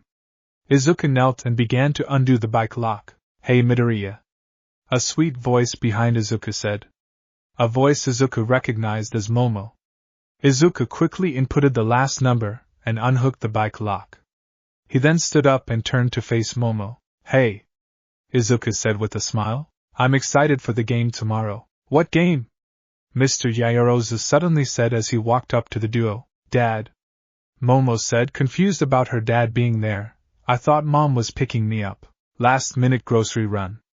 Mr. Yaoyorozu said that Momo took a code that her mother was following up on a lead. Mr. Yaoyorozu always said his wife was better with information and organizing everything. "What's this game you're talking about?" "Oh, Midoriya plays for a team," Momo said. "Oh, what sport?" Yaoyorozu asked Izuku to turn. Izuku tried to keep his cool and keep his mind off the night he had run into Mr. Yaoyorozu in the forest. "Lacrosse. It's our first game since school started. We're a bit on a winning streak and slated for the championship game." "Lacrosse, huh? Never played, but touched football a few times in my younger years," Mr. Yaoyorozu said. Momo titled her year and said, "I've never known that about you. Got more injuries from those games than from my job." Mr. Yaoyorozu said, "Mo, why didn't you tell me about the game? It sounds fun." Momo blushed a bit, and began to say, "It didn't."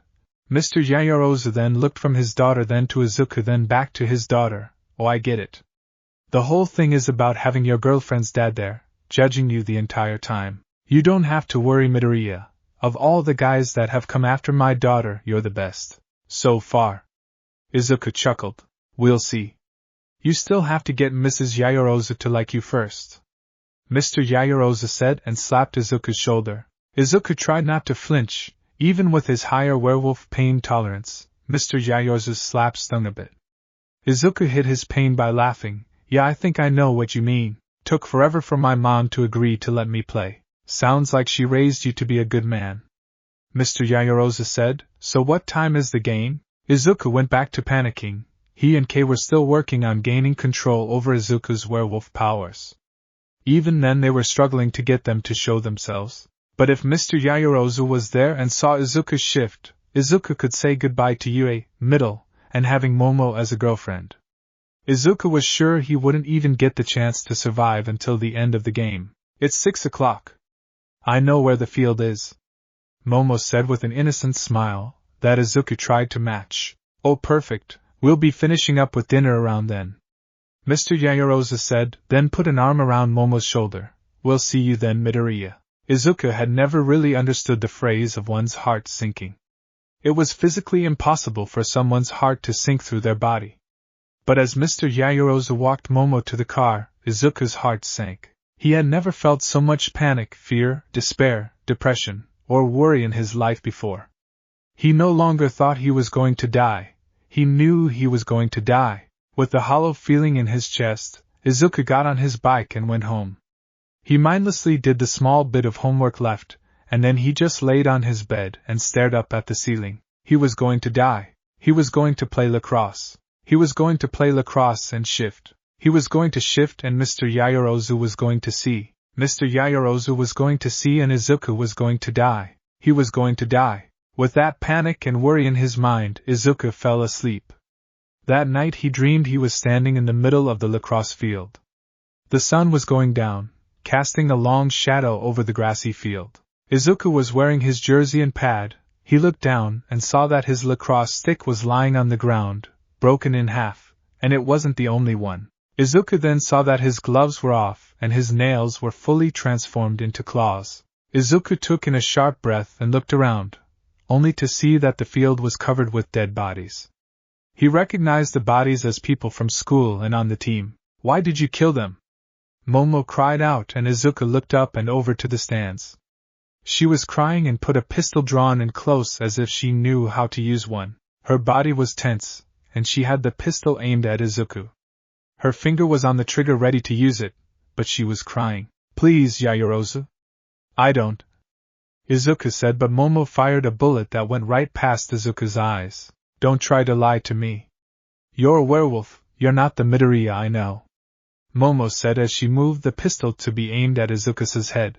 Izuku held up his hands as if to defend from a melee attack. "Wait, Momo, please, you have to listen to me." "How long?"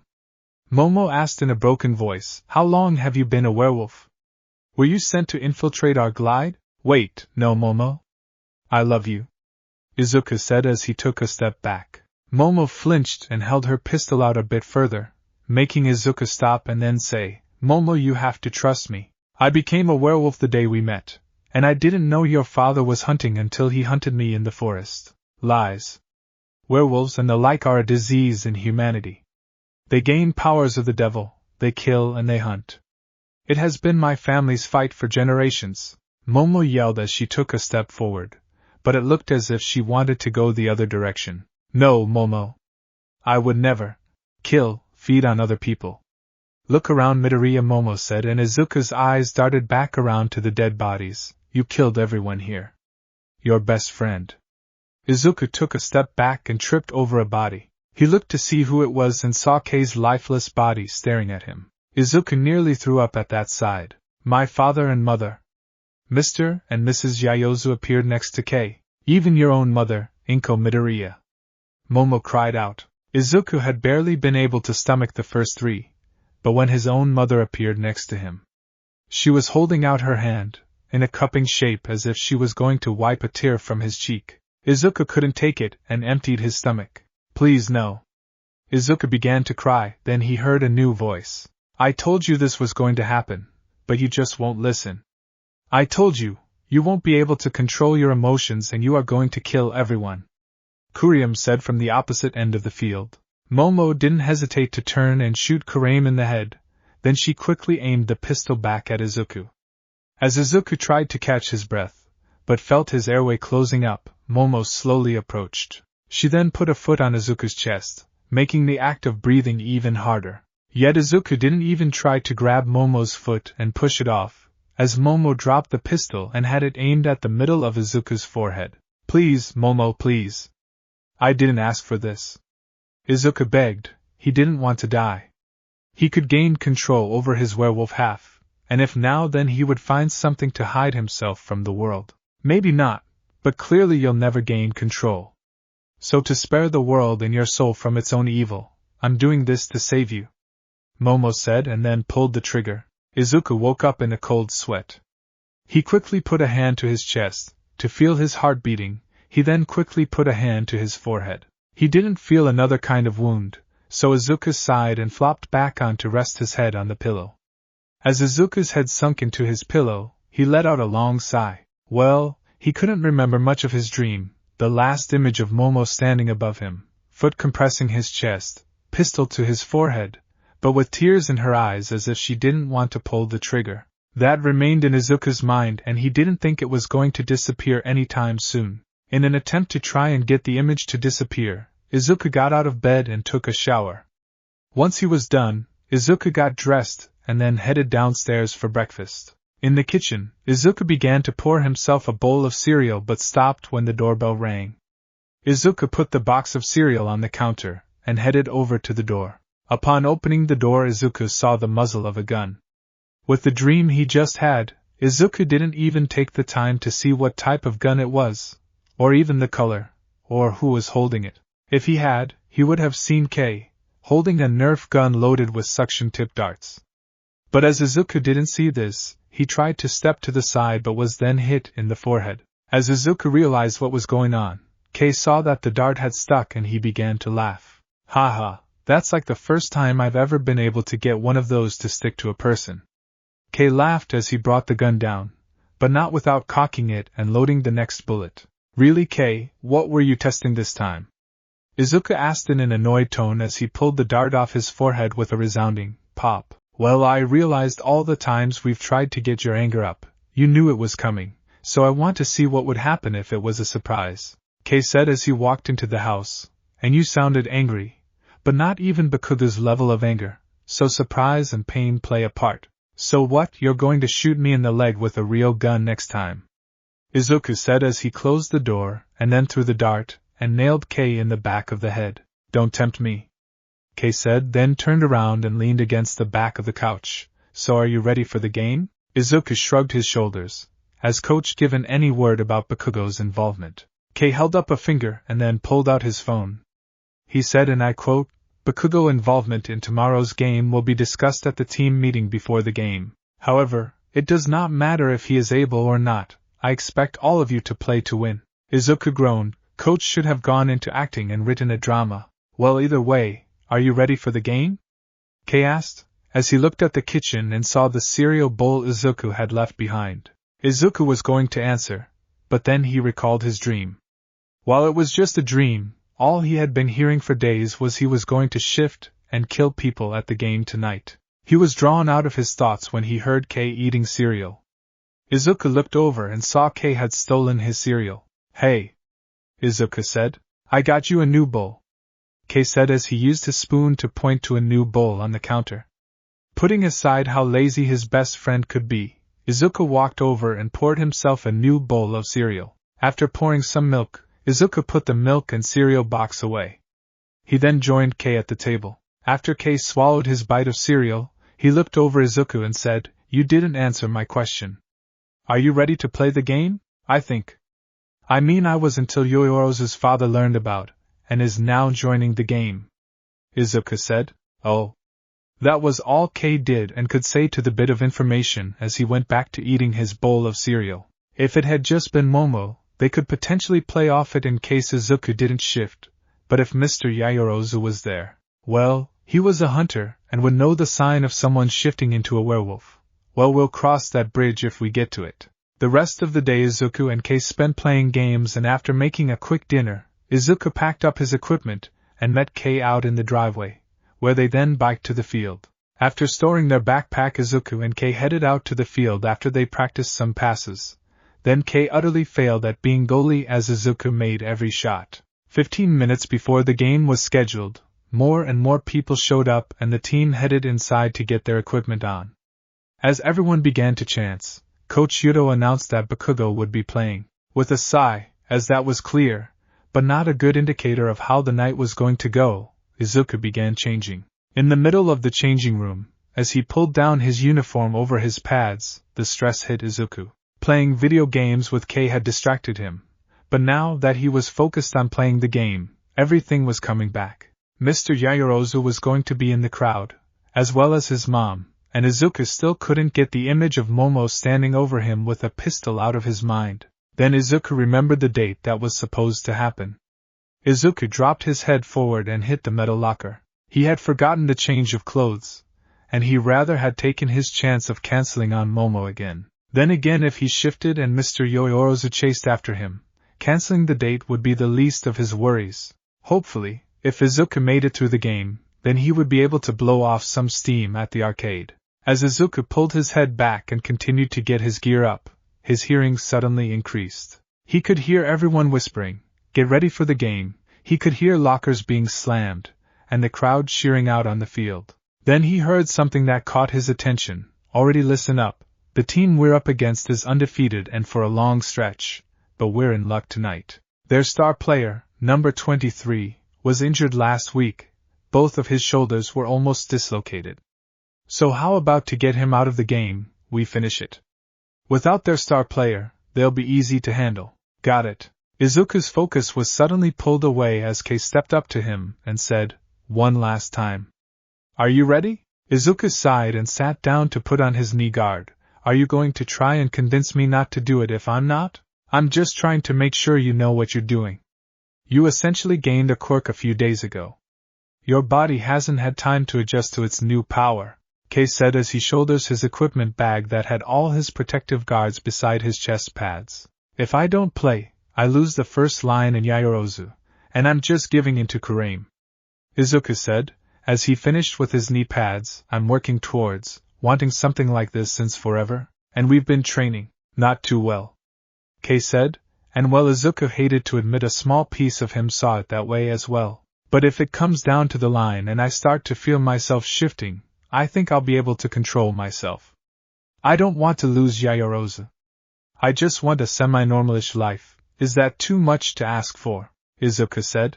"Dude, she gave you a second chance for abandoning her at a party. If you step out and not play, she won't think less of you," Kei said as he sat down. "I'd rather not take that chance," Izuku said. "So you'd rather take the chance of going out and playing and shifting in front of everyone, including and not limited to Yaoyorozu, her father, your own mother, my dad, everyone else from school, not to mention Bakugo, that if you somehow survive tonight he will corner you and yell at you for hiding your quirk this whole time. I'll have your grave ready in either case," Kei said. "Just don't worry too much out there, getting tossed around by guys that are probably nearly twice your size. You know, you're not very good at pep talks," Izuku said. Kei shrugged his shoulders. "If you die, can I have your All Might collection?" Izuku had to laugh and said, "No, I'm getting buried with those." Kei then stood up and slapped Izuku's shoulder. "Come on, you'll get great, and if you do shift, try to go for the other team, so they run out of players and get disqualified." Kei began walking away, while Izuku was trying to figure out what he meant. Once Izuku did, he lifted his head and said, "That kind of sarcasm isn't needed. Maybe not for you," Kei called back as he walked out of the changing room. Izuku shook his head as he stood up and looked at his helmet. He knew he could do this. He could control the bite. The gift, as Kurium called it. Izuku smirked as he thought that if he survived the game, he would have something to throw in Kurium's face. With that thought, Izuku gripped his helmet and pulled it out of the locker. He then headed out to the field. Out on the bench, the rest of the team made the finishing pieces of equipment, and looked over at their opponents. Izuku was walking up to the bench when he was stopped by Mio. "Midoriya," Mio said in a forced voice as Izuku stopped. "Oh hi Mio," Izuku said. "I just want you to remember one thing for tonight," Mio said as she locked eyes with Izuku. Izuku had no idea what Mio was talking about, so he shrugged his shoulders and said, Everything isn't about winning." Mio gave a fake laugh. "No. Nobody likes a loser, so make sure Bakugo wins." Confusion was evident on Izuku's face, as he tried to figure out why Mio was so possessive of Bakugo. They hadn't been dating before summer. Did something happen over the break? While Izuku tried to figure this out, Mio walked away. Izuku's focus followed her and saw her sitting down next to Momo and her father. Momo noticed Izuku and gave a small wave, something Izuku gave back. Izuku then turned his direction to the bench and saw Coach Yuto sitting down next to Bakugo. "How's your shoulders?" Coach Yuto asked. Bakugo turned to Coach Yuto and said, "Fine. I just want to make sure you're 100% tonight. The enemy seems to have some heavy hitter, and I'd rather not lose you halfway through." "So feel any pain?" Coach Yuto asked. "No," Bakugo said and then clicked his tongue. "You sure?" Coach Yuto asked and Bakugo nodded. "What if I gave you a big old punch on your shoulder? Would you feel any pain then?" Bakugo just gave Coach Yuto a very confused look. Coach Yuto was the only person he understood less than when Deku mumbled under his breath. Bakugo shook his head and stood up to stretch. "If you feel any pain during the game, just..." Coach Yuto paused as he could find the right words. "You got it, Coach," Bakugo huffed as he took a few more steps away from Coach Yuto. A whistle blew and the starting lines for both sides went out onto the field. Bakugo and Izuku were on either side of the field of the middle line, and they both locked eyes as the referee put the ball in the starting position and stepped back. Back on the bench, Kei's focus was jumping between Bakugo and Izuku, when suddenly his dad walked up behind him. Sheriff Keitaro had a hand on his son's shoulder and said, "Hey, kid, so do you think you're going to see any action day?" Kei looked between Bakugo and Izuku. Action? Yeah, I'd said there's going to be some action tonight. Out on the field, with every second after he had taken position, Izuku was begging, pleading, praying to whatever divine being existed that tonight wouldn't be too bad. He didn't care if they didn't win the game, or if he was injured, as long as he didn't shift. A whistle went off, drawing Izuku from his thoughts. He immediately looked over and saw that their team had managed to win the ball. The middle player tossed it to Bakugo, who expertly caught the ball within his net and immediately began sprinting down the field. Yet the defender wasn't about to let Bakugo get off scot-free, so as Bakugo prepared to dodge him, he threw the ball to the middle player. And it happened so fast that even Izuku had trouble following the movements. The moment the ball was out of Bakugo's net, he spun around the defender, and the middle player caught it. The middle player took a step and began to throw it back to Bakugo, but then he hit from both sides. As Izuku's teammate worked to keep his feet under him, Izuku began looking around for the ball. He noticed it lying on the ground, and without hesitating Izuku took off towards the ball. But Bakugo had always found the ball, and when he noticed Izuku going for it, he increased his speed. Izuku and Bakugo reached the ball at the same time, and Izuku would have gotten it, but Bakugo pushed him to the ground and took the ball for himself. Izuku fell to the ground and rolled to save him, and the moment he could, Izuku looked up and saw Bakugo take the shot, but he had two defenders on him. As Bakugo flung the ball forward, one of the defenders rammed his elbow into the back of Bakugo's shoulder. While the ball went into the net, earning them a point, Bakugo had to take a knee and left a hand against his shoulder. At that moment Izuku realized that what he had heard in the changing room had been in fact the other team's coach. He was having his player target Bakugo, especially his shoulder, to get him out of the game. Izuku felt his chest heat up a bit at this. But it was random, it was directed towards the other team. Specifically, the player who had rammed their elbow into Bakugo's shoulder. During this time, the referee began walking over to Bakugo to make sure he was okay, and as if sensing the referee's presence, Bakugo stood up and began walking up to the small team huddle. Izuku also picked himself up and walked back to the starting position. Tonight was going to be a long night. And it was a long night, as after 6 more points scored, the away team was up 4-3 by the end of the fourth quarter. The away team had targeted Bakugo the whole game, trying to injure his shoulder with every hit. Izuku had started to defend Bakugo, screening the other team players from getting to him. But not every block worked and Bakugo would get hit, but he kept on getting back up.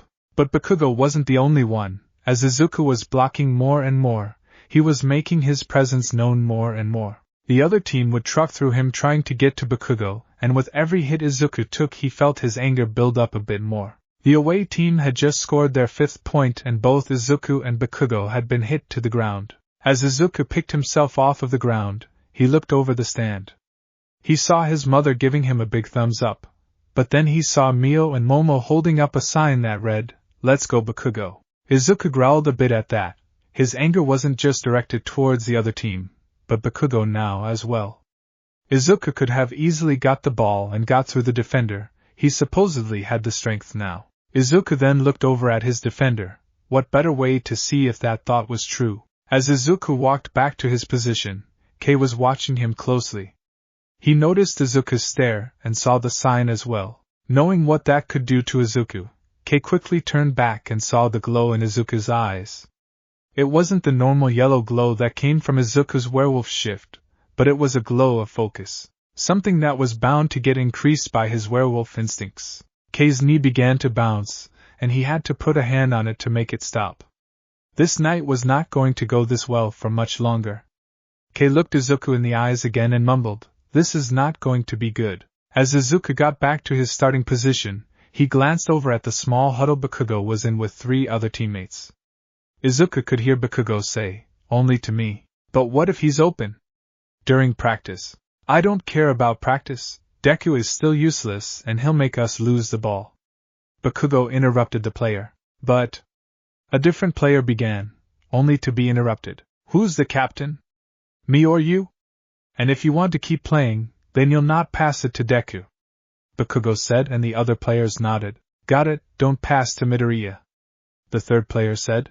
Izuku huffed as he turned his focus away, and watched as the player defending him came walking up. He would show Bakugo he was strong, that he was strong enough to make it through his defender, that he was strong enough to be a hero. He had the strength now, and he was going to prove it. Feeling this, Izuku knocked his hand against his helmet to try and clear his head. He could control his anger, this strength, this feeling. He could control it, and he was going to do so. Then again, did he want to be the one in control? Maybe he could let his strength run wild. What better way to put Bakugo in his place than to show that his quirk was nothing compared to the gift Izuku had been given? Izuku kept his head down, as with every breath he exhaled, he growled a bit. The defender noticed and asked, You, bro. You on something? Because you don't sound good. I'm just fine, Izuku said in a gravelly voice.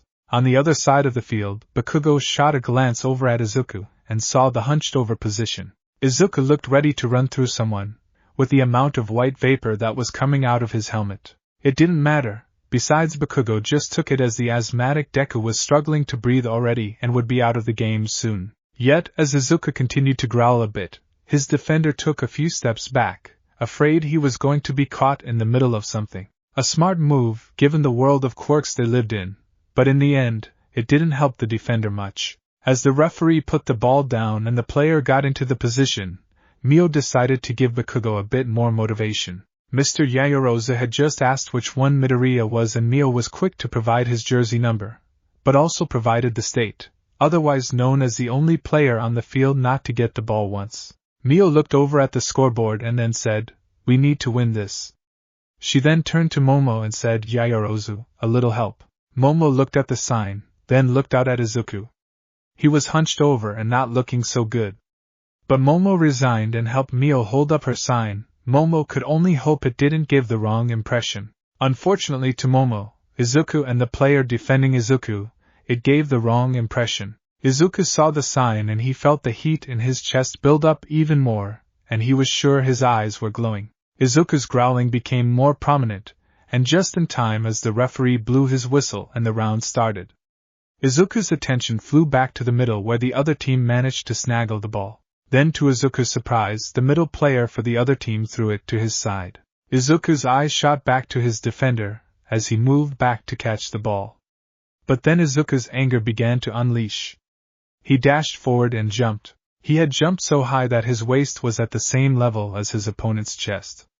Izuku swiped the ball out of the air, and the moment his feet hit the ground, he bolted forward. He rammed his stick into the defender, causing them to fall backwards and hit their head against the ground. But Izuku didn't care. His anger disregarded the defender as they stayed on the ground and began to focus on the other player in front of him. They were all blocking his way to the goal, and he was going to make sure he scored a point. Izuku took off down the field and was preparing for the infield defender. Izuku juked the first one, then broke the ankles of the second defender. Then came the third defender, who was the biggest player of the away team. Izuku didn't worry about trying to get around him. As the player came down to hit Izuku, Izuku jumped and rolled down his back. The moment Izuku was clear, he took 2 steps and then brought up his lacrosse stick as if he was going to go for the top middle. But Izuku noticed the goalie moving to defend there, so Izuku quickly shifted his entire weight to spin his lacrosse stick down. He then flicked the ball forward and passed it right between the goalie's legs. As Izuku took a breath, he could still feel his chest heating up. But as he exhaled, he realized he didn't need to be as angry as he was. He had scored the point. He had proven himself. If he kept acting like that, he would just be like Bakugo. Then as the cheering of the crowd reached Izuku's ear, he felt the heat of his chest die down even more. It didn't fully disappear, but Izuku felt like he was controlling it. So he turned to the crowd and raised his hand in victory. The only ones not cheering were Bakugo and Mio. As Izuku walked down to the middle of the field, he was surrounded by his teammates, and was getting high fives and slaps on his back. The worry about shifting and killing someone, while present in Izuku's mind, was in the far back. As for right now, he was just going to have fun. Then Coach Yuto called out, "All right, pass to Midoriya. Pass to Midoriya. Maybe then we'll have a chance to win this." Bakugo clicked his tongue at this. His shoulders were in pain. It hadn't taken long for him to notice all the players of the other team were aiming for his shoulder. They knew about his injuries and tried to get him out. But Bakugo just took it as another challenge that he would overcome on his path to be the next #1 hero. All Might could keep on fighting even if he was injured. The players got into their positions and Izuku leaned down to be ready. He wasn't growling as much, at least he didn't think he was. But with the adrenaline rushing through his body, he could be. So the referee blew the whistle, and Izuku was ready to score another point. But unlike Coach Yuto's command, the ball was not passed to him. Izuku's team still won the fight, but then the middle player passed the ball to Bakugo. Bakugo raised his stick to catch the ball, but then the defender accidentally struck Bakugo in the shoulder. This caused Bakugo to drop his stick and the defender caught the ball. He began running to the goal with relative ease as he was quick to take a shot. Luckily the goalie blocked the ball and then looked between Izuku and Bakugo. Bakugo had gotten back on his feet, but with how Izuku was looking, he looked like he was ready to run through gunfire to score a point. Disregarding Bakugo's rule, which the goalie didn't care for as he went to a different school, he threw it to Izuku. Izuku began to move back to catch the ball, but then a long stick reached out in front of him and caught the ball. How dare someone take something that belonged to him? So Izuku quickly turned around and stared down at the opponent player who had stolen his ball. Izuku growled and he was sure his eyes were glowing and his teeth were transforming, as the opponent player audio gulped and tossed Izuku the ball. Yet Izuku didn't care, and with a quick note, he took down the field. As Izuku ran down the field, Coach Yuto walked over to Kei and asked, "Did the other team just hand us the ball?" "Yes, Coach, it appears that's precisely what they did," Kei said, knowing Izuku was shifting. But he wasn't attacking anyone, just being focused on lacrosse, though Kei was still ready to jump in. Midoriya is very passionate about lacrosse. Perhaps his demeanor is able to control the opponent players. Wouldn't that be a quirk? Scare someone into doing what you want, Coach Yuto said as he walked away. On the field, Izuku had made his way to the other team's goal and with one last step, swung his lacrosse stick. He flickered the ball forward, managing to get right past the goalie's mask. Izuku exhaled, and the heat was starting to come back up. He thought he had cooled off enough, but as the crowd continued to cheer he felt his breath become labored. It wasn't an asthma attack, it didn't feel like one. No, it felt like it was being held back. Izuku had proved he was strong enough, so why didn't he prove how strong he could be? Izuku walked back to his starting position and the defender heard his labored breath, sounding more and more like a growl. "Your quirk on the fits or something? You sound like a wild animal," the defender said. "I'm fine," Izuku said in his best relaxed tone, but it was still strained. He was going to prove how strong he was, prove that the bite was a gift and that no lowly hunter had a chance against him, that the supernatural was better than the kind of quirk that could exist. With the blowing of a whistle, Izuku reacted. His stick was immediately up, and he caught the ball that was thrown to him. Izuku took a chance to look up at his lacrosse stick. How did he even know that the ball was being thrown at him? A question to answer later. As the moment Izuku's mind registered he had the ball, he took off. His defender, not wanting to get caught in a wild animal attack, wisely stepped back and got out of the way.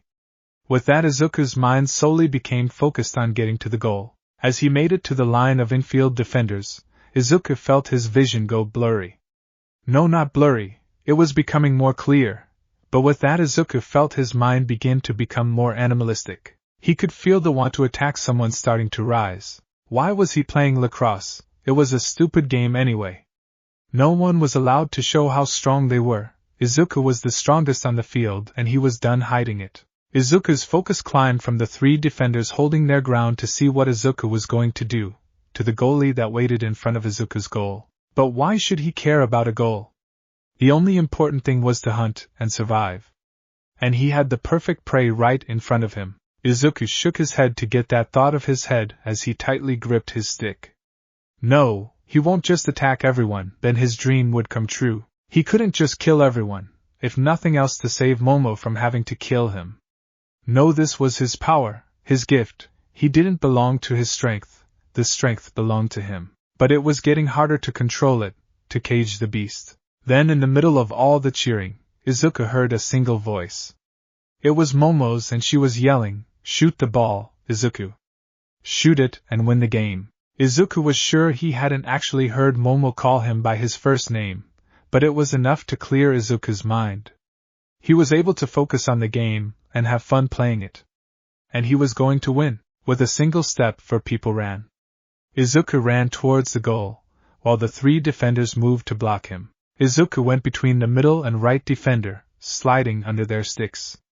Then as Izuku came up, he planted his feet and threw the lacrosse ball as hard as he could. He didn't care about aiming, as he knew with the strength he was throwing, the ball was going to go into the net. The away team goalie moved to catch the ball, and he did, but then the ball stretched the net of his stick to its full extent. Then, to the goalie's surprise, the ball tore through the net and went into the net. Izuku exhaled, but the heat didn't die down. It had a bit upon hearing Momo's voice, but it was roaring back to life. He was the strongest. He had enough strength to save everyone in the world. He wasn't bound to mortal strength even more. He could kill anyone he wanted to. Izuku then turned around to the three defenders and saved the look of surprise on their faces, and the heat quieted down a bit. Izuku shrugged and said, "Guess your goalie had a weak stick."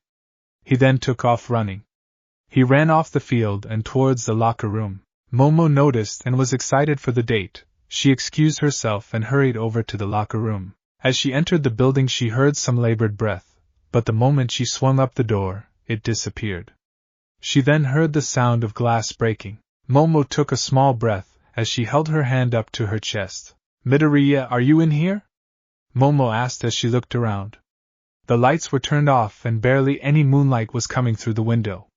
Momo turned around the corner and saw a broken mirror. That must have been the sound she heard earlier. She slowly approached and was surprised there wasn't blood on any of the shards of glass. Then a high-pitched squeak echoed through the locker room, making Momo jump back and form a silver dagger in her hand. Momo looked around and then her ears picked up on some little breathing coming from what looked like a shower room.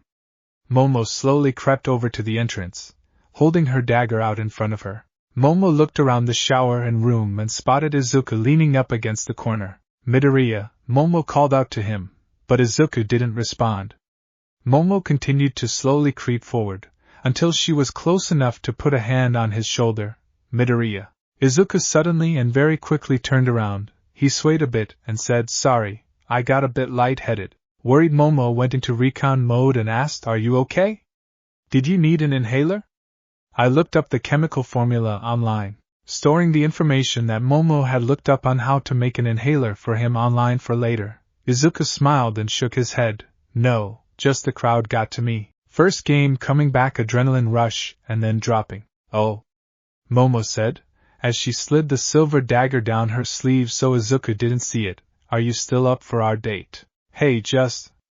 Izuku then recalled that he didn't have the clothes Kei had picked out for him. "Oh, I forgot my change of clothes at home." "That's fine, you can wear your regular clothes. I kind of find your kanji shirt funny," Momo said. Izuku tried not to blush, as he headed over to his locker. Momo followed, and as they got to his locker, Izuku spotted a note. He recognized his mother's handwriting, and the note said, "You forgot these are home." Izuku laughed, and when Momo questioned it, he showed her the note. Already knowing what his mother was referring to, Izuku opened his locker and pulled out the grocery bag that had his green-collared ship and fresh pair of jeans. "I can get dressed if you want to wait outside," Izuku said. And as it just now dawned on Momo where she was, she quickly straightened her back and headed out of the room. Izuku smiled as he sat down on the bench and began pulling off his equipment. As he pulled off his gloves, he felt there were holes in them. The holes that had previously been in there were even bigger, and Izuku was sure it was from his hands transformed as well. Izuku sighed as he threw the gloves down on the bench. He knew he wouldn't be able to play with them, so he would just throw them away. Moving on, Izuku pulled off all his equipment and put them in his bag. Izuku then pulled off his shirt and slipped into the collar green shirt. After slipping into the fresh jeans, Izuku zipped the game clothes into a side pouch. Izuku then slipped the strap of his bag over his shoulder and grabbed his gloves. He then walked out of the locker room and to the front of the building. As he walked through the front door, he tossed his gloves into the bin that was right outside. He then cleared his throat, getting Momo's attention. Momo turned around and looked Izuku up and down. "You dress up very nicely."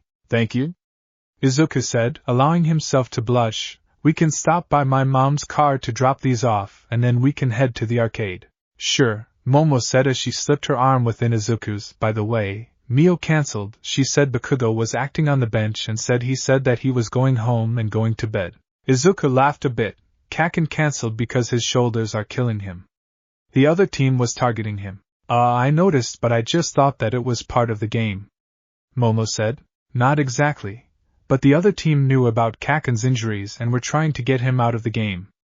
Yet Kaken's so stubborn, he probably would have continued to play even if he was missing a leg," Izuku said as they arrived at Inko's car and he dropped his bag into the back seat. Momo gasped and said, "You're kidding, right?"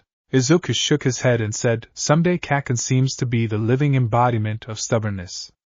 Between Endeavor and Kaken, it's Kaken any day of the week." As they walked into town, Izuku and Momo left the different troubles that were happening back at the lacrosse field. Bakugo was one of the last players in the changing room, as he didn't want anyone to see how bad his shoulders were. They would worry and Bakugo didn't need anyone's worry, so Bakugo waited until everyone had left, and then he headed into the changing room. He sat down on the bench in front of his locker and pulled his gloves off. After throwing the glove on the bench, he lifted his arms to pull off his jersey.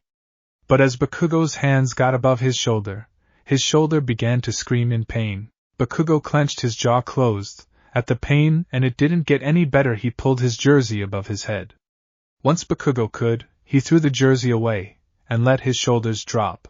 Bakugo had to take a few deep breaths to combat the pain radiating from his shoulder. Once Bakugo was able to push the pain to the back of his mind, he unclipped his shoulder and let it fall to the ground.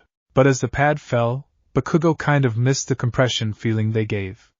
Moving past, Bakugo kicked off his shoes and then walked to the shower. As he waited for the water to warm up, Bakugo took off his undershirt and pants. He then slipped off the hot water and let it wash off all the sweat from his body, especially the copious amount that was sticking to his hands and forearm. He knew once he got home he would have to clean his gloves with the special detergent to get rid of the nitroglycerin, or risk exploding his gloves again. That had happened a few times when Bakugo first started lacrosse, and while he only had to do it occasionally after practice, he always had to after a game. Once Bakugo was clean, he turned the water to cold and let his muscles recover a bit from all the running around and hits he had taken. Once Bakugo was sure his muscles wouldn't give out on him as he walked home, he turned off the water and dried himself off.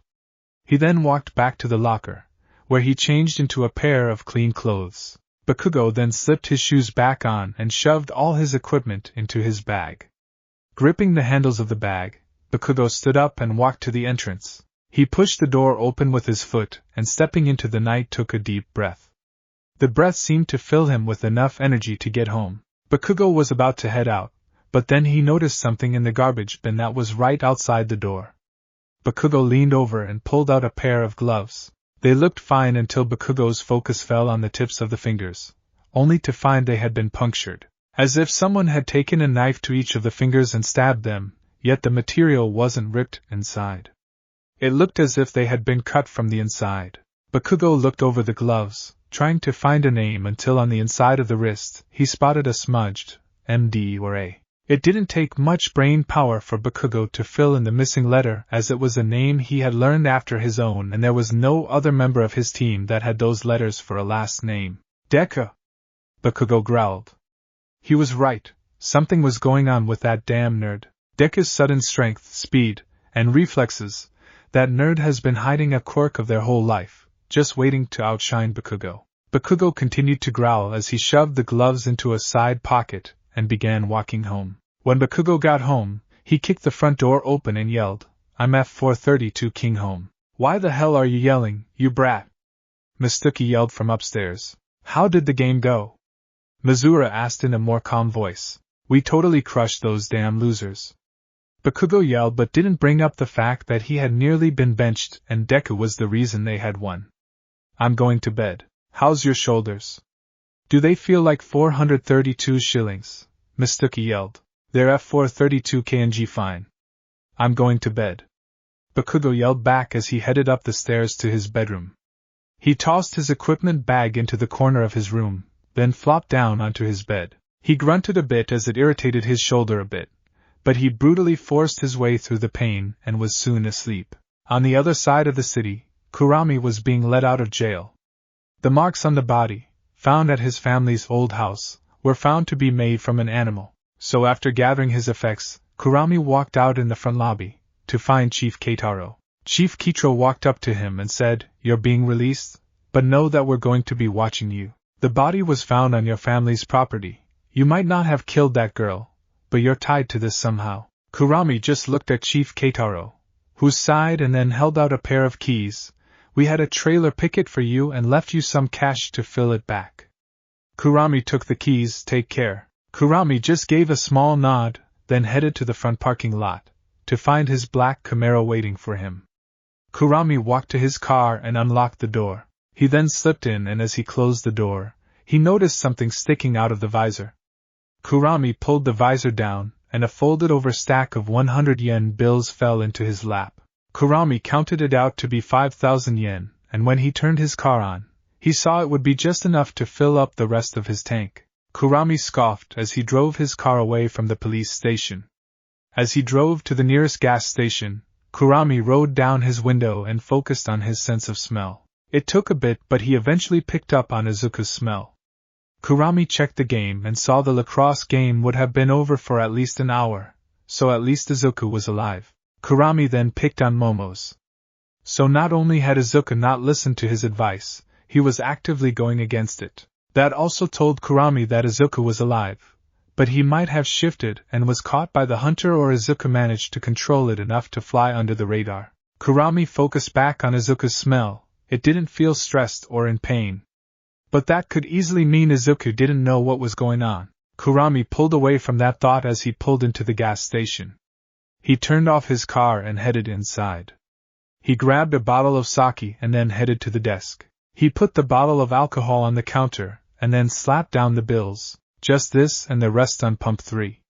Kurami said. "You got it, people."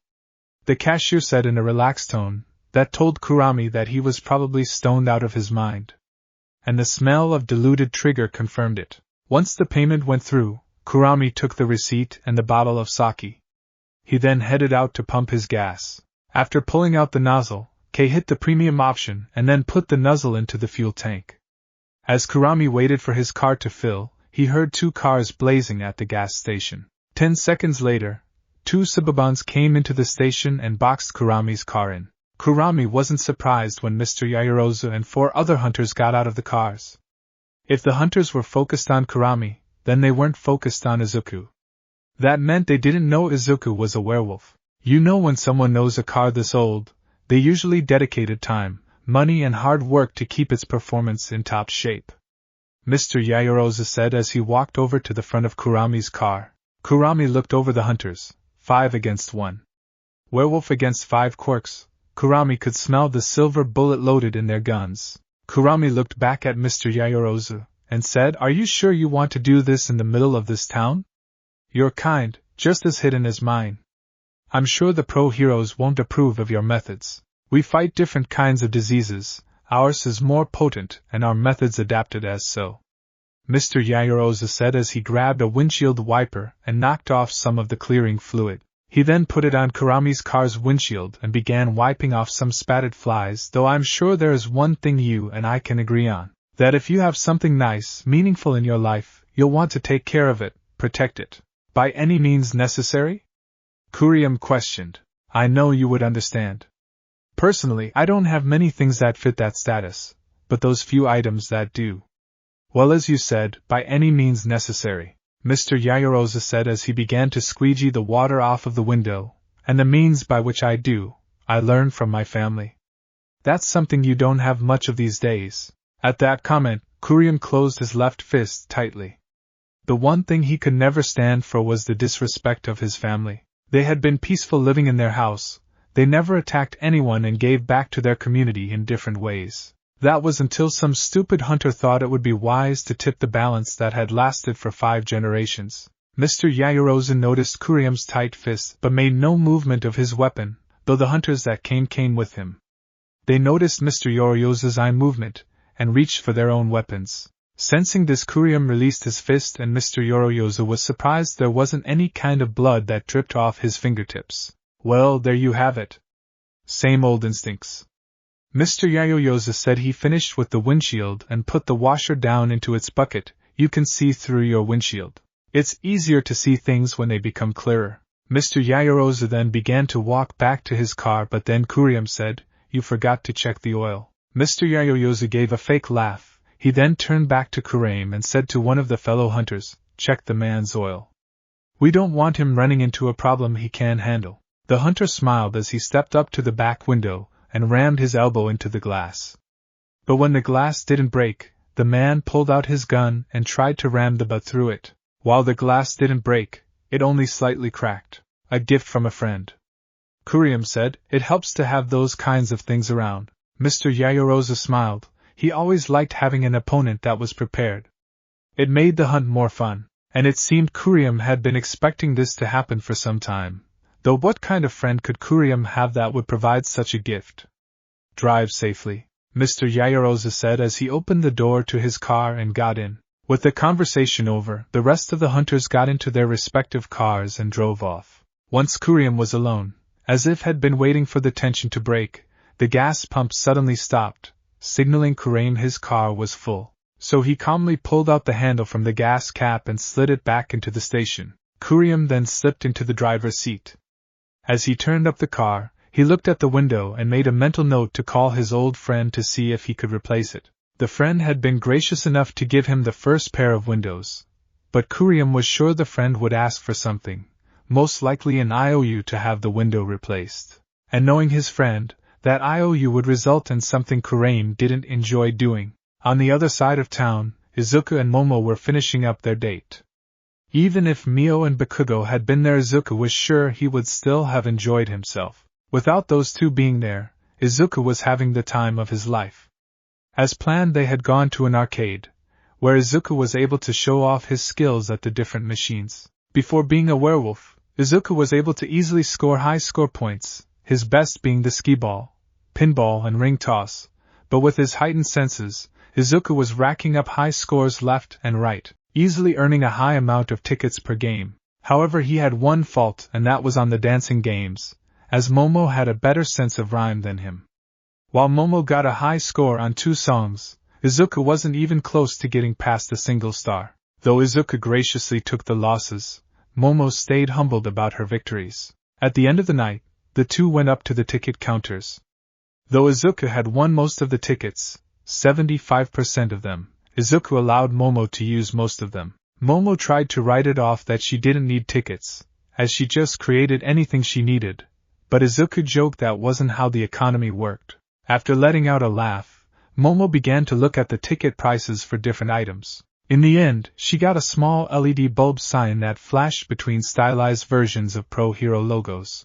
It had the top 10 Pro Heroes, while some less known Pro Heroes, such as the Wild Pussycats and Present Mike. Momo also got a foam rocket launcher, and then a metal necklace where the ornament was a wolf paw. Izuku tried not to read too deeply into the necklace, as he spent most of his tickets on an All Might Funko Pop, a couple of sticky hands and a yo-yo while blowing the rest on candy. After getting their items into a bag, Izuku slipped the 2 arcade cards into his wallet and they went home. "Thanks for coming out with me, Midoriya.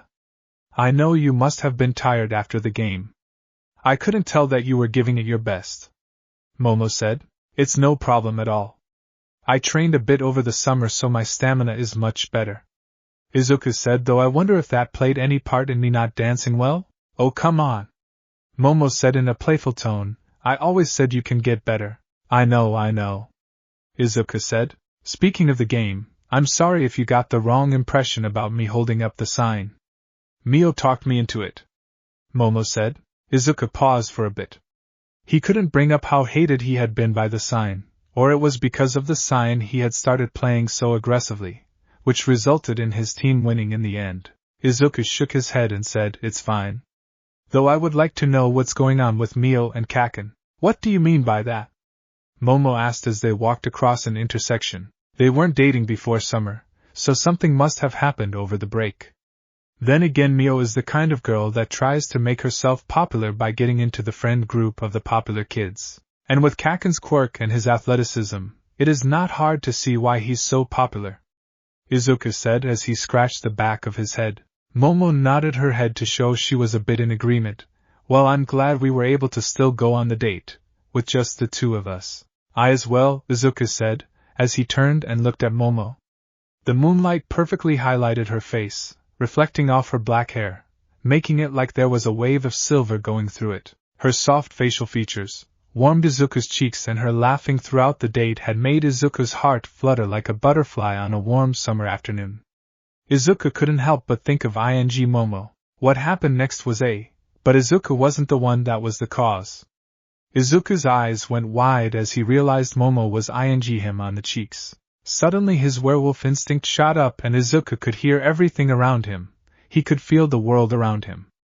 And the one thing Izuku could feel was Momo's soft lips against his cheek. And that was enough to short-circuit Izuku's mind. He froze as Momo withdrew from Izuku's cheek. Izuku didn't notice, but her own cheeks were bright red. The next second Momo went running off. She couldn't believe she had done that. The moonlight glowed against his soft green curly hair. The smile he had now since the game was enough to light up the world, and he seemed to genuinely care for her. And his sense of humor, Momo couldn't help but laugh at his jokes. Momo believed herself to be a thoughtful and rational person, but one moment she was smiling at how cute Izuku was and the next she leaned forward and ate him on the cheek. When Momo realized what she was doing, her body melted a bit, enjoying what she was doing, but then it hit her even harder and she pulled back. She blushed and became embarrassed. She had seen soap dramas and rom-coms where the girl ran away after a guy she liked, and Momo never understood it. But now she did, as she leaned back from all she wanted to do was get away. So that's what Momo did. Momo turned and took off running down the street, away from Izuku. She thought Izuku was running after her, but Izuku's mind had shut up and it was taking time for it to reboot and start back up again. It might as well have been working off flopping disks. And because of this Izuku's body went on autopilot.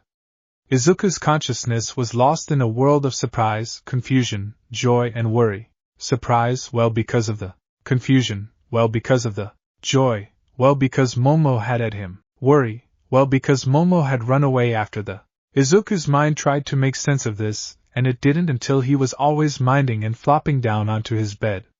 His face hit the pillow and he let out a scream. He had a girlfriend, one as beautiful as Momo Yayorozu, and she had ate him because she liked him. But then why did she run away? That was the one part of the date Izuku couldn't figure out. Was Momo embarrassed over but she was the one who ate him? Did she run away because she didn't like him? And what was with the wolf paw necklace? At that thought Izuku's mind became sidetracked about Momo's choice to get a wolf paw necklace. Did she just have a fantastion about wolves? Did this mean she knew about the hunters? About her father being one of them? Did this mean Momo was trained to kill werewolves? With that panic and fear within Izuku's mind, it had decided it had enough and shut off. The exhaustion he was starting to feel from the game made it easy, and in the next few seconds Izuku fell asleep. The next morning Izuku woke up with a jolt. Sunday morning, a chance to relax and not have to stress about anything. He recalled the date he had had with Momo the night before. He enjoyed the perfume she had worn and she looked beautiful in the clothes she had decided to wear. Then he called the wolf necklace she had gotten. At the time Izuku had panicked thinking about the different implications of what it meant. But now that he had gotten a full night's sleep he realized he was just stressing over nothing. It was a pretty necklace, and it had fit Momo. Izuku yawned as he kicked the blanket and sheet off of him. He didn't have any plans for the day. He was just going to be lazy all day. Then his phone began to buzz. Izuku ignored it and rolled back into his bed. It was a few minutes until his phone buzzed again. Izuku moaned and tried to reach to silence it, but his hand fell short. Then his phone began to play a ringtone that Kei had managed to set up. Izuku moaned as he shifted across his bed and grabbed his phone. He flipped it and hit the answer button. Yo, buddy, are you awake yet? Kei asked. I think the fact I didn't answer your texts and you had to call should have answered that, Izuku said in a groggy voice and then yawned. Damn, how late did you stay out with Yaoyorozu? Kei laughed. Must have been one hell of a first date. What do you need? It's Sunday, Izuku said as he flopped back down onto his bed. Precisely, it's Sunday. We're supposed to be meeting All-Star at the beach in 2 hours. Kei said. What? Izuku said as he grabbed his phone and looked at the time. 10:05. Crap. Yeah, that makes it sound like I made the right choice to call you, Kei said. Then Izuku heard the sound of a bike bell being rung and then a car horn disappearing into the distance. I'm headed over. You better be ready. You don't have to remind me, Izuku said as he got out of bed and raced over to his dress to pull out a fresh pair of cleans. Yeah, I kind of already had to. See you, buddy, Kei said, and then the call ended. Izuku quickly slipped into his t-shirt, and then tried to slip into his jeans both legs at the same time. However, this resulted in him crashing to the floor. Izuku began to cough as the air was forced out of his lungs. Once Izuku was about to breathe again, he quickly pulled his pants up and grabbed a belt from the floor. After securing the belt, Izuku grabbed his phone and a pair of socks. Rushing downstairs, Izuku entered the kitchen to get something to eat. Luckily, he found some leftover chick which he began to quickly consume. Izuku, is that you? Inko called out from the stairs. Izuku quickly swallowed the chicken in his mouth and said, Yeah, Mom. It sounded like you fell. Are you alright? Inko asked. Izuku grabbed the last piece of chicken and closed the refrigerator. I'm good. Where are you off to in such a rush? It's Sunday. Shouldn't you be recovering from your game last night? I heard you were a big help in winning. Inko called out. Yeah, I guess so. But no, I'm alright. I just slept in a little late. And Kei and I are going to head out, Izuku said as he took a bite of the chicken. Where are you two headed on a Sunday? Inko asked. The beach, Izuku said. To Koba Beach. Isn't that place a waste dump? Inko called out, and then footsteps came to come down the stairs. Well, not exactly to Koba, but the general area, Izuku said with a little bit of chicken left in his mouth. Oh, Inko said as she came across the corner wearing sweats and a fluffy bathrobe. Just be safe out there. I heard from Chief Keitaro that there might be a serial killer on the loose. Izuku just smiled. His mother always worried about him, often a bit too much, but he wouldn't ask her to be any different. We'll be careful, Mother, and we come across him. I'll just make sure to be faster than Kei, Izuku said. I'm sure Kei will find a way to keep up. Inko then at Izuku on the forehead. Just be safe. I will, Mom, Izuku said as he grabbed a water bottle from the cabinet and filled it with water. Once it was full, Izuku turned off the faucet and screwed the cap on. He then headed out to the front porch to wait. As he waited, he put his socks and shoes on. A few minutes later, Kei came down the hill and turned into the driveway. We on? Kei asked as he held his arms out to the side. We on, Izuku said as he walked down to the driveway and grabbed his fixed bike. Kei began to pedal back up the hill and Izuku quickly followed him. They leisurely biked through town until Koba Beach came into view. As expected, there wasn't any car in the old rundown parking lot, which had potholes scattered throughout it, and as they got close, the horizon disappeared behind the mountains of trash. Kei and Izuku directed their bikes to a rusted-over pole that was meant to lock the bike to. They attached the locks to the pole and then walked over to the edge of the parking lot and looked over the beach. I don't even see a speck of sand, Kei said. The sound of an engine caught both of their attention, and Izuku and Kei turned around to see an old American pickup truck, with more rust on its body than faded green paint, pull in. It pulled into a spot not too far from them and Toshinori stepped out. Good to see you two here early. Toshinori grabbed a clipboard and then closed the car door. It's nothing like I would have expected, but at the same time it makes perfect sense, Kei said as he turned his head to look at Izuku. Toshinori made a confused face and Izuku answered, He's talking about your truck. Not the first car that comes to mind when thinking about what type All Might drives. Toshinori looked over his shoulder at his old pickup. It's reliable. And the last one a thief would consider stealing, Kei sarcastically said, and Toshinori shook his head. What's the idea here? Izuku said, looking back at the many trash piles that had overtaken the beach. Strength training. Before you receive my quirk, we have to make your body strong enough. Otherwise your limbs could pop off, Toshinori said, and Kei made a face that said he should have expected that, because how less could the world's most powerful quirk be dangerous? So, every weekend, you'll be coming here and clearing trash. You will bring it up here in the parking lot, where I then call the city to bring a disposal team to take it. Strength training, then why not just give Midoriya a gym membership? Kei said. Something that many pro heroes forget: the base of being a pro hero is doing community service. Many see that as saving the day, but community service can do many things, one being cleaning up trash. Toshinori then brought the clipboard out from under his arm. But improving your strength doesn't just come with lifting weights. Diet and recovery is just as important. Toshinori handed the clipboard to Izuku, who took it and looked it over. There were schedules for when Izuku would do extra exercise, the difference of food that was best to eat to increase muscle growth, and how much sleep he would need to get. I call it the American Dream Plan to pass, Toshinori said. You even took into account when I would have lacrosse practice, Izuku said as he continued to flip through the papers. I'm glad you like it, however, I must warn you, it's going to be difficult. We don't have much time until UA's entrance exam and I had to cut some items out, Toshinori said. Izuku let go of the papers, letting them fall back down on the clipboard. He then looked at Toshinori and said, I'm sure I'll be able to handle it. Izuku was supposed to take today to recover from the game last night, but he didn't feel sore, and with how easily he was biking, his werewolf side must have accelerated his healing, not just pertaining to injuries. Then how about we get started? Toshinori said and led the two boys down on the beach, where he gave instruction to start on one side of the beach and work the way down until about 80 of the beach. Izuku and Kei began with picking up smaller items, such as table and chairs, but when it got to bigger items such as the couch and refrigerator, Kei walked to the rock wall and sat down. While Izuku continued to try to pull a couch that was half hidden by the sand, Toshinori walked over to Kei and asked, Aren't you going to join Midoriya in training for the UA's entrance exam? Oh, you don't get it, Kei said in a breathless voice. I'm not going to try for the hero entrance exam. I'm actually just planning on applying for their general course. Really? Toshinori said.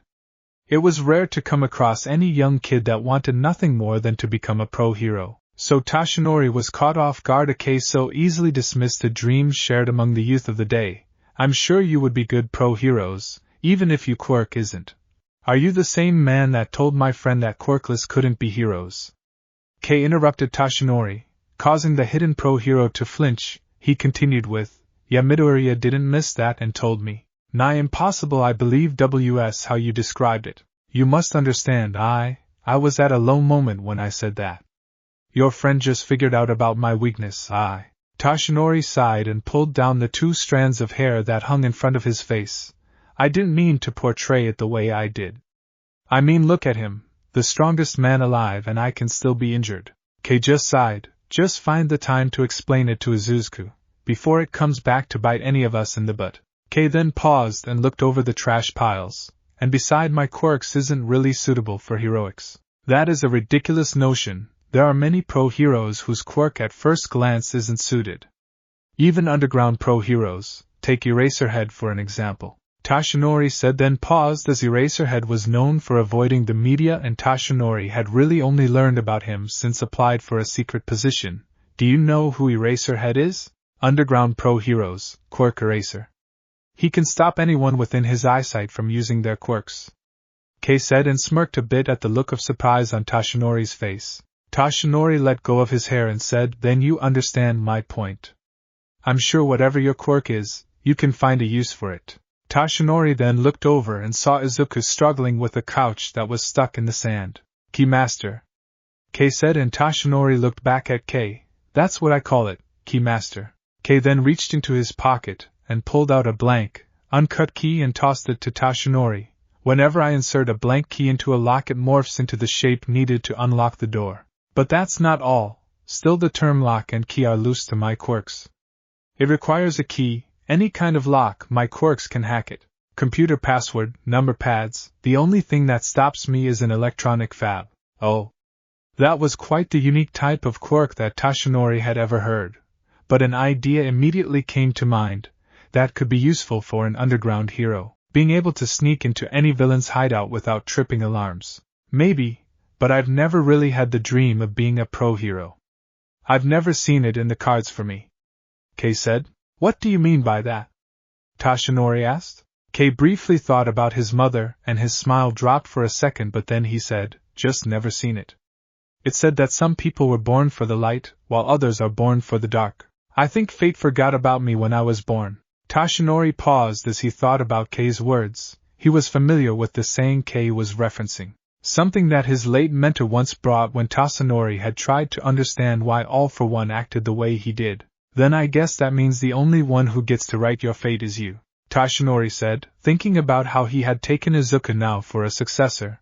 Maybe Principal Nizu would be interested in having a conversion with Kei. A thought for later as he turned to Izuku and called, Come, where's that strength I saw at the game? You were dropping guys nearly twice your size just for the game. You were there last night.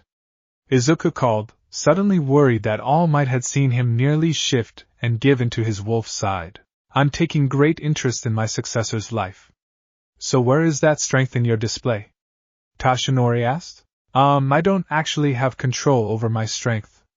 It appears every now and then, when I'm angry mostly. Izuku said as he let go of the couch as it hadn't moved an inch. So get angry. Toshinori said. Yeah, Izuku isn't exactly someone who gets angry easily. Kei said as he picked himself off the ground. Then find something else. Dig deep, and clench your but with your heart yell, plus ultra. Toshinori said, transforming into All Might for the last bit. Plus ultra, huh? Izuku said as he looked at the couch. He closed his eyes and gripped the fabric of the couch. He took slow breaths as he tried to think of what plus ultra meant to him. On the edge of the beach, Toshinori had transformed back and Kei said, clench your butt and yell with your heart? Works for me. Toshinori said, and Kei just shook his head. Izuku's mind rushed through everything as he had experienced since becoming a werewolf. His strength came and went when he got angry, but there was something else that Izuku had thought during those moments. Izuku tried to figure out what it was, but he couldn't think of anything. But did it really matter? All of that was in the past. Now he had a chance to become a pro hero and be trained by All Might. If Izuku couldn't rely on his werewolf strength, then he would build his own. Izuku gritted his teeth and his hands tightened against the couch fabric, and he began to pull. His hands were immediately greeted by the weight of the couch and all the sand on it, but Izuku refused to give up. He had given so much in the past, but he was done giving up. Izuku tightened his hands and pulled ever hard. A roar began to build in his chest. Izuku felt his eyes begin to glow, so he opened them as he felt the couch begin to shift between his hands. Izuku looked down and saw the couch beginning to come up. Izuku didn't let his surprise steal away his strength as he continued to pull the couch out. He didn't stop until the couch was fully out of the sand. Dropping the couch to the sand, Izuku let out a heavy breath and he looked over at Toshinori and Kei. Toshinori had a look of surprise while Kei just gave his two thumbs. Izuku felt his chest burning, so he grabbed his shirt and pulled it off. Izuku dropped his shirt to the ground and stood tall. He then looked down at his chest and abs, only to see they were beginning to gain some definition. Toshinori was surprised when Izuku's face began to shift and when his eyes began to glow yellow. But then the couch began to move out of the sand, and Izuku lifted it above his hands. As Izuku pulled off his shirt, his face shifted back to normal, and his eyes stopped slowly. Toshinori couldn't help but think about what had caused Izuku to suddenly become so strong. I'll take this up to the parking lot, and then start on the other items, Izuku said as he grabbed one edge of the couch and began dragging it across the sand. Once he got to the cemented pathway, it got a bit easier to drag the couch since the sand wasn't having to be moved out of the way, but it became harder to hold onto the couch as the uneven ground made it jump around. After dropping off the couch, Izuku headed back down and continued to clean up the beach. Over the next 2 hours, Kei helped with some items, but it was mostly Izuku cleaning up the beach. When Izuku finally collapsed to the ground with exhaustion, he had picked up enough trash to make an area big enough to play volleyball. While Kei brought him his water bottle, Toshinori looked around the area and said, "You've done much better than I initially thought. Whenever you seemed like you were tired, you continued to work hard and clean the beach. Now get home and rest up." Izuku gave a breathless nod and Kei helped him up to his feet. Izuku then put a lot of his weight on Kei as they walked up the path to the parking lot. Before they disappeared, Shinro called out, "And make sure you stick to the schedule." Toshinori heard some kind of words of agreement, but it was error. As the sounders of bike tires rolled away, Toshinori pulled out his phone to call the city to pick up the trash. He felt a pair of eyes on him. Years of fighting told Toshinori to buff up to his hero form and track the person down. But the years he had fought against his injury made him slow down for a second. Toshinori focused on the feeling, noticing that it didn't feel hostile. Well, not to the level that would be expected from a villain watching him. No, the feeling felt more cautious and perhaps a bit of curiosity. Honing on the feeling, Toshinori turned and saw a man wearing a black jacket standing at the edge of the parking lot. This man in black was looking down at him, and as they locked eyes, Toshinori saw the man's eyes glow blue. At first Toshinori thought it was a trick of the light, but then he remembered how Izuku's eyes glowed yellow. And Principal Niza had said that Izuku was the beta and that their alpha was never far from their betas. Was the blue eyes indicating this man was the alpha and the one that had been causing his successor so much stress lately? Then without warning, the man in black turned away and disappeared from sight. Shoving down the curious want to follow the man, Toshinori hit the dial and informed the city that some of the trash at Tokay Beach had been cleared and was ready to be picked up. As Kurium walked away from the beach, he realized how much trouble Izuku was in. Alpha werewolves weren't one that liked having their beta taken from them. That's precisely what it looked like All Might was trying to do. Kurium had hoped that maybe it was just going to be some lessons and then the symbol of peace would move on, but that wasn't what Kurium was seeing. And the Alpha was going to be able to sense it as well. So the next time they called upon Izuku, it wasn't going to end up pretty. The Alpha would make it known that Izuku was his beta and no one was allowed to claim him. With the old Alpha, Kurium was sure that Izuku would either be forced to kill someone or would be the one killed. Walking away from the beach, Izuku and Kei made a detour to get some drinks. While Kei got a soda, Izuku got some hot cider. As he drank the cider, Izuku could feel the warmth of it spread throughout his body. His muscles relaxed, and he didn't feel so out of breath. "Need your inhaler?"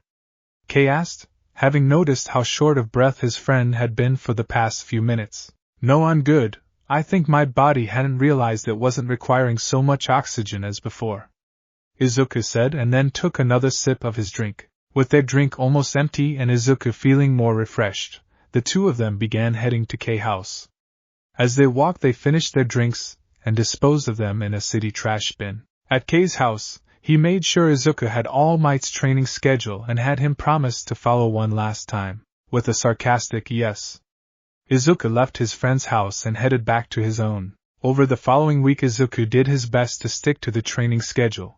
That is to say that he never missed a day, but often he did a few extra reps before he felt that he could handle them. He was able to pay attention in school and he and Momo began to hang out more. Yet just as it seems things began to settle down, a new player decided to come onto the board. It was Sunday late at night. Underground and nighttime pro heroes had been patrolling for 2 hours and the moon was starting to climb high into the sky. It was a quiet night, which was a rarity in the world of superheroes. The only sound was a lone car driving down a back road right outside the main city.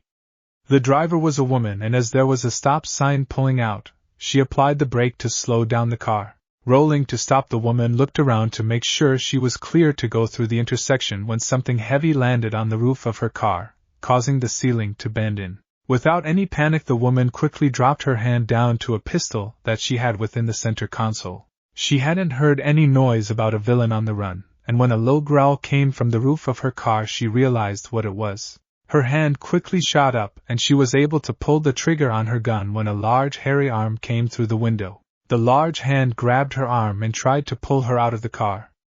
The woman yelled as the claws cut through her jacket and got her arm. She dropped the pistol but then reached into her jacket and pulled out a dagger. She rammed into the hairy arm, and before the creature had a chance to run away, she pulled out the dagger and stabbed a different part of the arm, closer to the wrist. The creature finally let go of her, and with a growl jumped off her car. Acting quickly, the woman got out of her car and hurried to her trunk. She opened the trunk, and before the door was fully opening, she leaned inside and pulled the floor of the trunk open, revealing a hidden compartment that was loaded with bullets and different guns. The woman grabbed an assault rifle that had a silencer on it. She then grabbed a magazine that had bullets with light blue tips and slipped into the assault rifle. Chambering around, the woman brought the gun up to her shoulder and began hunting the creature that had attacked her.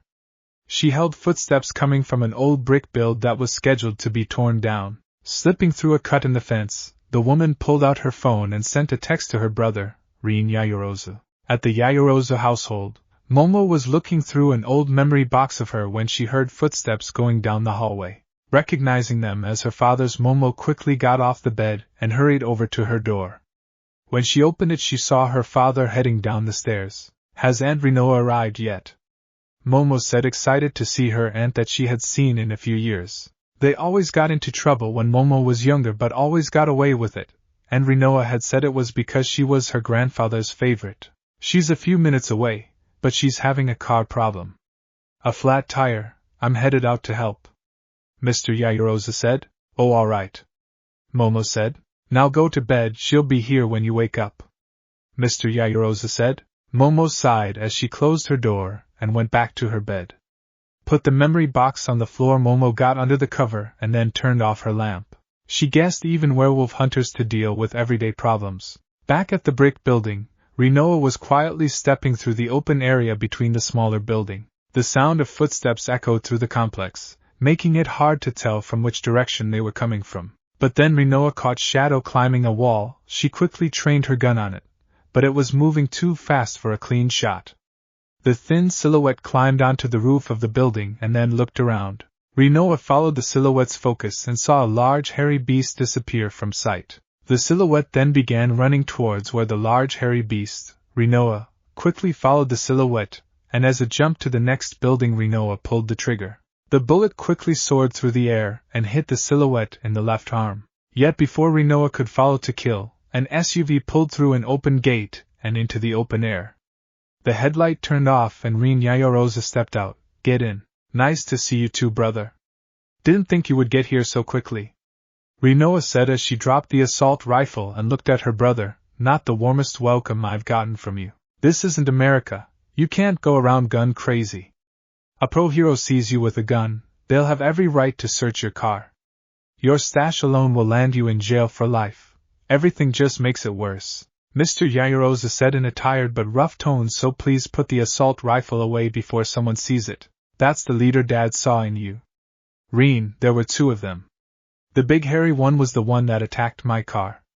I shot the thin one, but didn't have much luck with the big one," Rinoa said. "The Alpha," Mr. Yayorozu said. "Your guess is as good as mine," Rinoa said.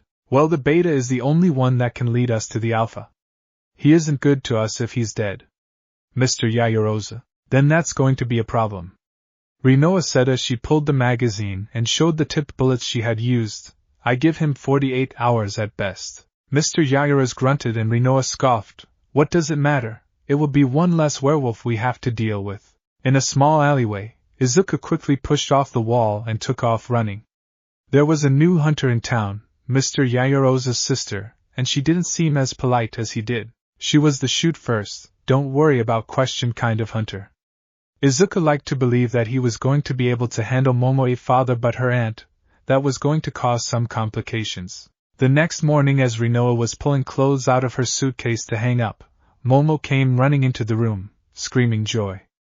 Rinoa quickly dropped the shirt and hugged her niece. "It's so good to see you again, Mo," Rinoa said. "Same here, Auntie R," Momo said. Rinoa then held Momo back and took in how beautiful her niece had become. "Look at that, I don't see you for a few years and you turned into a runway model." Momo laughed and said, "You won't believe how often Dad had to chase boys away. And I haven't showered yet." "Well, you're already a knockout.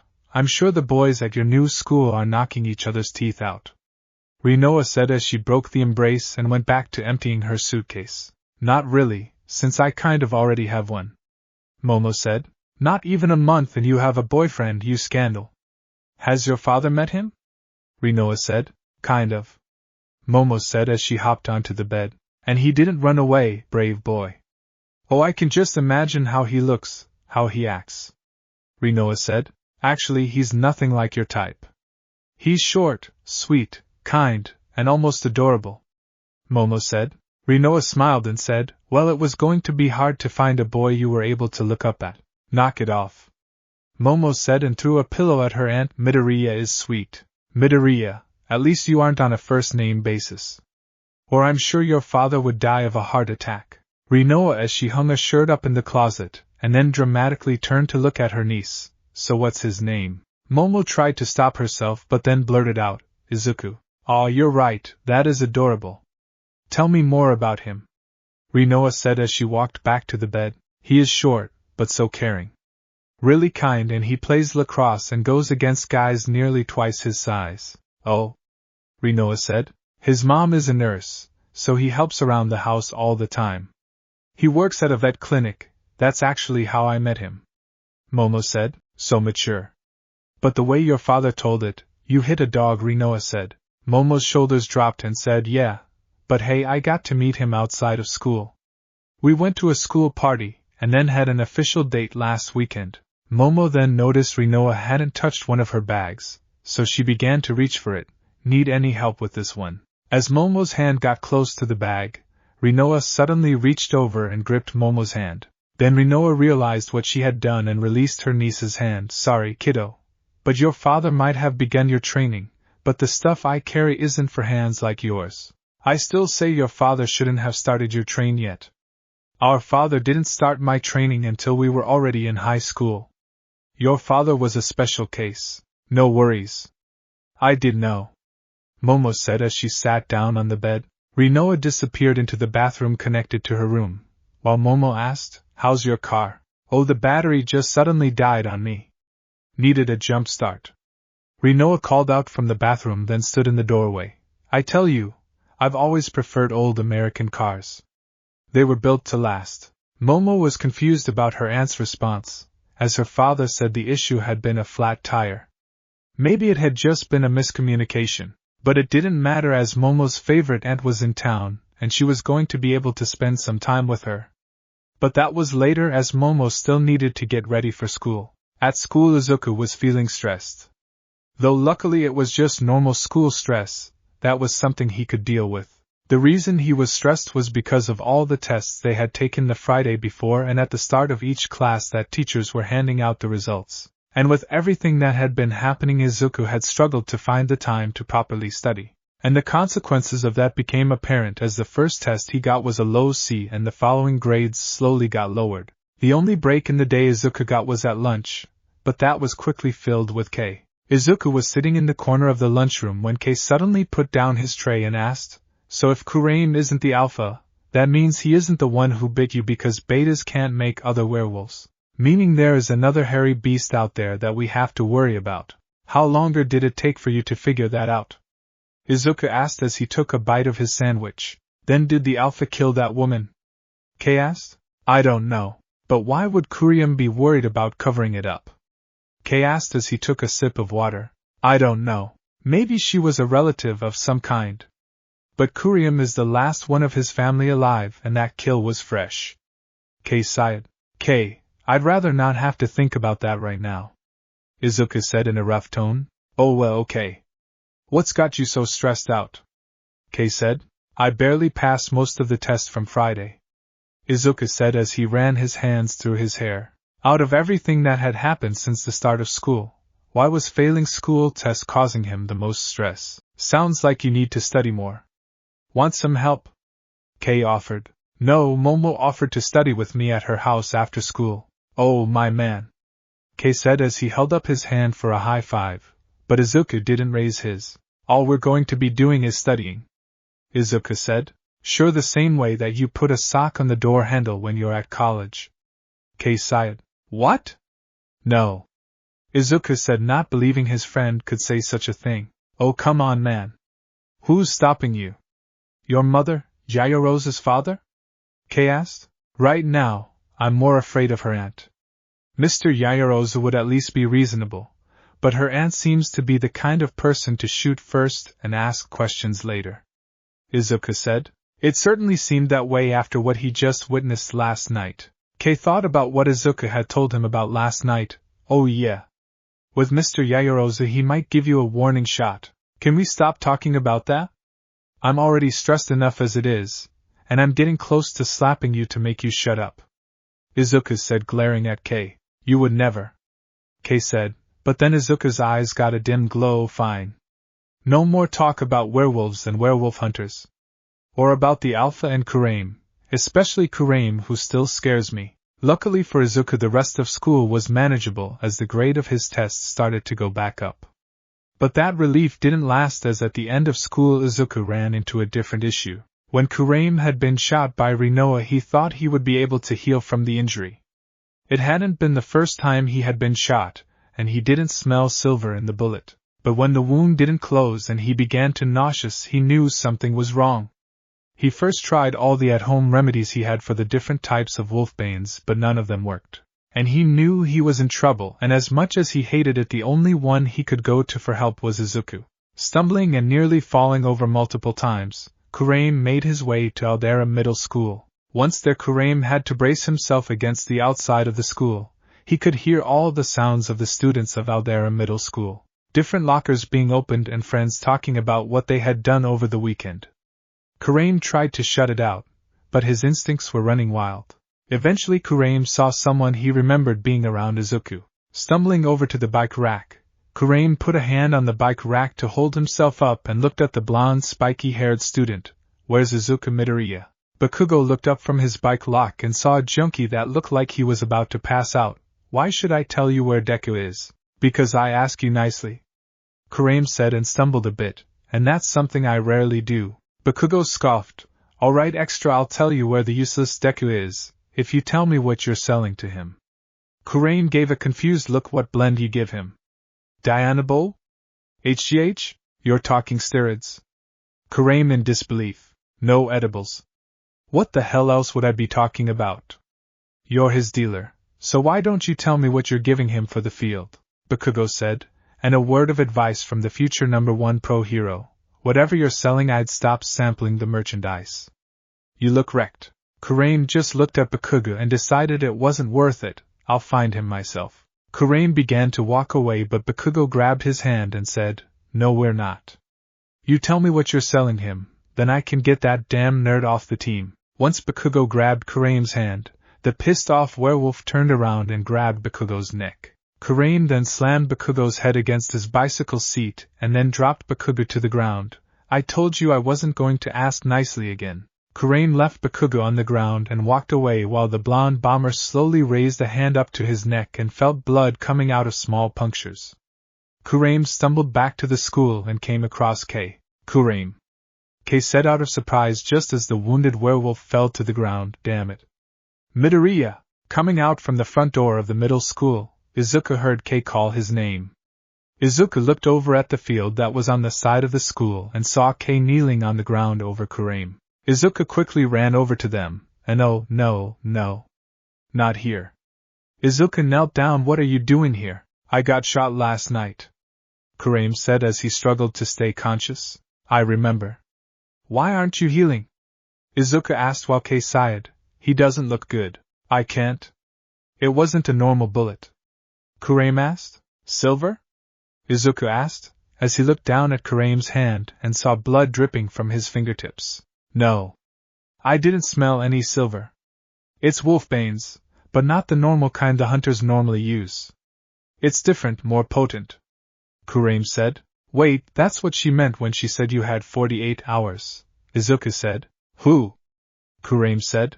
The one who shot Mr. Yaoyorozu's sister. Izuku said, and then Kurium took a sharp breath and while his eyes glowed blue. I need you to find out what type of bullet they used. The wolfbanes will be in the tip of the bullet. Find one to bring to me, I'll be able to handle it from there.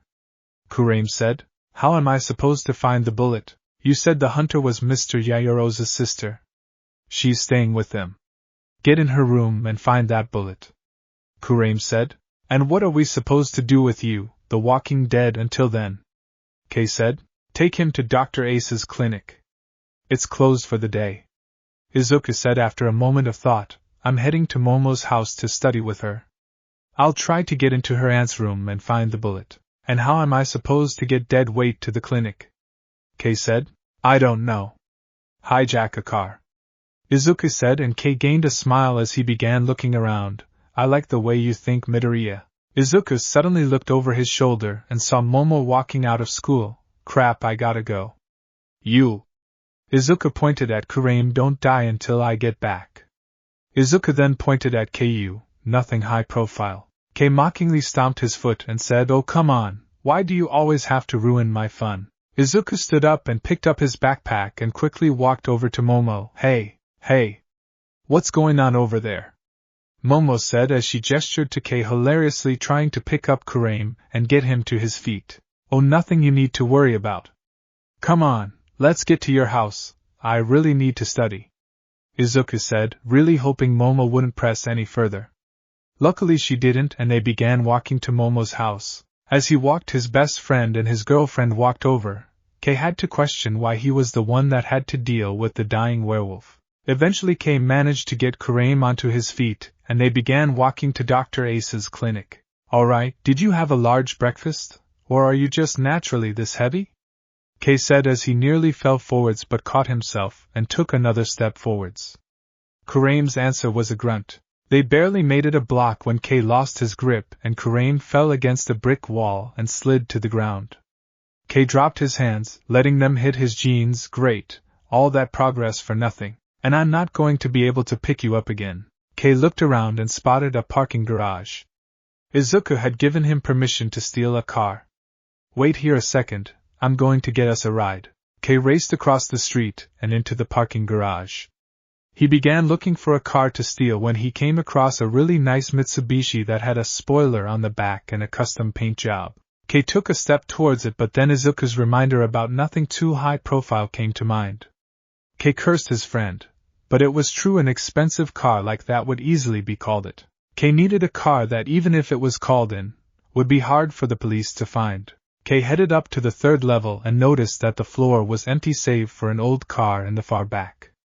Kei ran up to the car and found that it was an old Jeep with fading blue paint. Its back side was made out of cloth and looked like it could be folded down for an open back. Best yet, there was a good layer of dust on the Jeep, meaning that the car had been here for a while, and its owner wasn't going to miss it.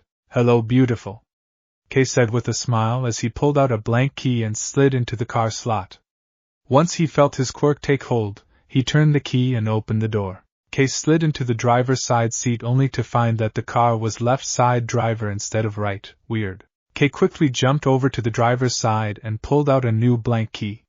He slipped it into the injection and after a second turned it.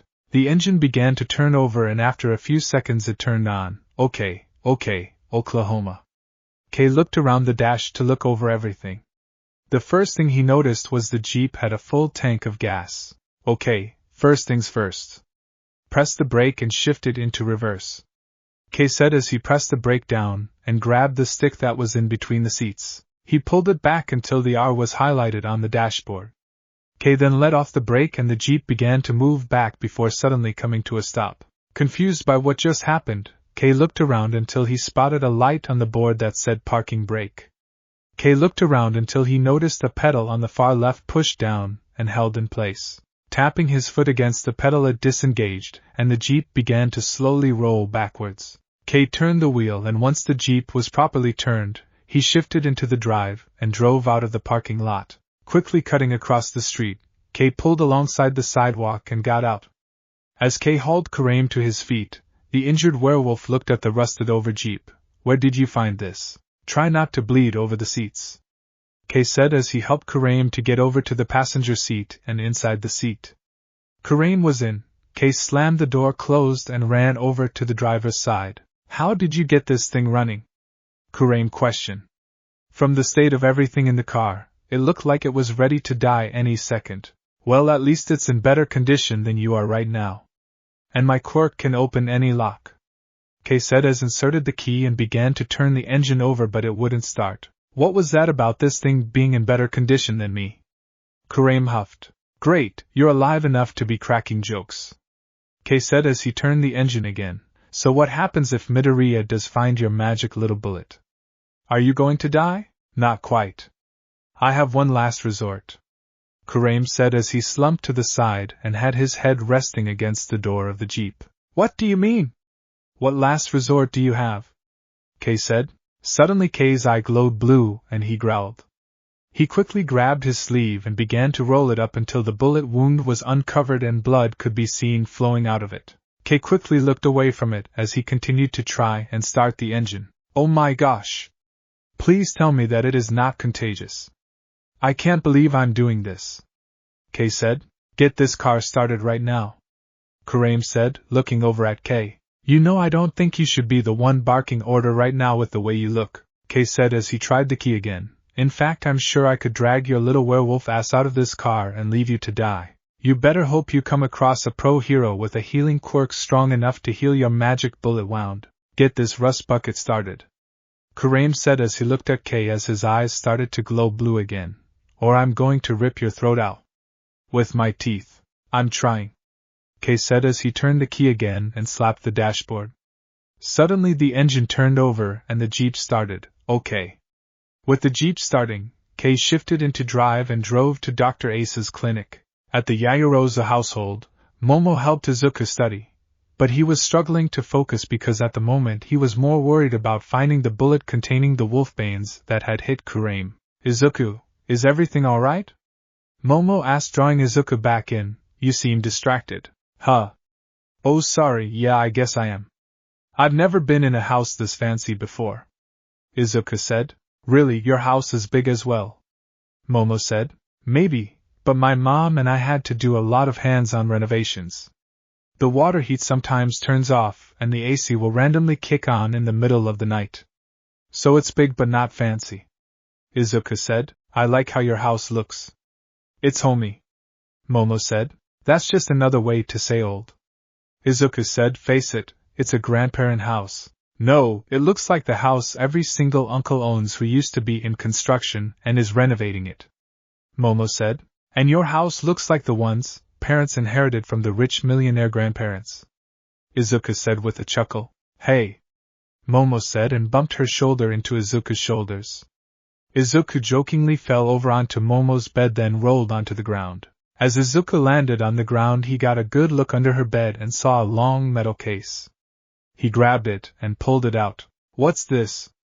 Izuku said, causing Momo to look down at him. Oh, that's probably the one thing I was good at growing up.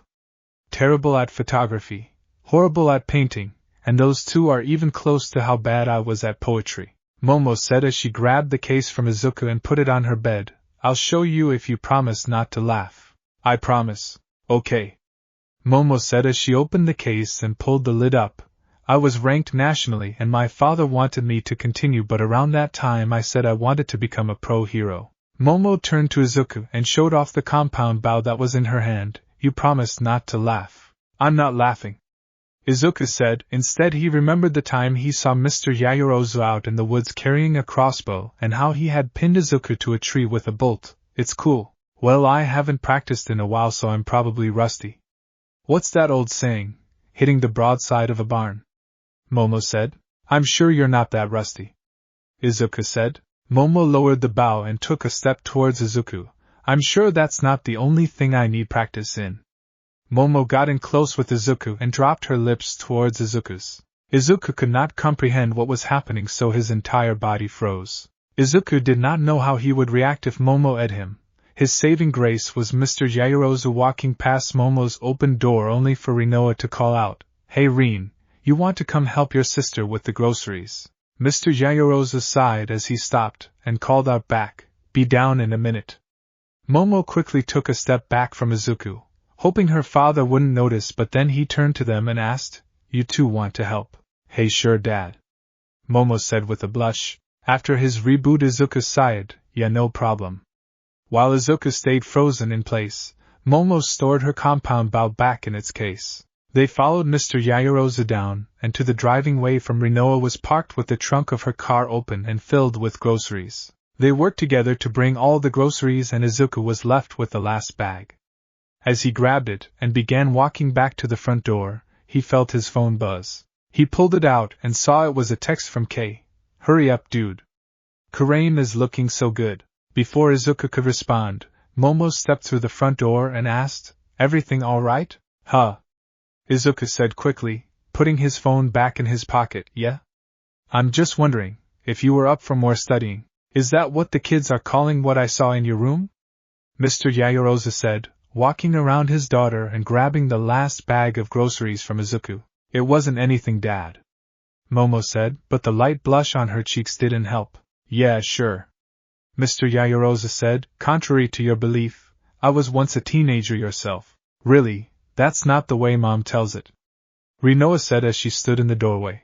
From what she took me, you came out with a scowl and a personal vendetta against the world. Weren't you the one who convinced Dad to start training you when you were 10? I was 14, and if Dad didn't think I was ready he wouldn't have agreed to it, Mr. Yaoyorozu said, turning to his sister then turning back and Izuku, you on your bike. Mr. Yaoyorozu then turned to his daughter, you inside, helping with dinner. Izuku gave a hesitant nod. He didn't have a chance to search the house for whatever magic bullet had hit Kurium, and it seemed he wouldn't.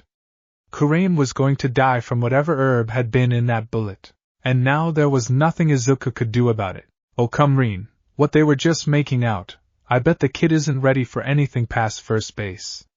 I'm surprised he even took a swing, Rinoa said, then looked over at Izuku, you with the adorable green eyes. Drop your bike, you're staying for dinner. Izuku looked over at Momo, and she gave him a look that told her aunt had always been like this, and it would be best for him to just go with the flow of everything. So pushing his kickstand down again, Izuku followed Momo and Ronia into the house, leaving Mr. Yaoyorozu on the front porch, debating with himself if it had been worth calling his sister to help with the werewolf problem if she was going to be this irritated. Though, now in hindsight he should have seen this coming. Dinner prep went smoothly enough, though Izuku was sure if he wasn't a werewolf his asthma would have kicked in every time he caught Mr. Yaoyorozu staring at him. Izuku didn't think it could get any worse, but he was sorely mistaken as during dinner, Mr. and Mrs. Yaoyorozu asked him questions about his life. While Izuku was sure Mrs. Yaoyorozu was just getting to know him, he was sure Mr. Yaoyorozu was analyzing his response and judging to see if he was waiting for dating Momo. It was when Mrs. Yaoyorozu asked if Izuku would like anything else to drink besides water. Izuku had to toss a glance over to Mr. Yaoyorozu before answering, I won't say no to some tea. Mrs. Yaoyorozu smiled, that sounds like a wonderful idea. As she got up and began to make the tea and form the smell of it, it was of higher quality than Izuku ever thought he would get the chance to have. Mr. Yaoyorozu asked, are you sure we can't get you a beer? How about some wine, Dad? Momo said starkly as she glared at her father. No, sir. I'm good. I only ever use wine for cooking. Izuku said, then nervously added, my mother taught me a few months ago. Oh. Yamamoto, you've got some good material to work with, Ronia said and laughed as her niece blushed a bit. Mr. Yaoyorozu sighed and stood up and headed to the kitchen to ask his wife to make his cup a double. Izuku felt his phone buzz again and feeling this was his chance to disappear for a bit, stood up and said, excuse, I need to use the restroom. Izuku quickly stepped away from the table and once he was far enough down the hallway pulled out his phone. It was another text from Kei telling him to call. Izuku dialed Kei, who immediately picked up. Have you found the bullet yet? Kei asked. No. Izuku said in a rushed tone, I haven't even had a chance to search. Well, start looking. Kei said. I can't search the whole house. I don't have the time. They'll get suspicious. Izuku said as he looked down the hallway to see if anyone was coming. Okay. You said it was Yaoyorozu's aunt that shot the magic bullet. Start in her room. She probably has the bullet stored in there. Look for a duffel bag. Kei then paused. Use your nose. My what? Izuku questioned. We're looking for wolfbanes. Right, the same sort that made your asthma come back, but your werewolf sense it probably smells like rotten egg. Find the scent and follow it, Kei said, then lowered his voice, and please hurry, he's starting to smell like death. Izuku didn't dignify his friend with a response, but hung up and slipped his phone back into his pocket. Izuku then listened to the conversation that was coming from the kitchen and dining room. Izuku then turned and hurried to the stairs. Walking past Momo's bedroom and the obvious master bedroom, Izuku came across the only other bedroom in the house. Quietly pushing the door open, Izuku looked inside and saw numerous suitcases in the corner of the room. Stepping into the room, Izuku felt his sense of smell heightened and the smell hit him immediately. It wasn't quite the rotten egg smell Kei said earlier, but it did make his eyes water a bit. Almost like someone was cutting garlic and onion that had been left out in the sun for the whole day. It was overpowering, but Izuku could at least tell it was coming from under the bed. So dropping to his hands and knees, Izuku lifted the bed skirt from the ground and looked underneath. There wasn't anything underneath the bed save for a single black duffel bag, which Izuku grabbed out and opened. He quickly found that was full of Lucian bills. If Izuku didn't already know Momo and her family were werewolf hunters, it would be around this time he would question where all the money had come from. Shuffling around the money, Izuku felt something hard and solid.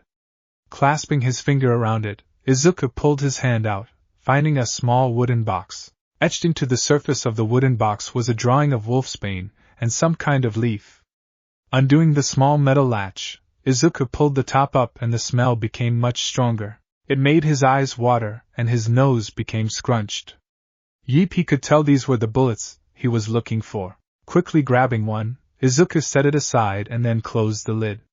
Izuku then shoved the wooden box under the money and closed the zipper of the duffel bag. Izuku then shoved the duffel bag back under the bed, then as he stood up he grabbed the bullet. He noticed there was some kind of writing engraving on the casing of the bullet. Pulling out his phone and opening the translation app it came with, Izuku entered the writing int and translated it.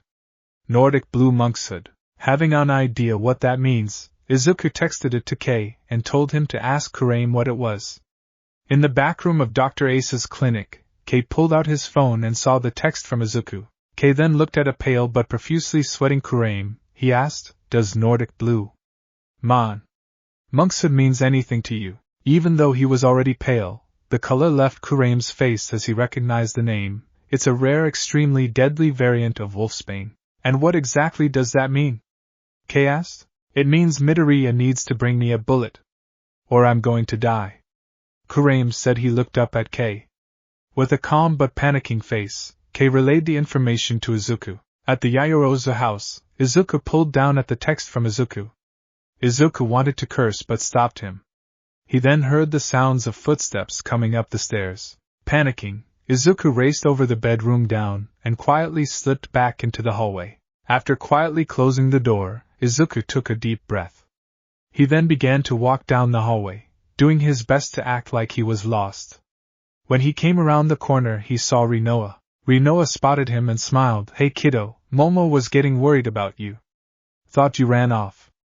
Tea's ready." "Oh, sorry, I got lost trying to find the bathroom." "Big house?" Izuku said. "Yeah. It's a bit big for my taste."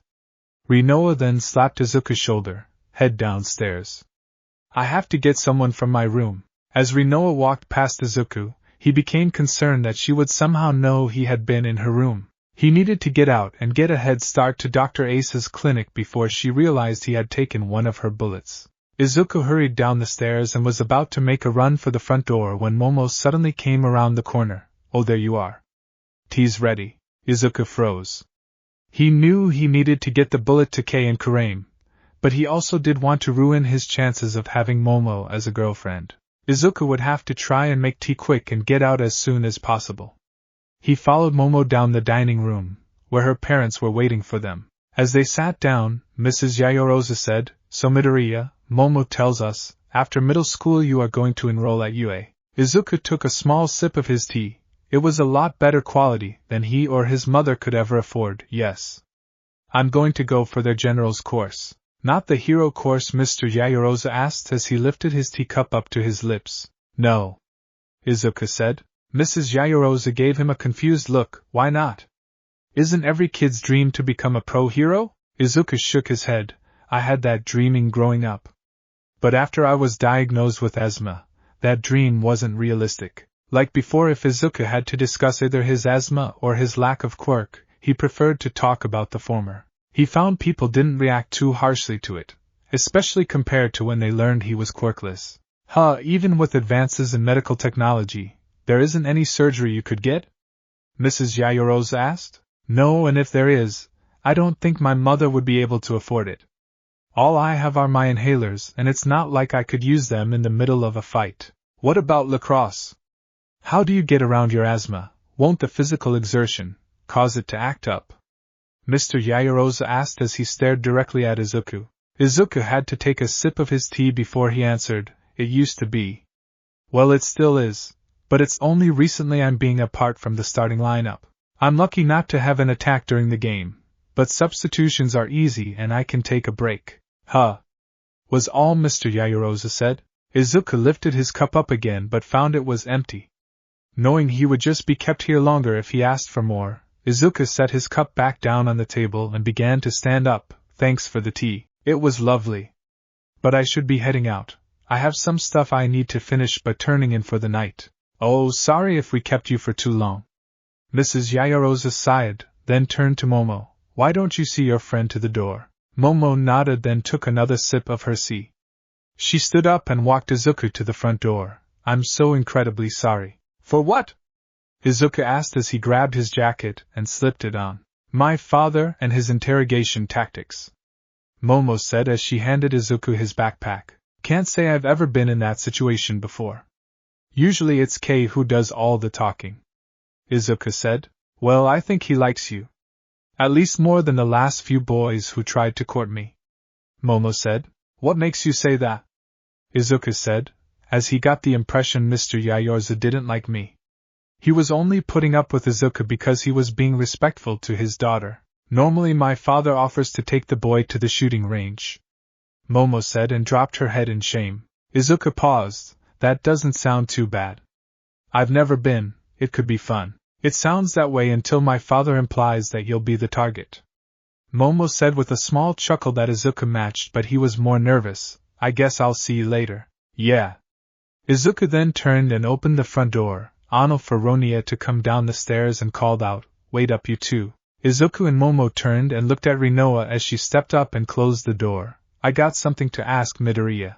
"Okay," Izuku said, trying his best to sound confused, but he knew she was going to ask what he was doing in her room. "What did you take from my room?"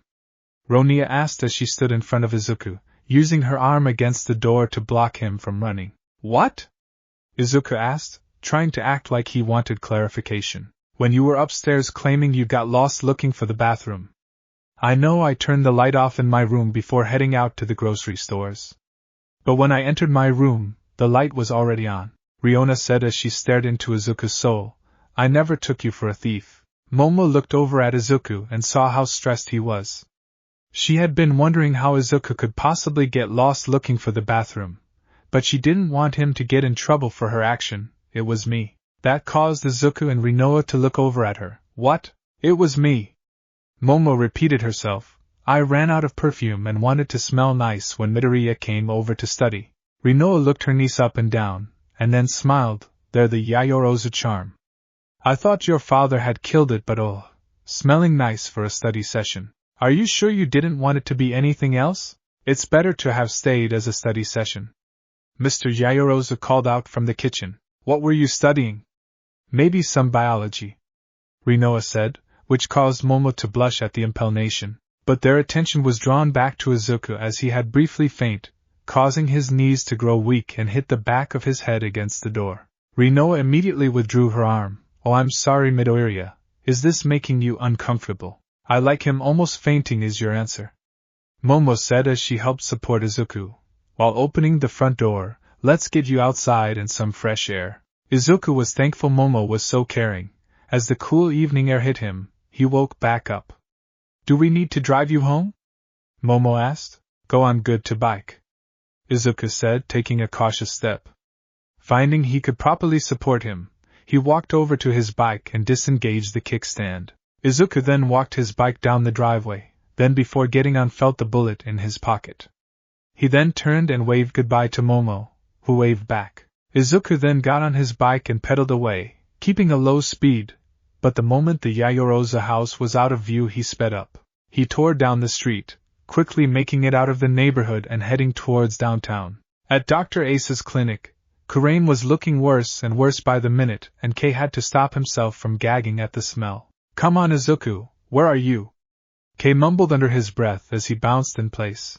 "I'd rather not find out that zombie werewolves exist as well." "He's not here," Kurium said, then took in a sharp breath. "Then we need to go with the backup plan." "What backup plan?" If you have a backup plan, then why didn't we do that first before we sent my best friend into the figurative wolf's den? Kay said. Because.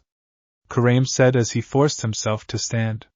He stumbled towards a few drawings, and began opening them, looking for something. Finding what he was looking over, Kurium turned around and slammed a bone saw against the metal table.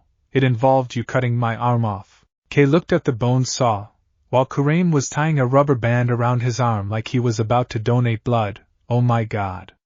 What if you bleed out? Once the monk's hood is out of my system, I'll regenerate, Kurium said as he finished tying the rubber band.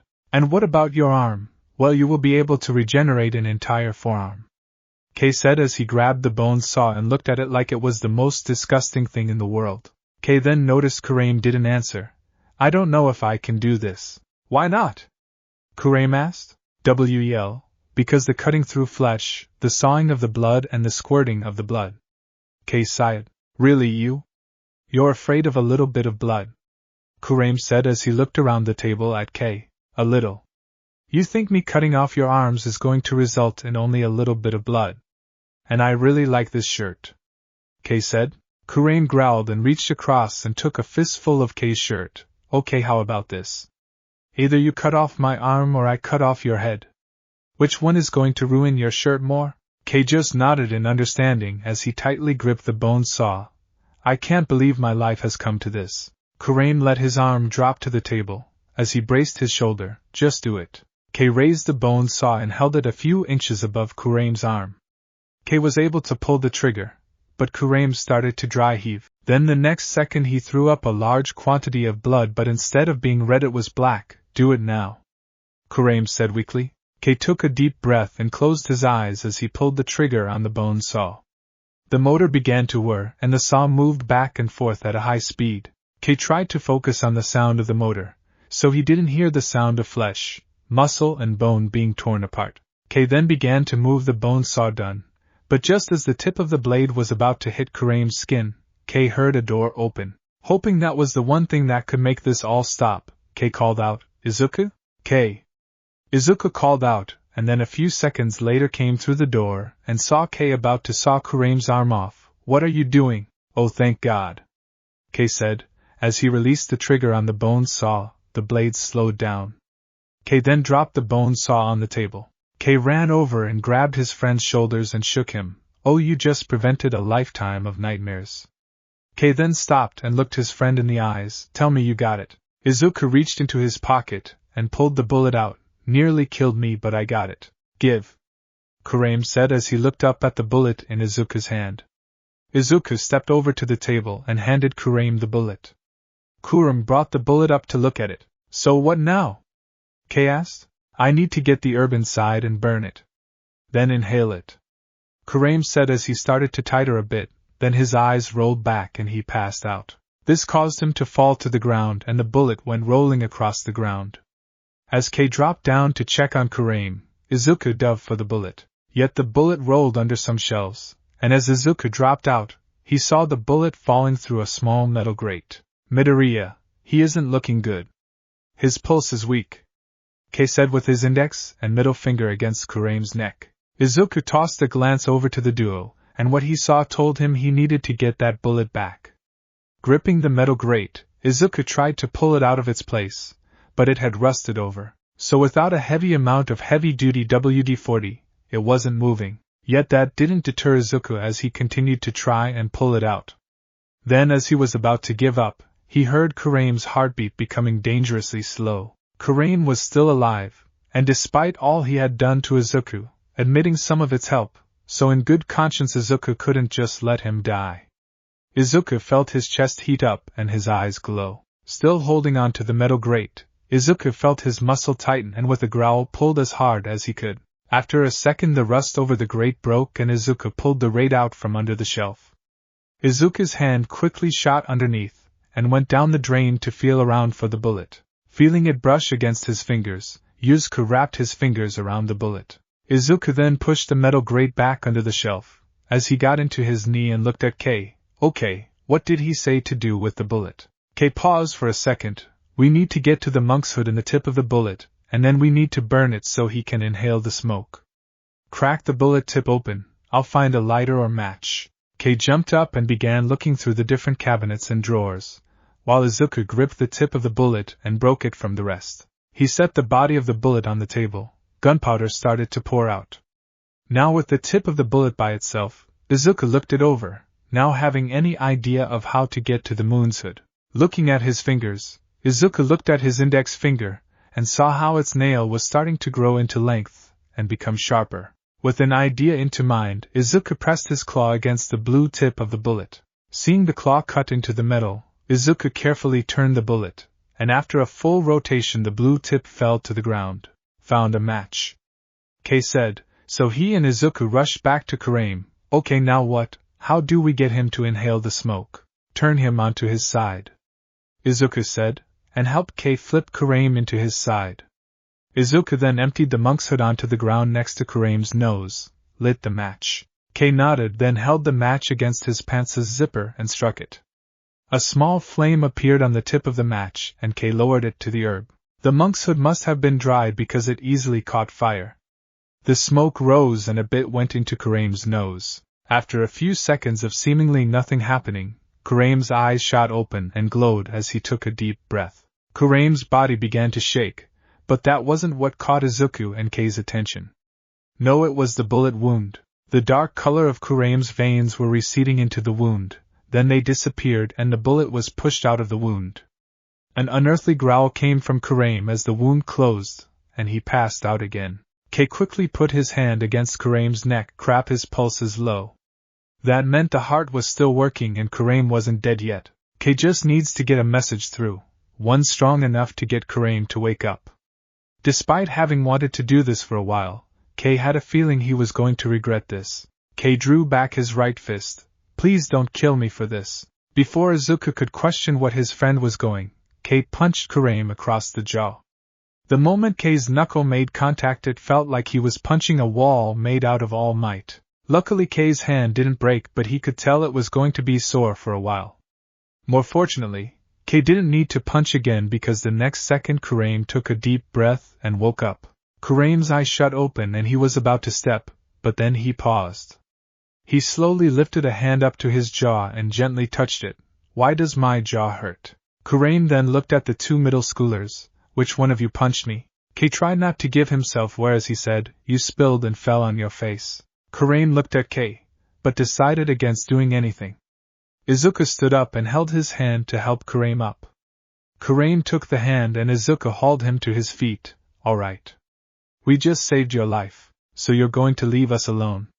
Or else I'll go back and tell Mr. Yaoyorozu. I'll tell him everything. After everything you've been through, you're going to test them over me. Kurium said. At least they haven't directly threatened me. Izuku pointed out. That's because they don't know what you are. The moment they do, Kurium said, as he paused and suddenly looked around, then he looked back at Izuku. You want to know who they are? I'll show you and you'll know exactly what you've got roped into. Kurium turned and walked out of the room. As Kei looked to Izuku, we have been wanting answers. If he is willing to give them. Izuku nodded to show his understanding. They followed after Kurium. As the only vehicle they had was the jeep Kei had stolen, Kurium led the two down the street of Mizurufu. When Kurium stopped, Izuku and Kei looked around, only to realize they were standing in the parking lot of an assisted living home. What are we doing here? Kei said. The person who can give you all the answers is here? Kurium said as he began walking to the front door. Great, an old senile grandpa. Kei scoffed as he and Izuku followed after Kurium. At the front desk, Kurium signed in and then led them down a series of hallways, until they arrived at a door. After pushing it open, Kurium gestured for the two of them to walk in. Walking in, Izuku saw an older man sitting in a chair, with his back turned to him. Sir, I'm Izuku paused as he noticed how still the man was. Quietly Izuku walked up to the man from his left side. The man looked normal enough, the only odd thing was he wasn't blinking. That was until Izuku stepped in front of the man, and saw the large burn mark on the man's face go up into his hair and go down his neck and disappear under his shirt. Izuku quickly looked over at Kurium. Who is he? Hiroto Kurium. My uncle and last remaining living relative. Kurium said as Kei walked up to Hiroto and looked him over. What happened to him? The hunters. Yaoyorozu family. A member of our family hasn't been killed in generations, but the Yaoyorozu only see us as mindless bloody beasts. It was 6 years ago, one of their members broke into our house and burned it down. My sister and I were the only ones to escape with minor injuries. Everyone else was stuck inside. By the time pro-heroes arrived, everyone was dead. Except my uncle, who I found in the garage, just like this. I admitted him here, hoping to give him a peaceful area to heal. Kurium said, "This is what they do to us. They don't care if we are nice, or trying to become pro-heroes. They just see us as wild animals, a danger to others, a danger that needs to be put down." "Why isn't he healing?" Kay asked. "Werewolves have to be conscious to heal, we have to force it. And my uncle, he's been in a coma since that day. He's healing like any other person, and there's nothing I can do." Kurium sighed. "What makes you so sure that it was the Yaoyorozu that set your house on fire?" Izuku asked. He couldn't see Momo, and as much as he feared him, Izuku couldn't see Mr. Yaoyorozu doing something like that, because they're the only ones that knew about us. Kurium said, "Why can't you understand Midoriya? Hunters, they don't care about who we are. 100 generations they hunted us, even in the light of quirks, we were called different. An abomination to humanity, and that's why they still hunt us today. Same views, same order, same code." Izuku looked back at Kurium's uncle. Momo couldn't ever do anything like this. She wanted to become a pro-hero. Someone who wanted to do something so noble could do something like this, burn an entire house down, just because they could be villains. It wasn't who she was, who she could ever be. But then Izuku thought back to that dream he had only a few nights ago. If that they saw him as, then but perchance if they gave him the chance he could prove them wrong by becoming a pro-hero, people who rely and feel safe around, like All Might. After Kurium left them by watching down the street, Kei and Izuku walked down Dr. Ace's clinic, where Kei drove Izuku home. Once in his room, looked over the exercise and meal plan All Might had given him. Looking it over again, a new plan began to form in Izuku's mind. All Might had created this plan with the idea that a normal human body was going through it. But Izuku wasn't normal even by the standards of the world he lived in. Werewolves healed more easily. He had just since Kurium healed from a bullet wound, a magic bullet wound, and they were stronger and faster, something Izuku had felt for himself. Looking down at the folder All Might had given to him, Izuku knew he could do this. He could prove her werewolves weren't evil. He would show the hunters, the whole world, he could be a pro-hero. That following Saturday Izuku got up early and was at the beach, cleaning up the trash long before Toshinori or Kei had a chance to arrive. As Toshinori parked his truck and got out, Kei pulled next to him. Before either of them gave a greeting, they heard a yell coming from the beach. Giving each other a look, Kei and Toshinori walked up to the edge of the beach and looked over. Only to see Izuku pushing a car through the sand. But he didn't look, no, he looked determined. The same look Nana Shimura always told Toshinori he had always when she had first started to train him to receive one for all. Toshinori turned to Kei and asked, "What has happened since the last time I saw you?" "He found something he wants to prove. Something personal," Kei said as he looked down at his best friend. From a young age Izuku had always wanted to be a pro-hero, a person to protect others, the type that people could look up to the sky and see hope and safety. Even after not gaining a quirk and being bullied for it, Izuku never stopped talking about it to Kei. Kei liked to joke about fate, saying it was some crazy and bizarre ideal people created to give meaning to the chaos of the universe. But Kei believed many were forged into pro-heroes, a few were born to be pro-heroes, and every once in a while there came along someone, humble and sincere, but powerful enough to become something more than a pro-hero, but a legend. That drive, that fire, that belonging, it was something Kei had always seen in his best friend. It might have taken longer than normally, but now Izuku had the tool to become a legend of history. Kei was drawn out of his thoughts as he saw Izuku slip on the sand and hit his jaw on the trunk of the car as he fell. Well, the idea of a legend would have to wait. First Kei had to make sure Izuku survived middle school. Thanks for watching this video. You really enjoy this video. Like, subscribe, and comment down below, and turn on that bell notification. Don't forget to support, and follow D3mlart for writing that awesome fanfic, and also make sure to comment on this story, link in the description. See you in the next video, goodbye.